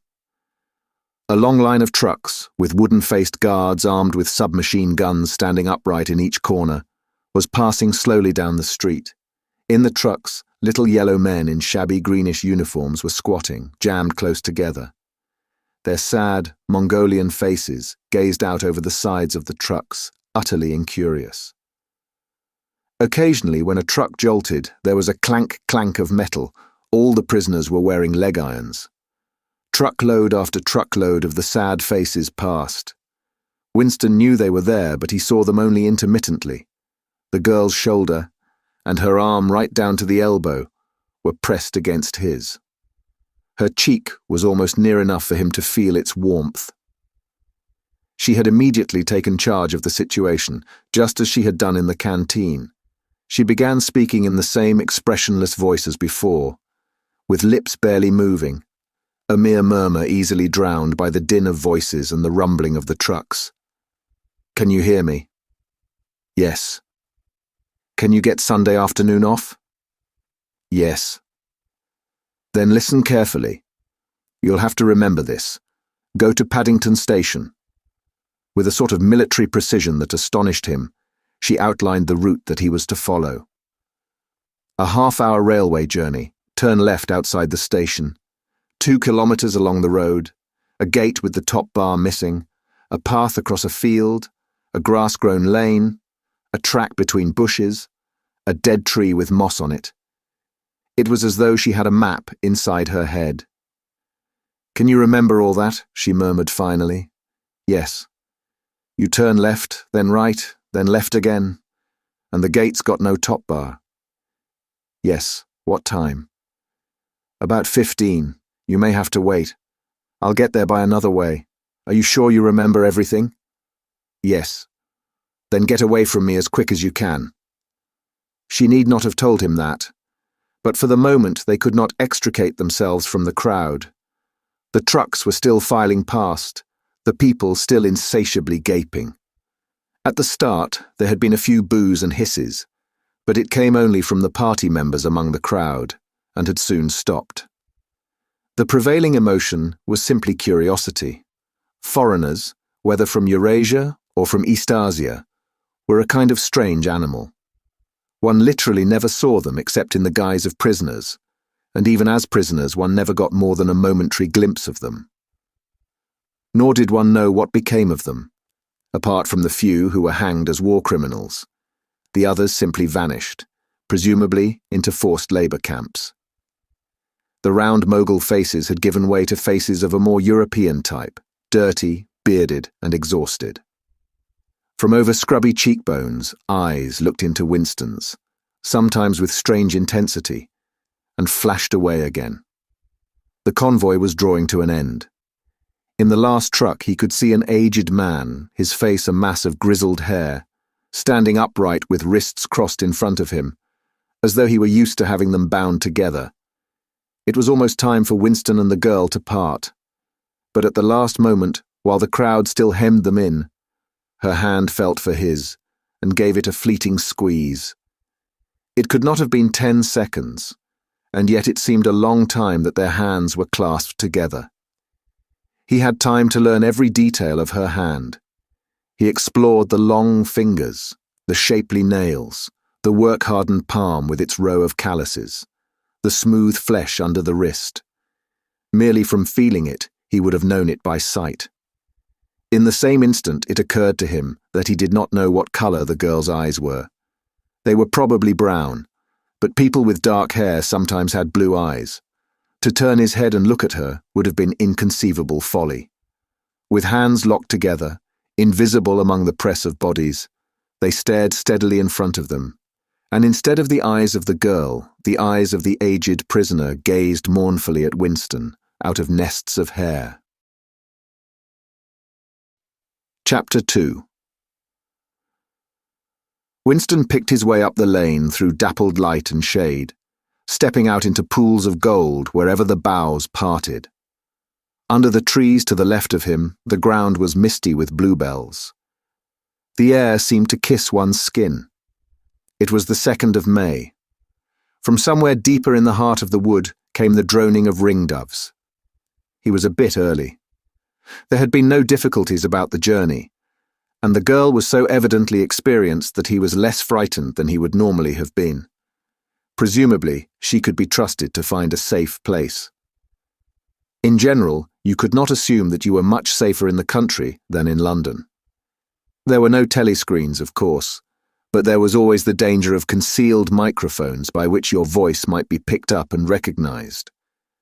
Besides, it was not easy to make a journey by yourself without attracting attention. For distances of less than 100 kilometers, it was not necessary to get your passport endorsed, but sometimes there were patrols hanging about the railway stations, who examined the papers of any party member they found there and asked awkward questions.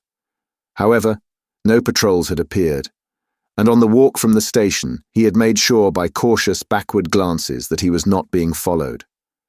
The train was full of proles, in holiday mood because of the summery weather.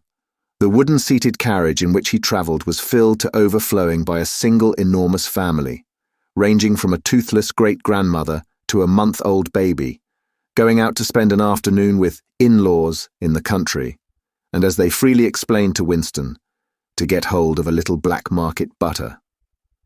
The lane widened, and in a minute he came to the footpath she had told him of, a mere cattle track which plunged between the bushes. He had no watch, but it could not be 15 yet.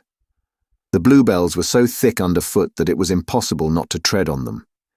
He knelt down and began picking some partly to pass the time away, but also from a vague idea that he would like to have a bunch of flowers to offer to the girl when they met.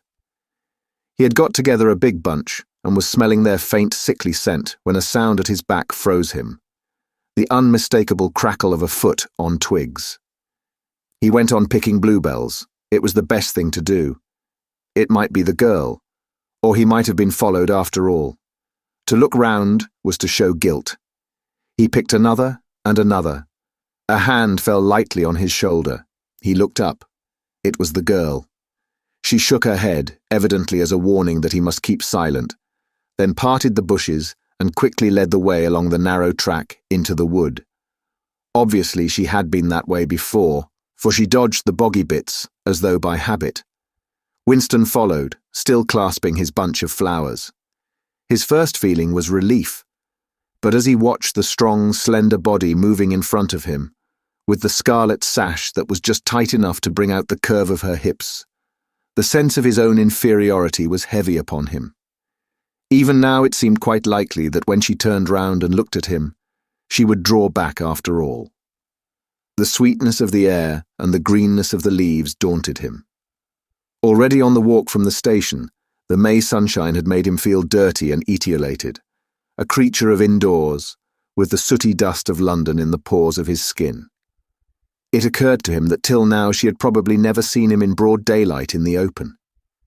They came to the fallen tree that she had spoken of. The girl hopped over and forced apart the bushes, in which there did not seem to be an opening. When Winston followed her, he found that they were in a natural clearing, a tiny grassy knoll surrounded by tall saplings that shut it in completely. The girl stopped and turned. "Here we are," she said. He was facing her at several paces' distance. As yet he did not dare move nearer to her. "I didn't want to say anything in the lane," she went on, "in case there's a mic hidden there. I don't suppose there is, but there could be. There's always the chance of one of those swine recognizing your voice. We're all right here." He still had not the courage to approach her. "We're all right here," he repeated stupidly. "Yes. Look at the trees." They were small ashes, which at some time had been cut down and had sprouted up again into a forest of poles, none of them thicker than one's wrist. "There's nothing big enough to hide a mic in. Besides, I've been here before." They were only making conversation. He had managed to move closer to her now. She stood before him, very upright, with a smile on her face that looked faintly ironical, as though she were wondering why he was so slow to act. The bluebells had cascaded onto the ground. They seemed to have fallen of their own accord. He took her hand. "Would you believe," he said, "that till this moment I didn't know what colour your eyes were?" They were brown, he noted, a rather light shade of brown, with dark lashes. "Now that you've seen what I'm really like, can you still bear to look at me?" "Yes, easily. I'm 39 years old. I've got a wife that I can't get rid of. I've got varicose veins. I've got 5 false teeth." "I couldn't care less," said the girl. The next moment, it was hard to say by whose act, she was in his arms.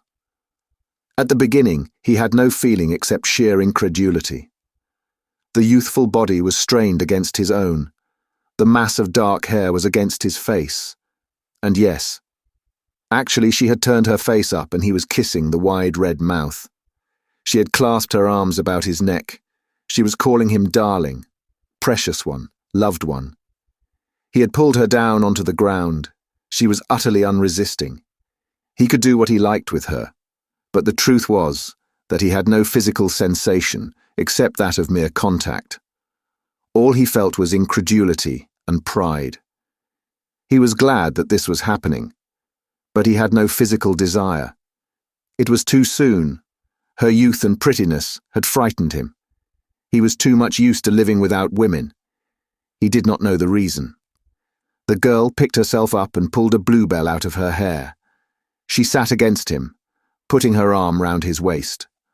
"Never mind, dear, there's no hurry. We've got the whole afternoon. Isn't this a splendid hideout? I found it when I got lost once on a community hike. If anyone was coming, you could hear them 100 meters away."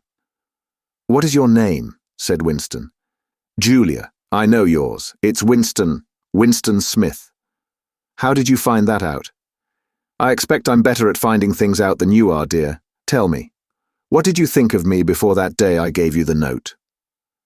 He did not feel any temptation to tell lies to her. It was even a sort of love offering to start off by telling the worst. "I hated the sight of you," he said. "I wanted to rape you and then murder you afterwards. 2 weeks ago, I thought seriously of smashing your head in with a cobblestone. If you really want to know, I imagined that you had something to do with the thought police."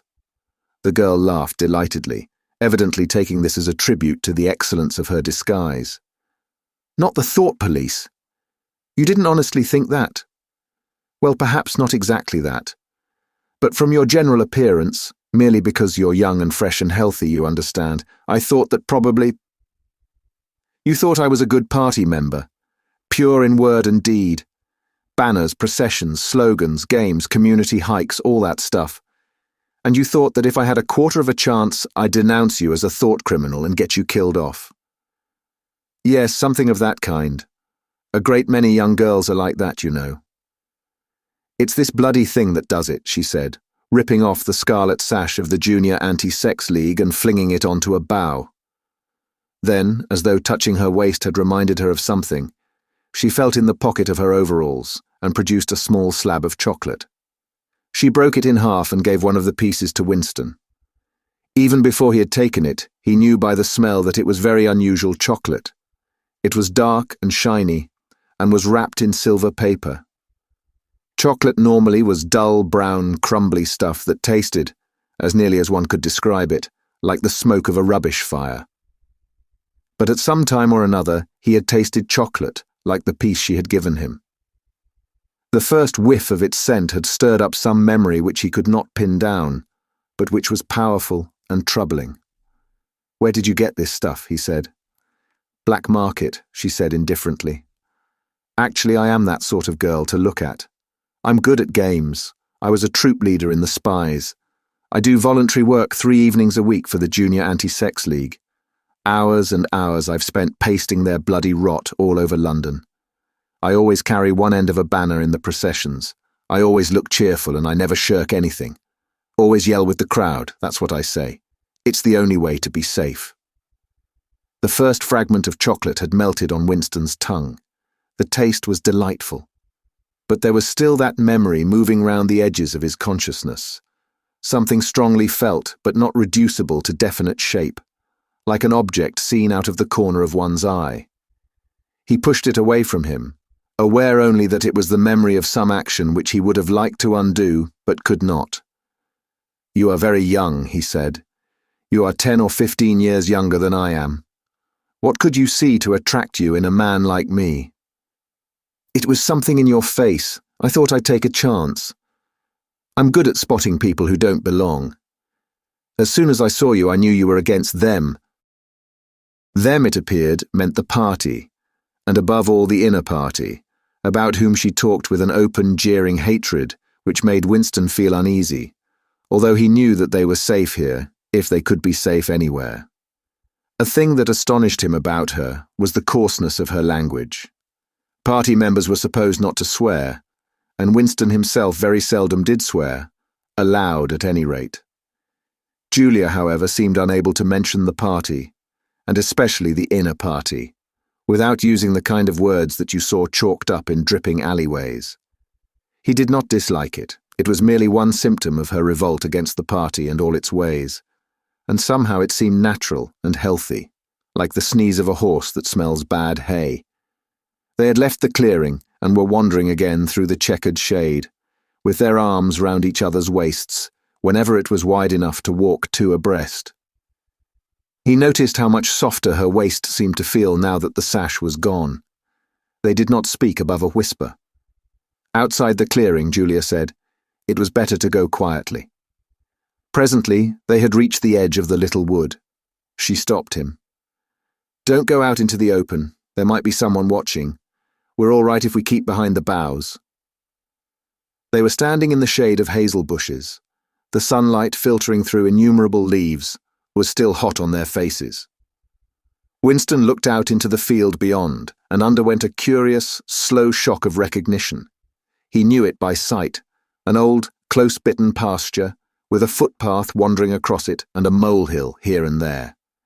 In the ragged hedge on the opposite side, the boughs of the elm trees swayed just perceptibly in the breeze, and their leaves stirred faintly in dense masses like women's hair. Surely somewhere nearby, but out of sight. There must be a stream with green pools where dace were swimming. "Isn't there a stream somewhere near here?" he whispered. "That's right, there is a stream. It's at the edge of the next field, actually. There are fish in it, great big ones. You can watch them lying in the pools under the willow trees, waving their tails." "It's the golden country, almost," he murmured. "The golden country. It's nothing, really, a landscape I've seen sometimes in a dream." "Look," whispered Julia. A thrush had alighted on a bough not 5 meters away, almost at the level of their faces. Perhaps it had not seen them. It was in the sun, they in the shade. It spread out its wings, fitted them carefully into place again, ducked its head for a moment, as though making a sort of obeisance to the sun, and then began to pour forth a torrent of song. In the afternoon hush, the volume of sound was startling. Winston and Julia clung together, fascinated. The music went on, minute after minute, with astonishing variations, never once repeating itself, almost as though the bird were deliberately showing off its virtuosity. Sometimes it stopped for a few seconds, spread out and resettled its wings, then swelled its speckled breast and again burst into song. Winston watched it with a sort of vague reverence. For whom, for what, was that bird singing? No mate, no rival was watching it. What made it sit at the edge of the lonely wood and pour its music into nothingness? He wondered whether after all there was a microphone hidden somewhere near. He and Julia had spoken only in low whispers, and it would not pick up what they had said, but it would pick up the thrush. Perhaps at the other end of the instrument some small, beetle-like man was listening intently, listening to that. But by degrees the flood of music drove all speculations out of his mind. It was as though it were a kind of liquid stuff that poured all over him, and got mixed up with the sunlight that filtered through the leaves. He stopped thinking and merely felt. The girl's waist in the bend of his arm was soft and warm. He pulled her round so that they were breast to breast. Her body seemed to melt into his. Wherever his hands moved, it was all as yielding as water. Their mouths clung together. It was quite different from the hard kisses they had exchanged earlier. When they moved their faces apart again, both of them sighed deeply. The bird took fright and fled with a clatter of wings. Winston put his lips against her ear. "Now," he whispered. "Not here," she whispered back. "Come back to the hideout. It's safer." Quickly, with an occasional crackle of twigs, they threaded their way back to the clearing. When they were once inside the ring of saplings, she turned and faced him. They were both breathing fast, but the smile had reappeared round the corners of her mouth. She stood looking at him for an instant, then felt at the zipper of her overalls. And yes, it was almost as in his dream. Almost as swiftly as he had imagined it, she had torn her clothes off, and when she flung them aside, it was with that same magnificent gesture by which a whole civilization seemed to be annihilated. Her body gleamed white in the sun. But for a moment, he did not look at her body. His eyes were anchored by the freckled face with its faint, bold smile. He knelt down before her and took her hands in his. "Have you done this before?" "Of course, hundreds of times. Well, scores of times anyway." "With party members?" "Yes, always with party members." "With members of the inner party?" "Not with those swine, no. But there's plenty that would if they got half a chance. They're not so holy as they make out." His heart leapt. Scores of times she had done it. He wished it had been hundreds, thousands. Anything that hinted at corruption always filled him with a wild hope. Who knew? Perhaps the party was rotten under the surface, its cult of strenuousness and self-denial simply a sham concealing iniquity. If he could have infected the whole lot of them with leprosy or syphilis, how gladly he would have done so. Anything to rot, to weaken, to undermine. He pulled her down so that they were kneeling face to face. "Listen. The more men you've had, the more I love you. Do you understand that?" "Yes, perfectly. I hate purity, I hate goodness. I don't want any virtue to exist anywhere. I want everyone to be corrupt to the bones." "Well then, I ought to suit you, dear. I'm corrupt to the bones. You like doing this. I don't mean simply me, I mean the thing in itself. I adore it." That was above all what he wanted to hear. Not merely the love of one person, but the animal instinct, the simple, undifferentiated desire. That was the force that would tear the party to pieces. He pressed her down upon the grass, among the fallen bluebells. This time there was no difficulty. Presently the rising and falling of their breasts slowed to normal speed, and in a sort of pleasant helplessness, they fell apart. The sun seemed to have grown hotter. They were both sleepy. He reached out for the discarded overalls and pulled them partly over her. Almost immediately they fell asleep, and slept for about half an hour. Winston woke first. He sat up and watched the freckled face, still peacefully asleep, pillowed on the palm of her hand. Except for her mouth, you could not call her beautiful. There was a line or two round the eyes, if you looked closely. The short dark hair was extraordinarily thick and soft. It occurred to him that he still did not know her surname or where she lived.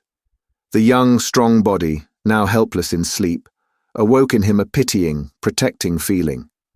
But the mindless tenderness that he had felt under the hazel tree, while the thrush was singing, had not quite come back. He pulled the overalls aside and studied her smooth white flank. In the old days, he thought, a man looked at a girl's body and saw that it was desirable, and that was the end of the story. But you could not have pure love or pure lust nowadays. No emotion was pure, because everything was mixed up with fear and hatred. Their embrace had been a battle, the climax, a victory. It was a blow struck against the party. It was a political act. Chapter 3. "We can come here once again," said Julia. "It's generally safe to use any hideout twice, but not for another month or two, of course." As soon as she woke up, her demeanor had changed. She became alert and businesslike, put her clothes on, knotted the scarlet sash about her waist, and began arranging the details of the journey home.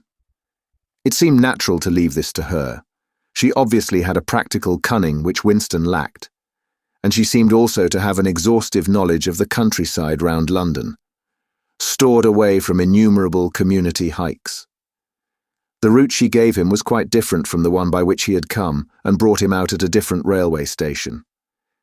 "Never go home the same way as you went out," she said, as though enunciating an important general principle. She would leave first, and Winston was to wait half an hour before following her. She had named a place where they could meet after work, 4 evenings hence. It was a street in one of the poorer quarters, where there was an open market which was generally crowded and noisy. She would be hanging about among the stalls, pretending to be in search of shoelaces or sewing thread. If she judged that the coast was clear, she would blow her nose when he approached. Otherwise, he was to walk past her without recognition. But with luck, in the middle of the crowd, it would be safe to talk for a quarter of an hour and arrange another meeting. "And now I must go," she said, as soon as he had mastered his instructions. "I'm due back at 19:30. I've got to put in 2 hours for the Junior Anti-Sex League, handing out leaflets or something. Isn't it bloody? Give me a brush down, would you? Have I got any twigs in my hair? Are you sure? Then goodbye, my love, goodbye." She flung herself into his arms, kissed him almost violently, and a moment later pushed her way through the saplings and disappeared into the wood with very little noise. Even now, he had not found out her surname or her address. However, it made no difference, for it was inconceivable that they could ever meet indoors or exchange any kind of written communication. As it happened, they never went back to the clearing in the wood. During the month of May, there was only one further occasion on which they actually succeeded in making love. That was in another hiding place known to Julia, the belfry of a ruinous church in an almost deserted stretch of country where an atomic bomb had fallen 30 years earlier. It was a good hiding place when once you got there, but the getting there was very dangerous. For the rest, they could meet only in the streets, in a different place every evening, and never for more than half an hour at a time. In the street, it was usually possible to talk, after a fashion. As they drifted down the crowded pavements, not quite abreast and never looking at one another, they carried on a curious, intermittent conversation which flicked on and off like the beams of a lighthouse, suddenly nipped into silence by the approach of a party uniform or the proximity of a telescreen, then taken up again minutes later in the middle of a sentence, then abruptly cut short as they parted at the agreed spot, then continued almost without introduction on the following day. Julia appeared to be quite used to this kind of conversation, which she called talking by installments. She was also surprisingly adept at speaking without moving her lips. Just once, in almost a month of nightly meetings, they managed to exchange a kiss. They were passing in silence down a side street. Julia would never speak when they were away from the main streets. When there was a deafening roar, the earth heaved and the air darkened, and Winston found himself lying on his side, bruised and terrified. A rocket bomb must have dropped quite near at hand. Suddenly he became aware of Julia's face a few centimeters from his own, deathly white as chalk. Even her lips were white. She was dead. He clasped her against him and found that he was kissing a live, warm face. But there was some powdery stuff that got in the way of his lips. Both of their faces were thickly coated with plaster. There were evenings when they reached their rendezvous and then had to walk past one another without a sign, because a patrol had just come round the corner or a helicopter was hovering overhead. Even if it had been less dangerous, it would still have been difficult to find time to meet. Winston's working week was 60 hours, Julia's was even longer, and their free days varied according to the pressure of work and did not often coincide. Julia, in any case, seldom had an evening completely free. She spent an astonishing amount of time in attending lectures and demonstrations, distributing literature for the Junior Anti-Sex League, preparing banners for Hate Week, making collections for the Savings Campaign, and such-like activities. It paid, she said. It was camouflage. If you kept the small rules, you could break the big ones. She even induced Winston to mortgage yet another of his evenings by enrolling himself for the part-time munition work which was done voluntarily by zealous party members. So one evening every week, Winston spent 4 hours of paralyzing boredom, screwing together small bits of metal which were probably parts of bomb fuses, in a drafty, ill-lit workshop where the knocking of hammers mingled drearily with the music of the telescreens. When they met in the church tower, the gaps in their fragmentary conversation were filled up. It was a blazing afternoon.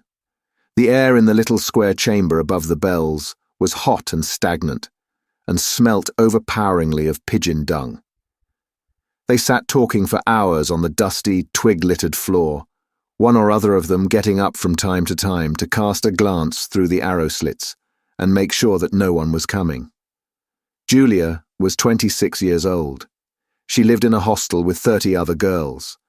Always in the stink of women. How I hate women, she said parenthetically. And she worked, as he had guessed, on the novel-writing machines in the fiction department.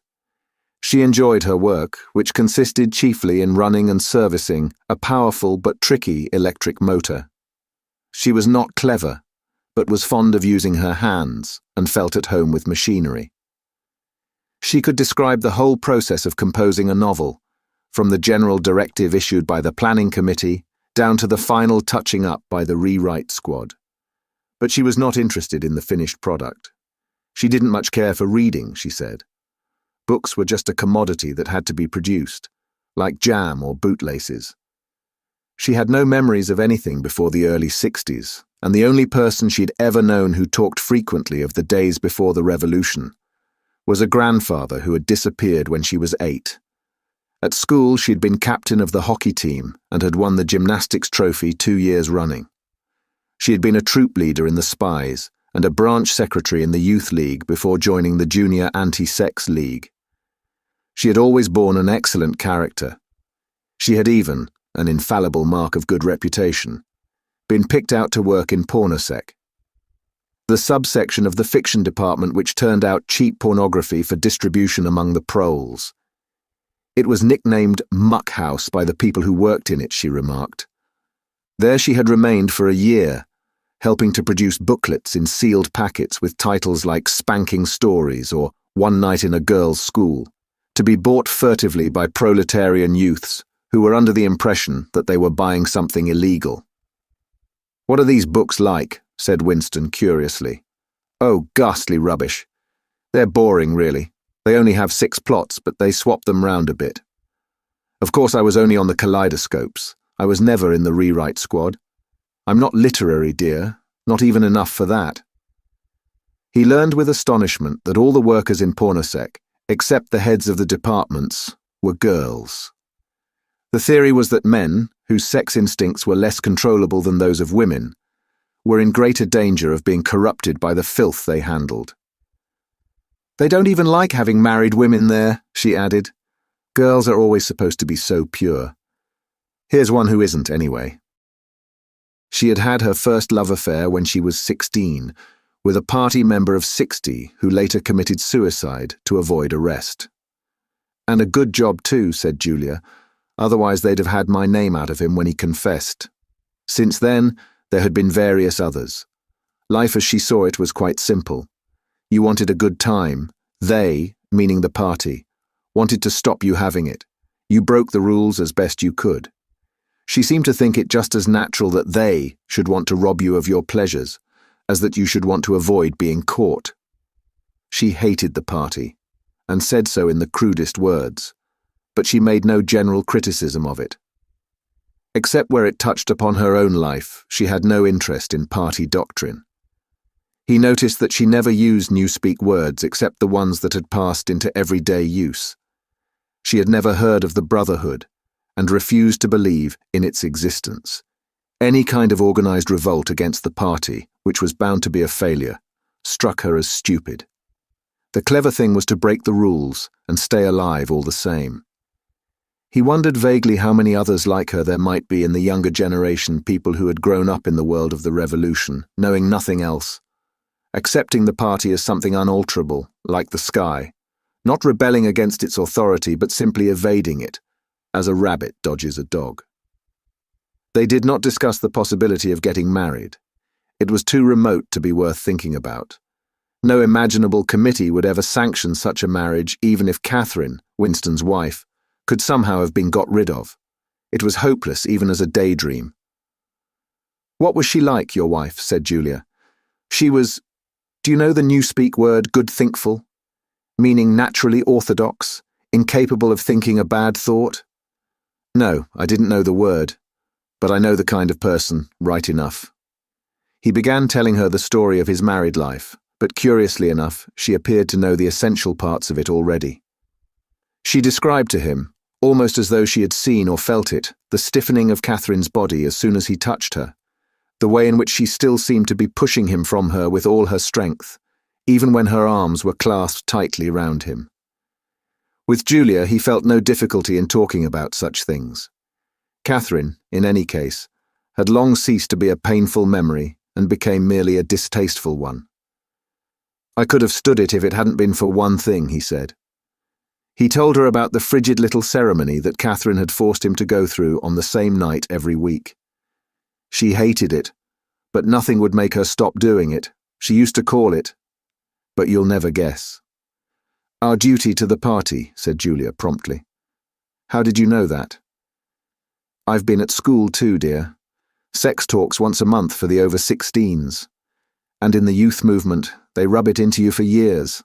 I dare say it works in a lot of cases. But of course you can never tell. People are such hypocrites." She began to enlarge upon the subject. With Julia, everything came back to her own sexuality. As soon as this was touched upon in any way, she was capable of great acuteness. Unlike Winston, she had grasped the inner meaning of the party's sexual puritanism. It was not merely that the sex instinct created a world of its own which was outside the party's control, and which therefore had to be destroyed, if possible.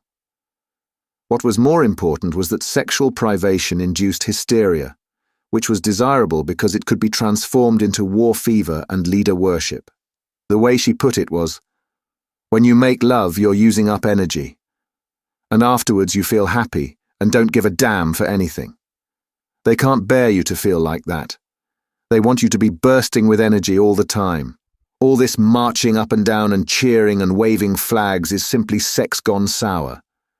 If you're happy inside yourself, why should you get excited about Big Brother and the 3-year plans and the 2 minutes hate and all the rest of their bloody rot?" That was very true, he thought. There was a direct, intimate connection between chastity and political orthodoxy. For how could the fear, the hatred, and the lunatic credulity which the party needed in its members be kept at the right pitch, except by bottling down some powerful instinct and using it as a driving force? The sex impulse was dangerous to the party, and the party had turned it to account. They had played a similar trick with the instinct of parenthood. The family could not actually be abolished, and indeed, people were encouraged to be fond of their children, in almost the old-fashioned way.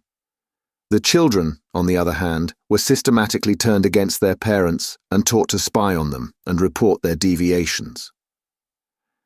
The family had become, in effect, an extension of the thought police. It was a device by means of which everyone could be surrounded night and day by informers who knew him intimately. Abruptly, his mind went back to Catherine. Catherine would unquestionably have denounced him to the thought police if she had not happened to be too stupid to detect the unorthodoxy of his opinions. But what really recalled her to him at this moment was the stifling heat of the afternoon, which had brought the sweat out on his forehead. He began telling Julia of something that had happened, or rather had failed to happen, on another sweltering summer afternoon, 11 years ago. It was 3 or 4 months after they were married. They had lost their way on a community hike somewhere in Kent. They had only lagged behind the others for a couple of minutes, but they took a wrong turning and presently found themselves pulled up short by the edge of an old chalk quarry. It was a sheer drop of 10 or 20 meters, with boulders at the bottom. There was nobody of whom they could ask the way. As soon as she realized that they were lost, Catherine became very uneasy. To be away from the noisy mob of hikers, even for a moment, gave her a feeling of wrongdoing. She wanted to hurry back by the way they had come and start searching in the other direction. But at this moment, Winston noticed some tufts of loosestrife growing in the cracks of the cliff beneath them. One tuft was of 2 colors, magenta and brick red, apparently growing on the same root. He had never seen anything of the kind before, and he called to Catherine to come and look at it. "Look, Catherine, look at those flowers, that clump down near the bottom. Do you see they're 2 different colors?" She had already turned to go, but she did rather fretfully come back for a moment. She even leaned out over the cliff face to see where he was pointing. He was standing a little behind her, and he put his hand on her waist to steady her. At this moment, it suddenly occurred to him how completely alone they were. There was not a human creature anywhere, not a leaf stirring, not even a bird awake. In a place like this, the danger that there would be a hidden microphone was very small, and even if there was a microphone, it would only pick up sounds. It was the hottest, sleepiest hour of the afternoon. The sun blazed down upon them, the sweat tickled his face, and the thought struck him. "Why didn't you give her a good shove?" said Julia. "I would have." "Yes, dear, you would have. I would, if I'd been the same person then as I am now. Or perhaps I would. I'm not certain." "Are you sorry you didn't?" "Yes, on the whole, I'm sorry I didn't." They were sitting side by side on the dusty floor. He pulled her closer against him. Her head rested on his shoulder, the pleasant smell of her hair conquering the pigeon dung. She was very young, he thought. She still expected something from life. She did not understand that to push an inconvenient person over a cliff solves nothing. "Actually, it would have made no difference," he said. "Then why are you sorry you didn't do it?" "Only because I prefer a positive to a negative. In this game that we're playing, we can't win. Some kinds of failure are better than other kinds, that's all." He felt her shoulders give a wriggle of dissent. She always contradicted him when he said anything of this kind. She would not accept it as a law of nature that the individual is always defeated. In a way, she realized that she herself was doomed, that sooner or later the thought police would catch her and kill her. But with another part of her mind, she believed that it was somehow possible to construct a secret world in which you could live as you chose. All you needed was luck and cunning and boldness. She did not understand that there was no such thing as happiness, that the only victory lay in the far future, long after you were dead, that from the moment of declaring war on the party, it was better to think of yourself as a corpse. "We are the dead," he said. "We're not dead yet," said Julia prosaically. "Not physically, 6 months, a year, 5 years conceivably. I am afraid of death. You are young, so presumably you're more afraid of it than I am. Obviously, we shall put it off as long as we can. But it makes very little difference.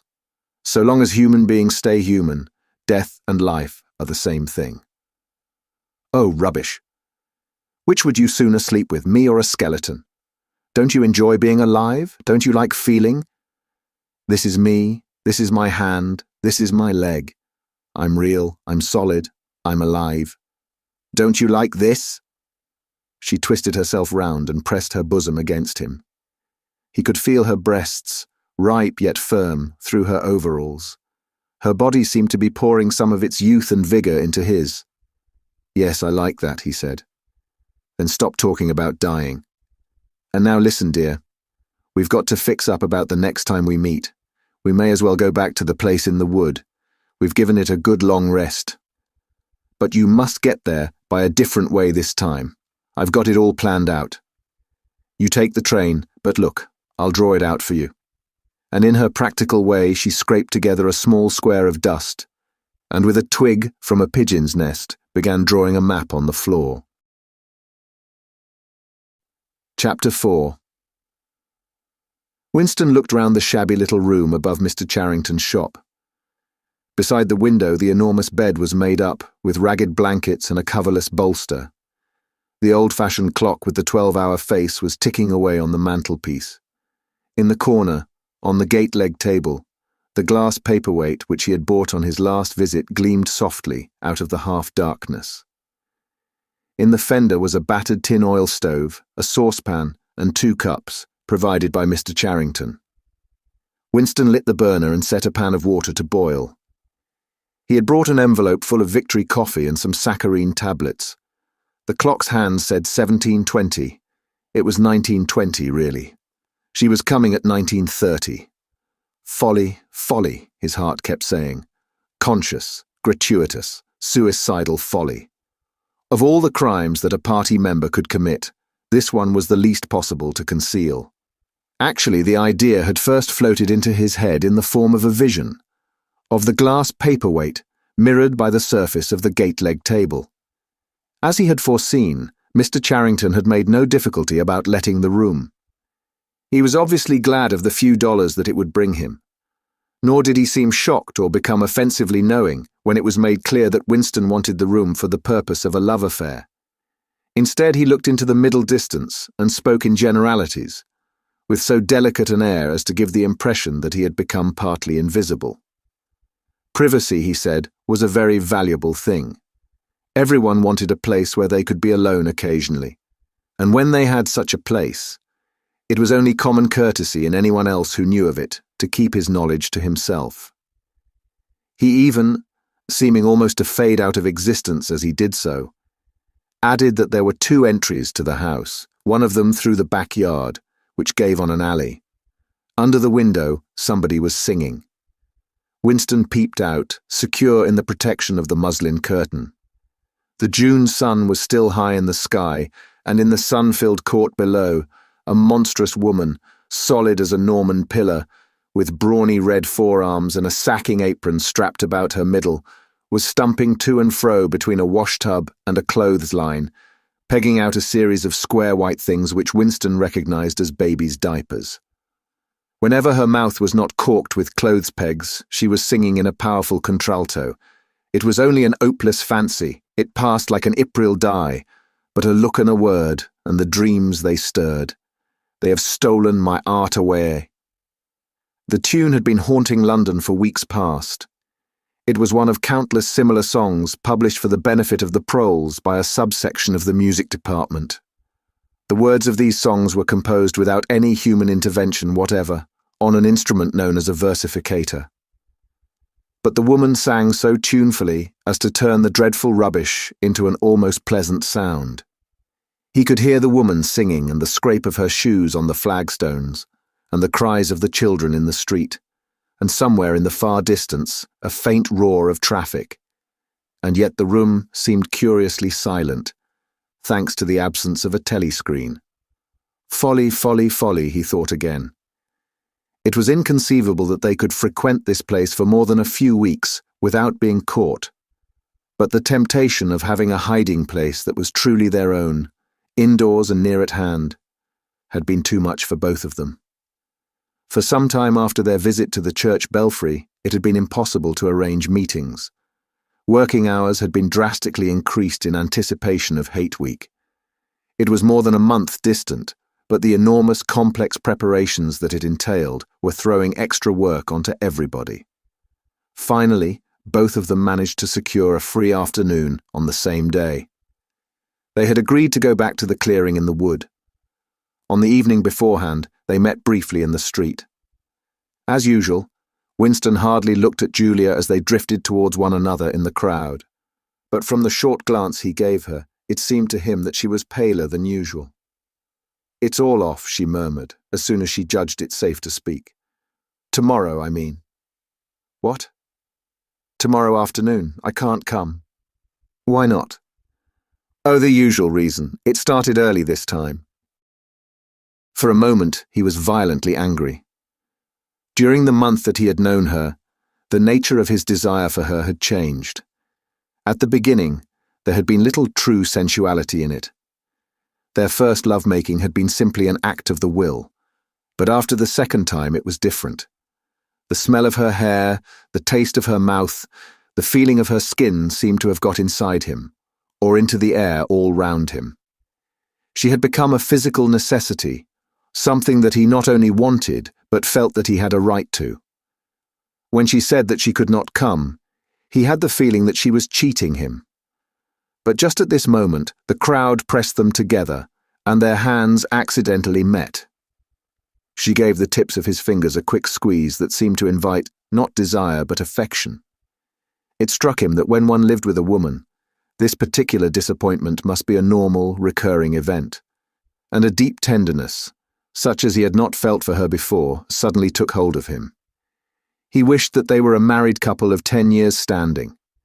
He wished that he were walking through the streets with her just as they were doing now, but openly and without fear, talking of trivialities and buying odds and ends for the household. He wished above all that they had some place where they could be alone together, without feeling the obligation to make love every time they met. It was not actually at that moment, but at some time on the following day, that the idea of renting Mr. Charrington's room had occurred to him.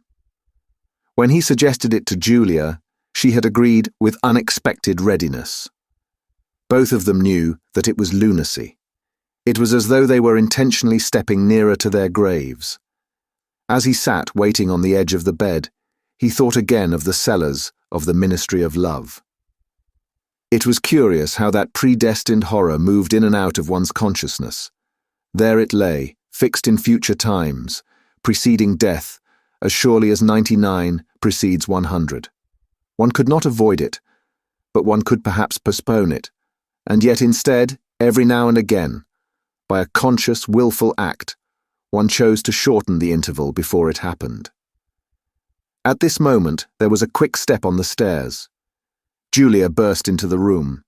She was carrying a tool bag of coarse brown canvas, such as he had sometimes seen her carrying to and fro at the ministry. He started forward to take her in his arms, but she disengaged herself rather hurriedly, partly because she was still holding the tool bag. "Half a second," she said. "Just let me show you what I've brought. Did you bring some of that filthy Victory coffee? I thought you would. You can chuck it away again because we shan't be needing it. Look here." She fell on her knees, threw open the bag, and tumbled out some spanners and a screwdriver that filled the top part of it. Underneath were a number of neat paper packets. The first packet that she passed to Winston had a strange and yet vaguely familiar feeling. It was filled with some kind of heavy, sand-like stuff, which yielded wherever you touched it. "It isn't sugar," he said. "Real sugar. Not saccharine, sugar. And here's a loaf of bread, proper white bread, not our bloody stuff, and a little pot of jam. And here's a tin of milk. But look. This is the one I'm really proud of. I had to wrap a bit of sacking round it because—" But she did not need to tell him why she had wrapped it up. The smell was already filling the room, a rich, hot smell which seemed like an emanation from his early childhood, but which one did occasionally meet with even now, blowing down a passageway before a door slammed, or diffusing itself mysteriously in a crowded street, sniffed for an instant, and then lost again. "It's coffee," he murmured. "Real coffee." It's inner party coffee. There's a whole kilo here, she said. How did you manage to get hold of all these things? It's all inner party stuff. There's nothing those swine don't have, nothing. But of course waiters and servants and people pinch things and… Look, I got a little packet of tea as well. Winston had squatted down beside her. He tore open a corner of the packet. It's real tea, not blackberry leaves. There's been a lot of tea about lately. They've captured India or something, she said vaguely. But listen, dear. I want you to turn your back on me for 3 minutes. Go and sit on the other side of the bed. Don't go too near the window. And don't turn round till I tell you. Winston gazed abstractedly through the muslin curtain.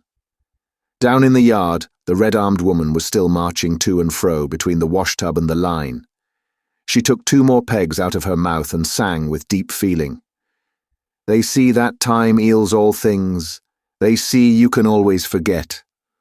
But the smiles and the tears across the years, they twist my heartstrings yet. She knew the whole drivelling song by heart, it seemed.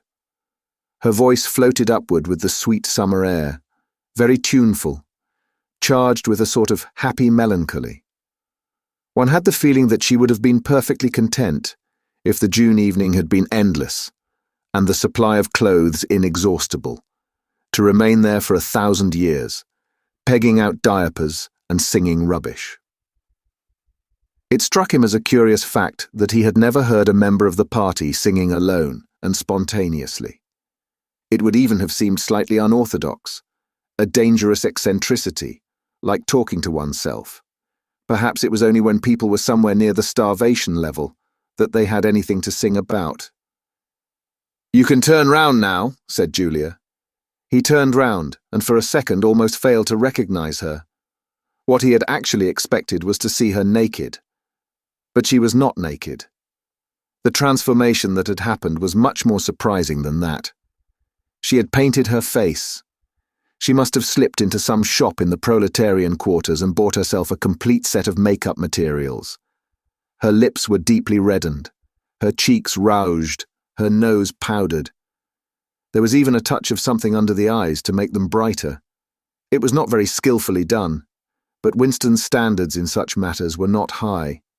He had never before seen or imagined a woman of the party with cosmetics on her face. The improvement in her appearance was startling. With just a few dabs of colour in the right places, she had become not only very much prettier, but above all, far more feminine. Her short hair and boyish overalls merely added to the effect. As he took her in his arms, a wave of synthetic violets flooded his nostrils. He remembered the half-darkness of a basement kitchen and a woman's cavernous mouth.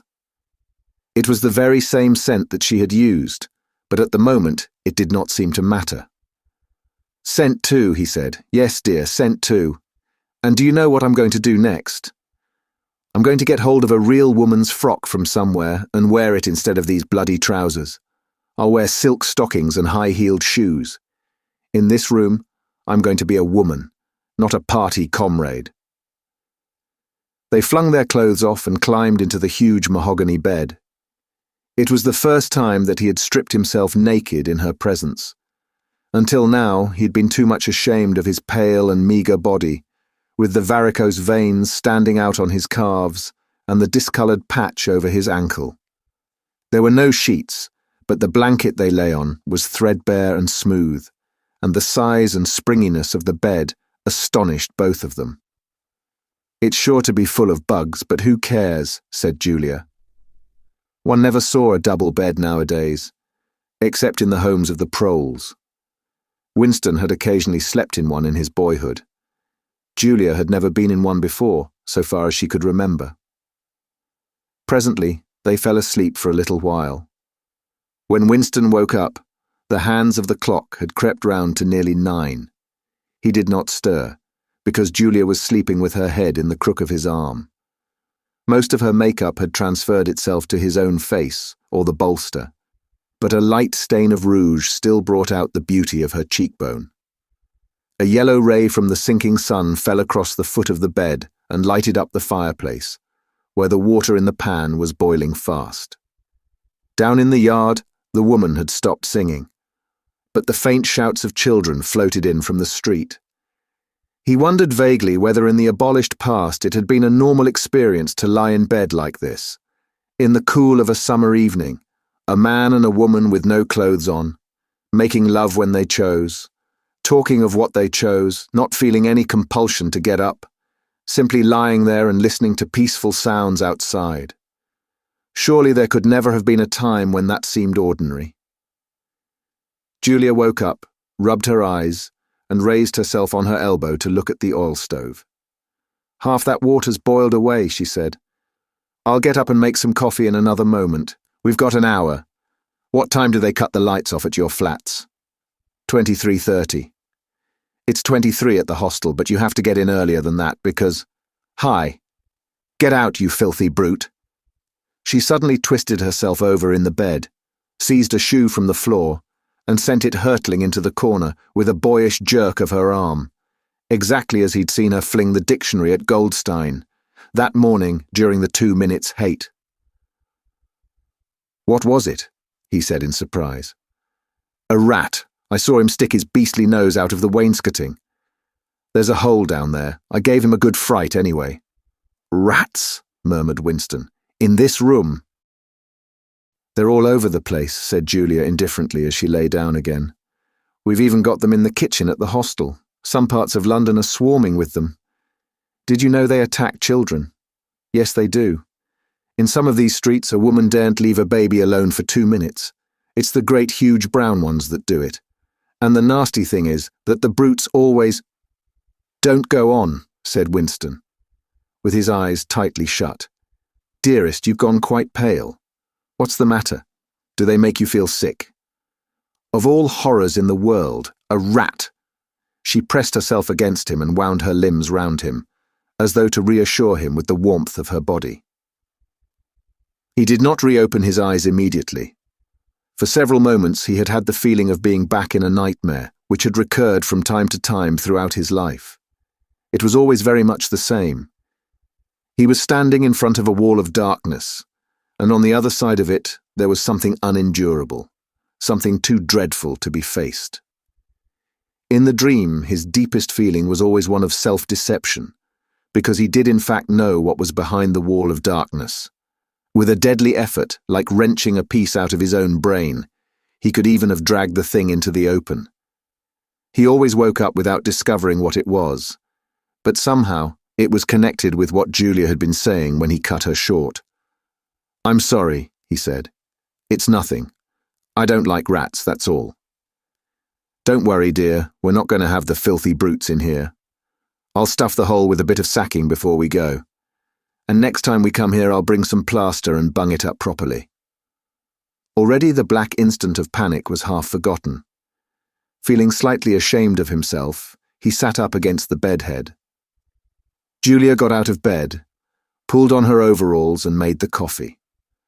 The smell that rose from the saucepan was so powerful and exciting that they shut the window lest anybody outside should notice it and become inquisitive. What was even better than the taste of the coffee was the silky texture given to it by the sugar, a thing Winston had almost forgotten after years of saccharine. With one hand in her pocket and a piece of bread and jam in the other, Julia wandered about the room, glancing indifferently at the bookcase, pointing out the best way of repairing the gate-leg table, plumping herself down in the ragged armchair to see if it was comfortable, and examining the absurd 12-hour clock with a sort of tolerant amusement. She brought the glass paperweight over to the bed to have a look at it in a better light. He took it out of her hand, fascinated, as always, by the soft, rainwatery appearance of the glass. "What is it, do you think?" said Julia. "I don't think it's anything. I mean, I don't think it was ever put to any use. That's what I like about it.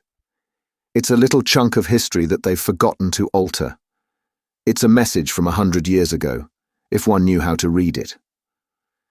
And that picture over there," she nodded at the engraving on the opposite wall, "would that be 100 years old? More. 200, I dare say. One can't tell. It's impossible to discover the age of anything nowadays." She went over to look at it. "Here's where that brute stuck his nose out," she said, kicking the wainscoting immediately below the picture. "What is this place? I've seen it before somewhere." "It's a church, or at least it used to be. St. Clement Danes, its name was."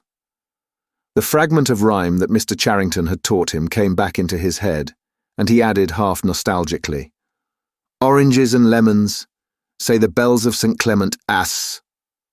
To his astonishment, she capped the line, "You owe me 3 farthings, say the bells of St. Martin S. When will you pay me? Say the bells of Old Bailey." I can't remember how it goes on after that. But anyway, I remember it ends up, "Here comes a candle to light you to bed. Here comes a chopper to chop off your head." It was like the 2 halves of a countersign, but there must be another line after the bells of Old Bailey. Perhaps it could be dug out of Mr. Charrington's memory, if he were suitably prompted. "Who taught you that?" he said. "My grandfather. He used to say it to me when I was a little girl. He was vaporized when I was 8. At any rate, he disappeared. I wonder what a lemon was," she added inconsequently. "I've seen oranges. They're a kind of round yellow fruit with a thick skin." "I can remember lemons," said Winston. "They were quite common in the 50s. They were so sour that it set your teeth on edge even to smell them." "I bet that picture's got bugs behind it," said Julia. "I'll take it down and give it a good clean some day. I suppose it's almost time we were leaving. I must start washing this paint off. What a bore. I'll get the lipstick off your face afterwards." Winston did not get up for a few minutes more. The room was darkening. He turned over towards the light and lay gazing into the glass paperweight. The inexhaustibly interesting thing was not the fragment of coral, but the interior of the glass itself. There was such a depth of it, and yet it was almost as transparent as air. It was as though the surface of the glass had been the arch of the sky, enclosing a tiny world with its atmosphere complete. He had the feeling that he could get inside it, and that in fact he was inside it, along with the mahogany bed and the gate-leg table and the clock and the steel engraving and the paperweight itself. The paperweight was the room he was in, and the coral was Julia's life and his own, fixed in a sort of eternity at the heart of the crystal. Chapter 5. Syme had vanished. A morning came, and he was missing from work. A few thoughtless people commented on his absence. On the next day, nobody mentioned him. On the 3rd day, Winston went into the vestibule of the records department to look at the notice board. One of the notices carried a printed list of the members of the chess committee, of whom Syme had been one. It looked almost exactly as it had looked before. Nothing had been crossed out. But it was one name shorter. It was enough. Syme had ceased to exist. He had never existed. The weather was baking hot. In the labyrinthine ministry, the windowless, air-conditioned rooms kept their normal temperature. But outside, the pavement scorched one's feet, and the stench of the tubes at the rush hours was a horror. The preparations for Hate Week were in full swing, and the staffs of all the ministries were working overtime. Processions, meetings, military parades, lectures, waxworks, displays, film shows, telescreen programs, all had to be organized. Stands had to be erected, effigies built, slogans coined, songs written, rumors circulated, photographs faked. Julia's unit in the fiction department had been taken off the production of novels and was rushing out a series of atrocity pamphlets. Winston, in addition to his regular work, spent long periods every day in going through back files of The Times and altering and embellishing news items which were to be quoted in speeches.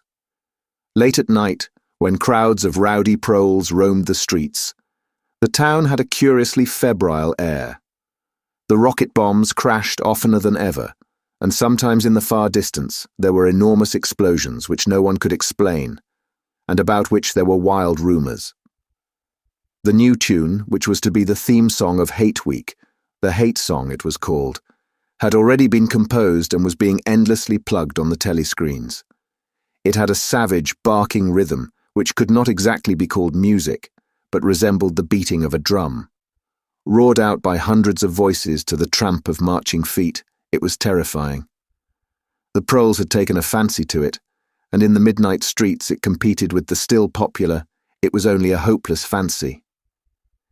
The Parsons children played it at all hours of the night and day, unbearably, on a comb and a piece of toilet paper. Winston's evenings were fuller than ever. Squads of volunteers, organized by Parsons, were preparing the street for Hate Week, stitching banners, painting posters, erecting flagstaffs on the roofs, and perilously slinging wires across the street for the reception of streamers. Parsons boasted that Victory Mansions alone would display 400 meters of bunting. He was in his native element and as happy as a lark. The heat and the manual work had even given him a pretext for reverting to shorts and an open shirt in the evenings.